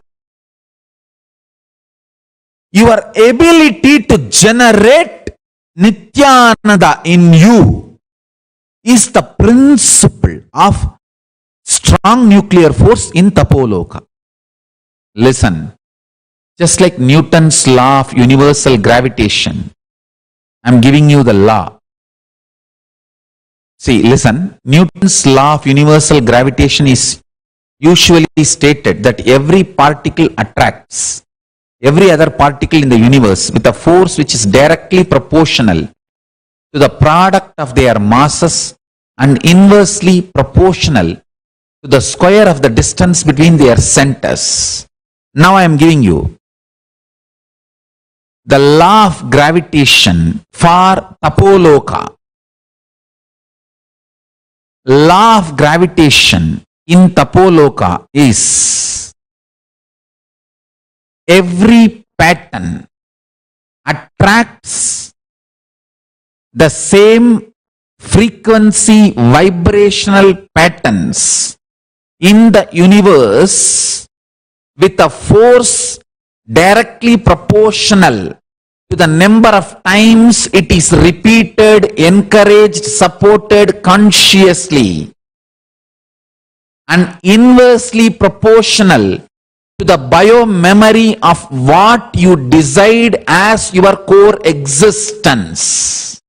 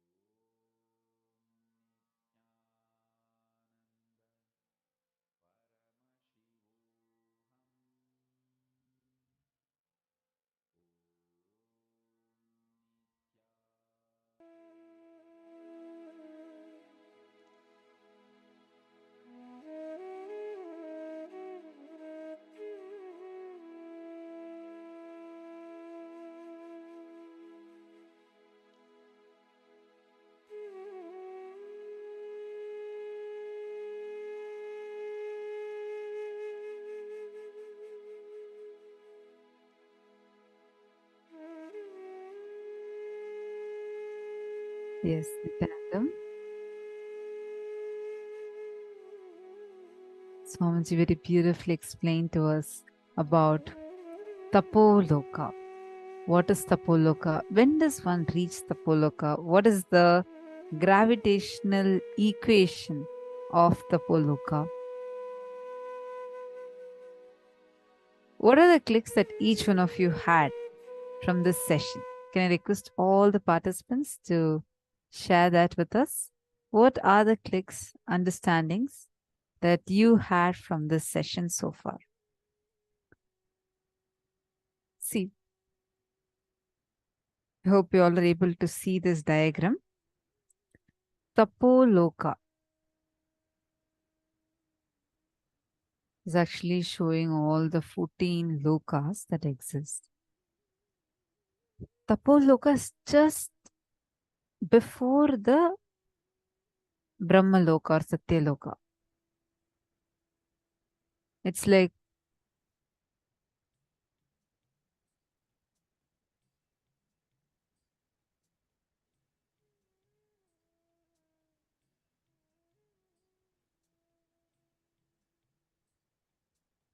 the whole Tapoloka, like how Swamiji said, there is no jealousy because there's no one that owns anything or possesses anything. There's no understanding of individual ownership or possessiveness. The whole Tapoloka beings, like if the whole Tapoloka belongs to the whole Tapoloka citizens. So naturally, the understanding is Tyaga, just sacrifice. See, when you know everything belongs to everyone, nobody will be interested in possessiveness. You will be only interested in giving everything and taking care of others. Giving, giving, and giving. Tyaga will be your very lifestyle. Like how Swamiji explained to us, the word tapa means burning. Your ability to burn your thoughts. Your ability to burn your thoughts liberates you from the gravity of tapoloka. If you have too many thoughts, you'll feel heavy. If the number of thoughts inside you is less, because of unclutching. Unclutching is the ultimate burning. Tapoloka, the tapoloka gravity will not pull you down. You'll just be able to levitate and master the power of gravitational force. When a thought raises in you without supporting it or encouraging it, entertaining it or being entertained by it, just relaxing from it. That is the process of unclutching. If you start relaxing from the thoughts which are raising, you'll experience freedom from the identity which you created. Experiencing freedom from the identity you created means healing thousands of wounds that you carry inside, millions of possibility for pain, suffering that you carry inside of you.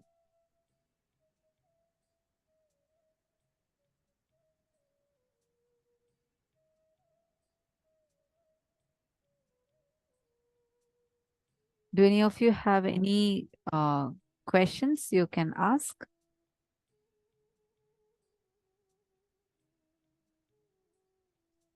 Wami Nithyanandam, I hope I'm pronouncing your name right. I see Whoami. I hope I'm getting your name right. Nithyanandam, I see you saying Nithyanandam.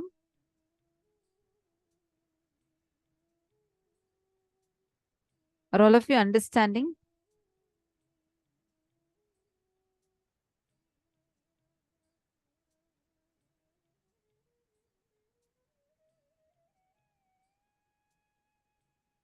Okay. Mas Sarju Pandit has posted. Nithyanandam, would you mind adding the... Sorry, just a moment. I'm trying to see the message.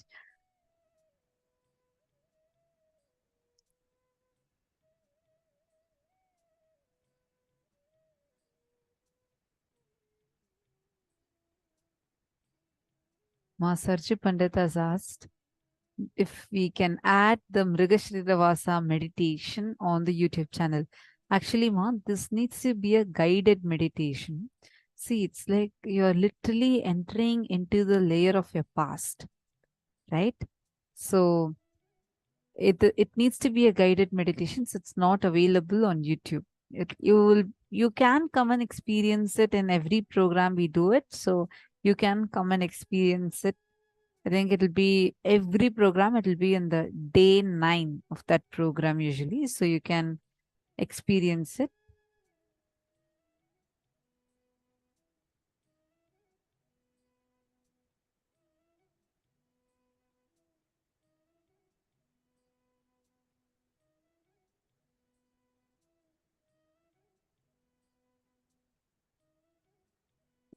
Magita is asking, in these lokas, we enter by Sukshma Sharira or feeling these lokas when we are in Samadhi or after death?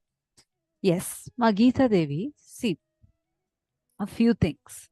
First and foremost, you exist as a parallel universe identity of yours already in these lokas. It is like, okay, when you go to sleep and you are having a dream, suddenly Ma Geeta Devi in the dream, that identity becomes active and alive. Even if that identity there in the dream gets hurt, let's say you fell and then you're hurting yourself in the dream. But when you wake up and physically see, your body will not have that hurt. Correct? Understand? It is like both your identities exist and you have a smooth flow from your waking state to your dream state and then back to your waking state. That smooth flow is because these identities exist and you're just empowering the identity that you choose to empower. It's like you're just switching. That's it. But in the dream state, your eye consciousness by itself will be very low. That's why you'll see some very weird things in your dream, right? Like suddenly you will be sitting in the exam hall and you'll in the next day you'll feel like you're marrying. All of these will happen in the same dream. It's very and then you'll suddenly see a childhood friend sitting next to you. That will be like very random when in your dream state because the eye consciousness is very low. But in these lokas, your consciousness will be very, very high. Where during the processes that Swamiji is conducting, like how you enter into that sleep and go into that lucid dream state and enter into the dream state, same way, during the process, suddenly you will start seeing the consciousness that you have right now in this world will suddenly switch to a different world where you start experiencing that world. Even by will, you will be able to switch from this identity to that identity. It will be like a smooth flow. And that's what Swamiji is empowering us to do during the processes. Now, second part of your question, you're asking, so is it only when we are in Samadhi or after death? When you enter into the state of Samadhi, you have all the power to access these lokas. And when you are leaving your body, that time also you have the power to access these lokas. Unfortunately, 99% of human beings are not educated regarding the existence of this parallel universes. We even call the people that are living even in our universe, in neighboring planets, we call them as aliens. And the whole concept of aliens, they just demonized it to us, such that if any other being from any other planet tries visiting us, you get terrorized. You'll feel like they're your enemies. But there are beings that exist in these various lokas. Only when you have the right introduction to them, why do you think Swamiji is empowering us so much with giving us understanding of gravitational force, thought currents needed? Why? Because when you start empowering these thought currents in you, start cherishing these thought currents in you, directly you will be raised. You'll have that, you will know the path to go into that loka even after you leave the body. You understanding, ma?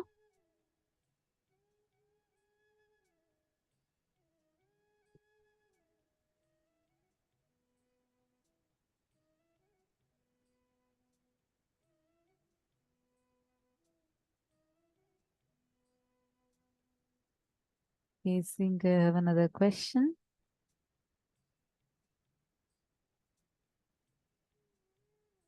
Do we do puja when we die every day? Also, what does in Kailasa we merge to Swamiji mean? Does the body stay? Okay, Ma Sil Oz has asked, do we do puja when we die every day? I'm not really understanding about when we die every day. Do you mean, see, doing Nitya Puja is too important. Too important, no matter what. No matter in what situation Swamiji is. Swamiji, there's so many days, Swamiji will not even drink water. Swamiji might miss drinking water, might miss eating food or sleeping. Swamiji will miss all of these. But never once, never till date, not even one day, Swamiji has missed Nitya Puja. Even let's say Swamiji is going in a car or something, Swamiji will still in the car, Swamiji will do the Nitya Puja. That too, not like just some a few minutes puja, elaborate puja, not a single day Swamiji has missed Nitya Puja. So puja is that important. And they're asking, what does in Kailasa we merge with Swamiji mean? Does it mean the body stays? You have an option whether you want to continue living in your body or if you want to merge with Paramashiva, you say that, look, Paramashiva, I don't want to be away from you. I don't want to be separate from you. Let me just merge into your very consciousness. That's called a Sayujya Samadhi. Literally merging into oneness with Swamiji. You understanding more? Raji Krishnan is asking, can we do Nitya Puja when we are on our monthly cycles? Yes. Absolutely yes. Anmartha Puja, meaning it's your personal puja to your Guru, to your Ishtadevata. During the monthly cycle, there are some temples where you cannot go to those temples. You can't go and perform puja in those temples. All that has to be respected. But for your personal puja, you, whatever is the situation, even when you are having monthly cycles, you can continue doing the puja. Your Atmalinga is your own Atmalinga. Literally the representation of your very consciousness. So you can definitely do puja. See, when you're in your monthly cycle, it's not that God is going out of you. Paramashiva is not leaving you and going. The temples are designed in such a way where the energy level at that time you may not be able to handle. That's why you're advised not to go to those temples. There are certain temples where you are allowed to go. Understand, there are only few temples where you are not allowed to go. But there are so many other temples that you're allowed to go. But to do your personal puja, even if you're in your monthly cycle, you can do it. That's not a problem.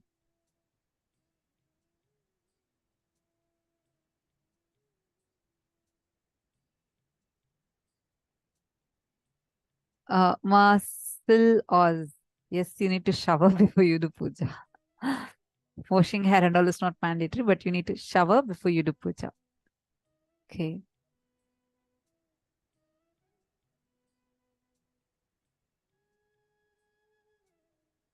For quickly experiencing this, do we practice Nirahara Samyama? Nirahara Samyama prepares you your bio memory so that you will be able to experience and enter those lokas easily.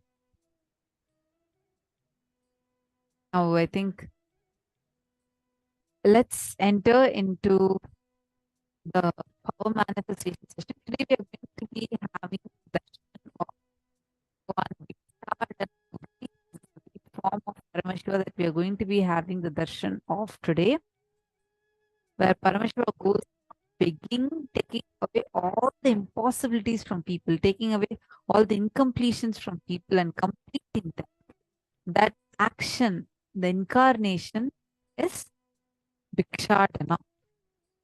Today, any of you see, it is actually the best day to offer all your karmas as Bhiksha, as Guru Dakshina. Just offer it to Bhikshadana Murti today. Let's now enter into the power manifestation session.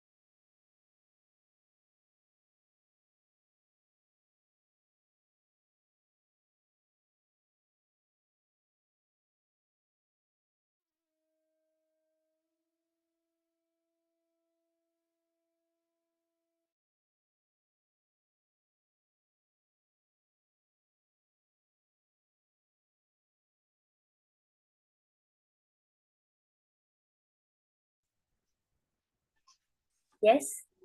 Now, with that beautiful understanding of the various lokas that we just had, manifesting powers is nothing but accessing your identity in each of the lokas. See, each loka has a different way of functioning, right? So when you're accessing your identity, your possibility of that loka, you manifest the powers even here. When you are in the ultimate space of Maha Kailasa, then you manifest all the 463 powers revealed by Paramashiva. So let's start with the power manifestation. Today's power is a very, very beautiful power, and it's very exciting actually. It's the power of body sculpting. We had done this power a few days back, and we're going to do it again today. You can, for this round of power manifestation, you can pick any part of your body that you want to sculpt.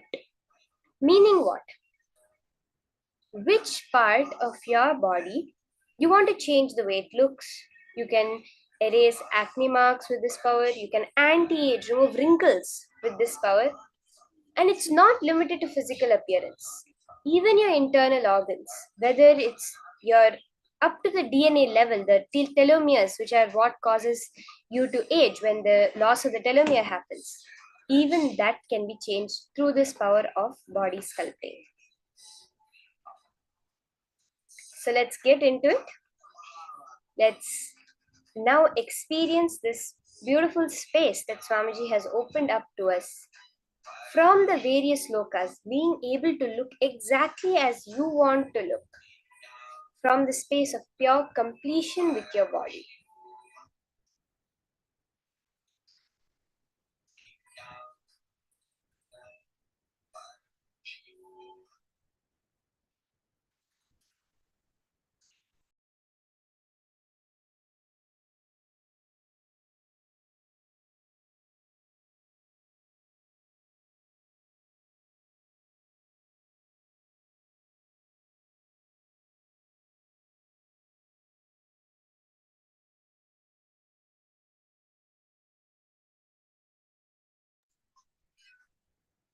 When we're doing the whole body sculpting power, you're not doing anything else, but you're tuning into the natural intelligence of your body. See, your body has the ability to clean itself.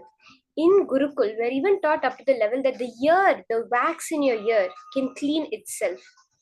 You do not have to use earbuds or any external thing to clear even the wax in your ear. Because your body is an independent intelligence by itself, it can clear even up to that. When you are sitting as Paramashiva, whatever you will immediately becomes reality. That's all is this power. When Swamiji says that if you see actually the Kala Bhairava darshan of Swamiji, how his whole body expands. And then if you see the Devi darshan, how his whole body becomes thin, his whole body's size itself reduces. Because it's just bringing that space within you of exactly how you want to be, how you want to express yourself at that moment.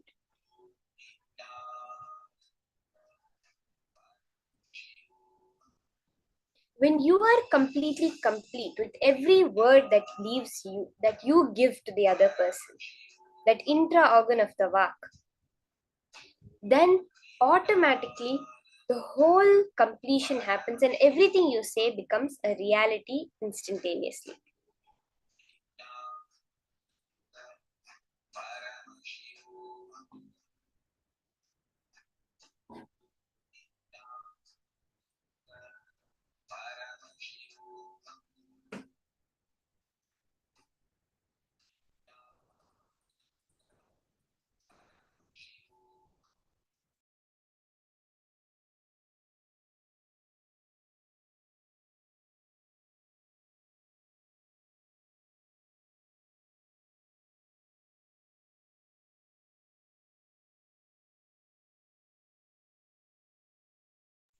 Now, for the start, let's start this power. Let's take any mark you have on your body, whether it's acne mark or a mole, some kind of scar, wrinkles, stretch marks, anything that you want to remove.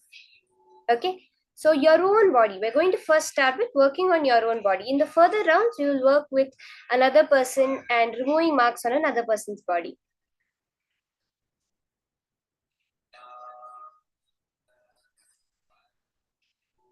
So let's start with our own body. The Shastra Pramana for this power is from the Vijnana Bhairava Tantra, Sutra 54, Dharana 31. Swadehe jagato vapi sukshma sukshmatarani cha tattvani yani nilayam dhyatvante vyajyate para.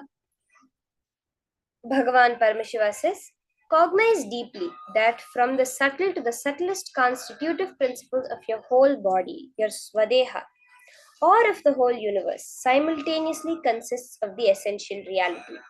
Very clearly, Paramashiva is saying that it can either be the Brahmanda, the Pindanda, your body, or the Brahmanda, the entire universe, because both are one and the same. When you are visualizing, cognizing that they all consist of the same reality, they are being absorbed in their source cause, Paramashiva. By that experience of such restful awareness, one becomes complete from all thoughts, and the ultimate universal divine power, Para, Devi, Adi Shakti, Paramashiva Shakti, is revealed, and the supreme power manifestation happens. When you know that every pore of your body, every cell in your body, every atom in your body is only filled with this space, which is only filled by Paramashiva. There is nothing else which exists, even if you open up an atom. You go deeper into the atom, you have the nucleus and the electrons. So the electrons, as of now, from what modern science has understood, are the substrate particle. If you go deeper into the nucleus of the atom, you find deeper and deeper there to be two types of particles, the protons and the neutrons. Within that, you have quarks, which do not have a physical existential reality but exist as vibrating energy. We see string theory that proposes that everything in this universe, every type of particle is just strings vibrating. All the now ultimate revelations from science that are happening is taking us to that one truth that at the base level, we are not matter, but we are actually energy. From that space is when power manifestation happens. The Apta Pramana for this power of body sculpting, is the life of Mahavatar Babaji, who was born in the holy city of Chidambaram. He is known as the man who never ages. He was named Nagarajan, and once during a festival, he was kidnapped and taken to Kolkata. There, a wealthy man purchased and left him free. From there, his spiritual journey started. He took sannyas. He learned the Hindu scriptures, but he wanted a guru. So from there, he went to Sri Lanka and met Bogar, and became his disciple. And after learning all that he could from Bogar, he went and became the disciple of Agastya. Agastya taught him this science of Kriya Yoga and told him to go to Badrinath to his practice. There, after 18 months of strict tapas, Babaji's body ceased to age. Up to most recently, even Swamiji, our own Supreme Pontiff of Hinduism, has had the darshan of Mahavatar Babaji. Throughout the ages, various Mahatmas, various enlightened masters have also shared their vision, like Paramahamsa Yogananda, and many others have also shared how they had the direct darshan of Mahavatar Babaji in that eternal form, the eternally young form that he holds.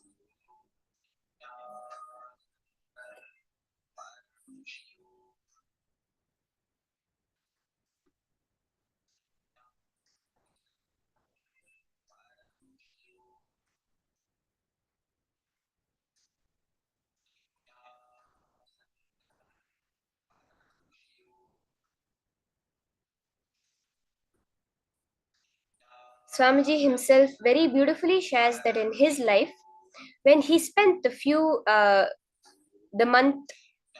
almost 2 months in the prison, illegal imprisonment, Swamiji used the time and he read the Hatha Yoga Pradipika book, where he discovered many powerful techniques, where he was able to do the body sculpting of his own body.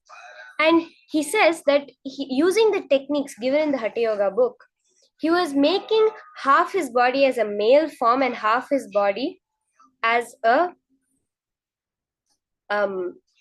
male, half as a male and half as a female. Literally, where Swamiji explains the science of how by changing the breath, it creates a different vibration in the chakras, and that causes a different change in the body. Where he mapped it, first originally it revealed to him in the opposite way, where you do a certain workout in your body, which changes your breathing level, changes the vibration in your chakras, which is what we see. When we work out, we build muscles or we gain weight when we eat, etc., etc. Swamiji mapped the whole technique in the opposite way, which is just by creating the subtle vibrations, changing the breath pattern, you're able to create a effect in your physical body. And Swamiji says that he had made a completely mystical body during that time, which was half male and half female completely. Now let's all enter into the power manifestation. See, anything is possible. Remember, there is nothing impossible in this universe. Because everything exists. Anything that has been invented already exists. You cannot invent something else which does not already exist. So now, the very possibility that is coming in front of you being able to change your body, of you being able to remove some marks, already exists within the superposition of the universe, within the infinite possibility of the universe. All you're doing is making that as your reality in this moment. So are we ready? Let's start. Sit straight with your head, neck and spine in a straight line. Choose that part of your own body that you're going to sculpt. If you do not have any marks or any moles you want to remove, you can even remove the hair from your body. You can choose a particular area of your body where you want to remove the hair. You can remove any scars, marks, moles, birthmarks, any acne marks, or even stretch marks or wrinkles. You can choose any of these kinds of things in your body which you want to sculpt. You can change your skin color, but remember the most important part, take a picture of that area of your body. Let's say you want to change you have a scar on your hand, you want to remove it. Take a picture of that area in your body. Just pick up your phone and quickly, in a good lighting, take a picture of that part of your body. Let's quickly take a few minutes and click a picture on your phone of which part of the body you're going to be sculpting in this round of power manifestation.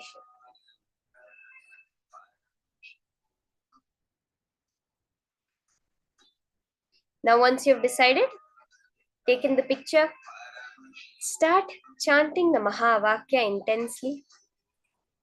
Make your inner space completely clear.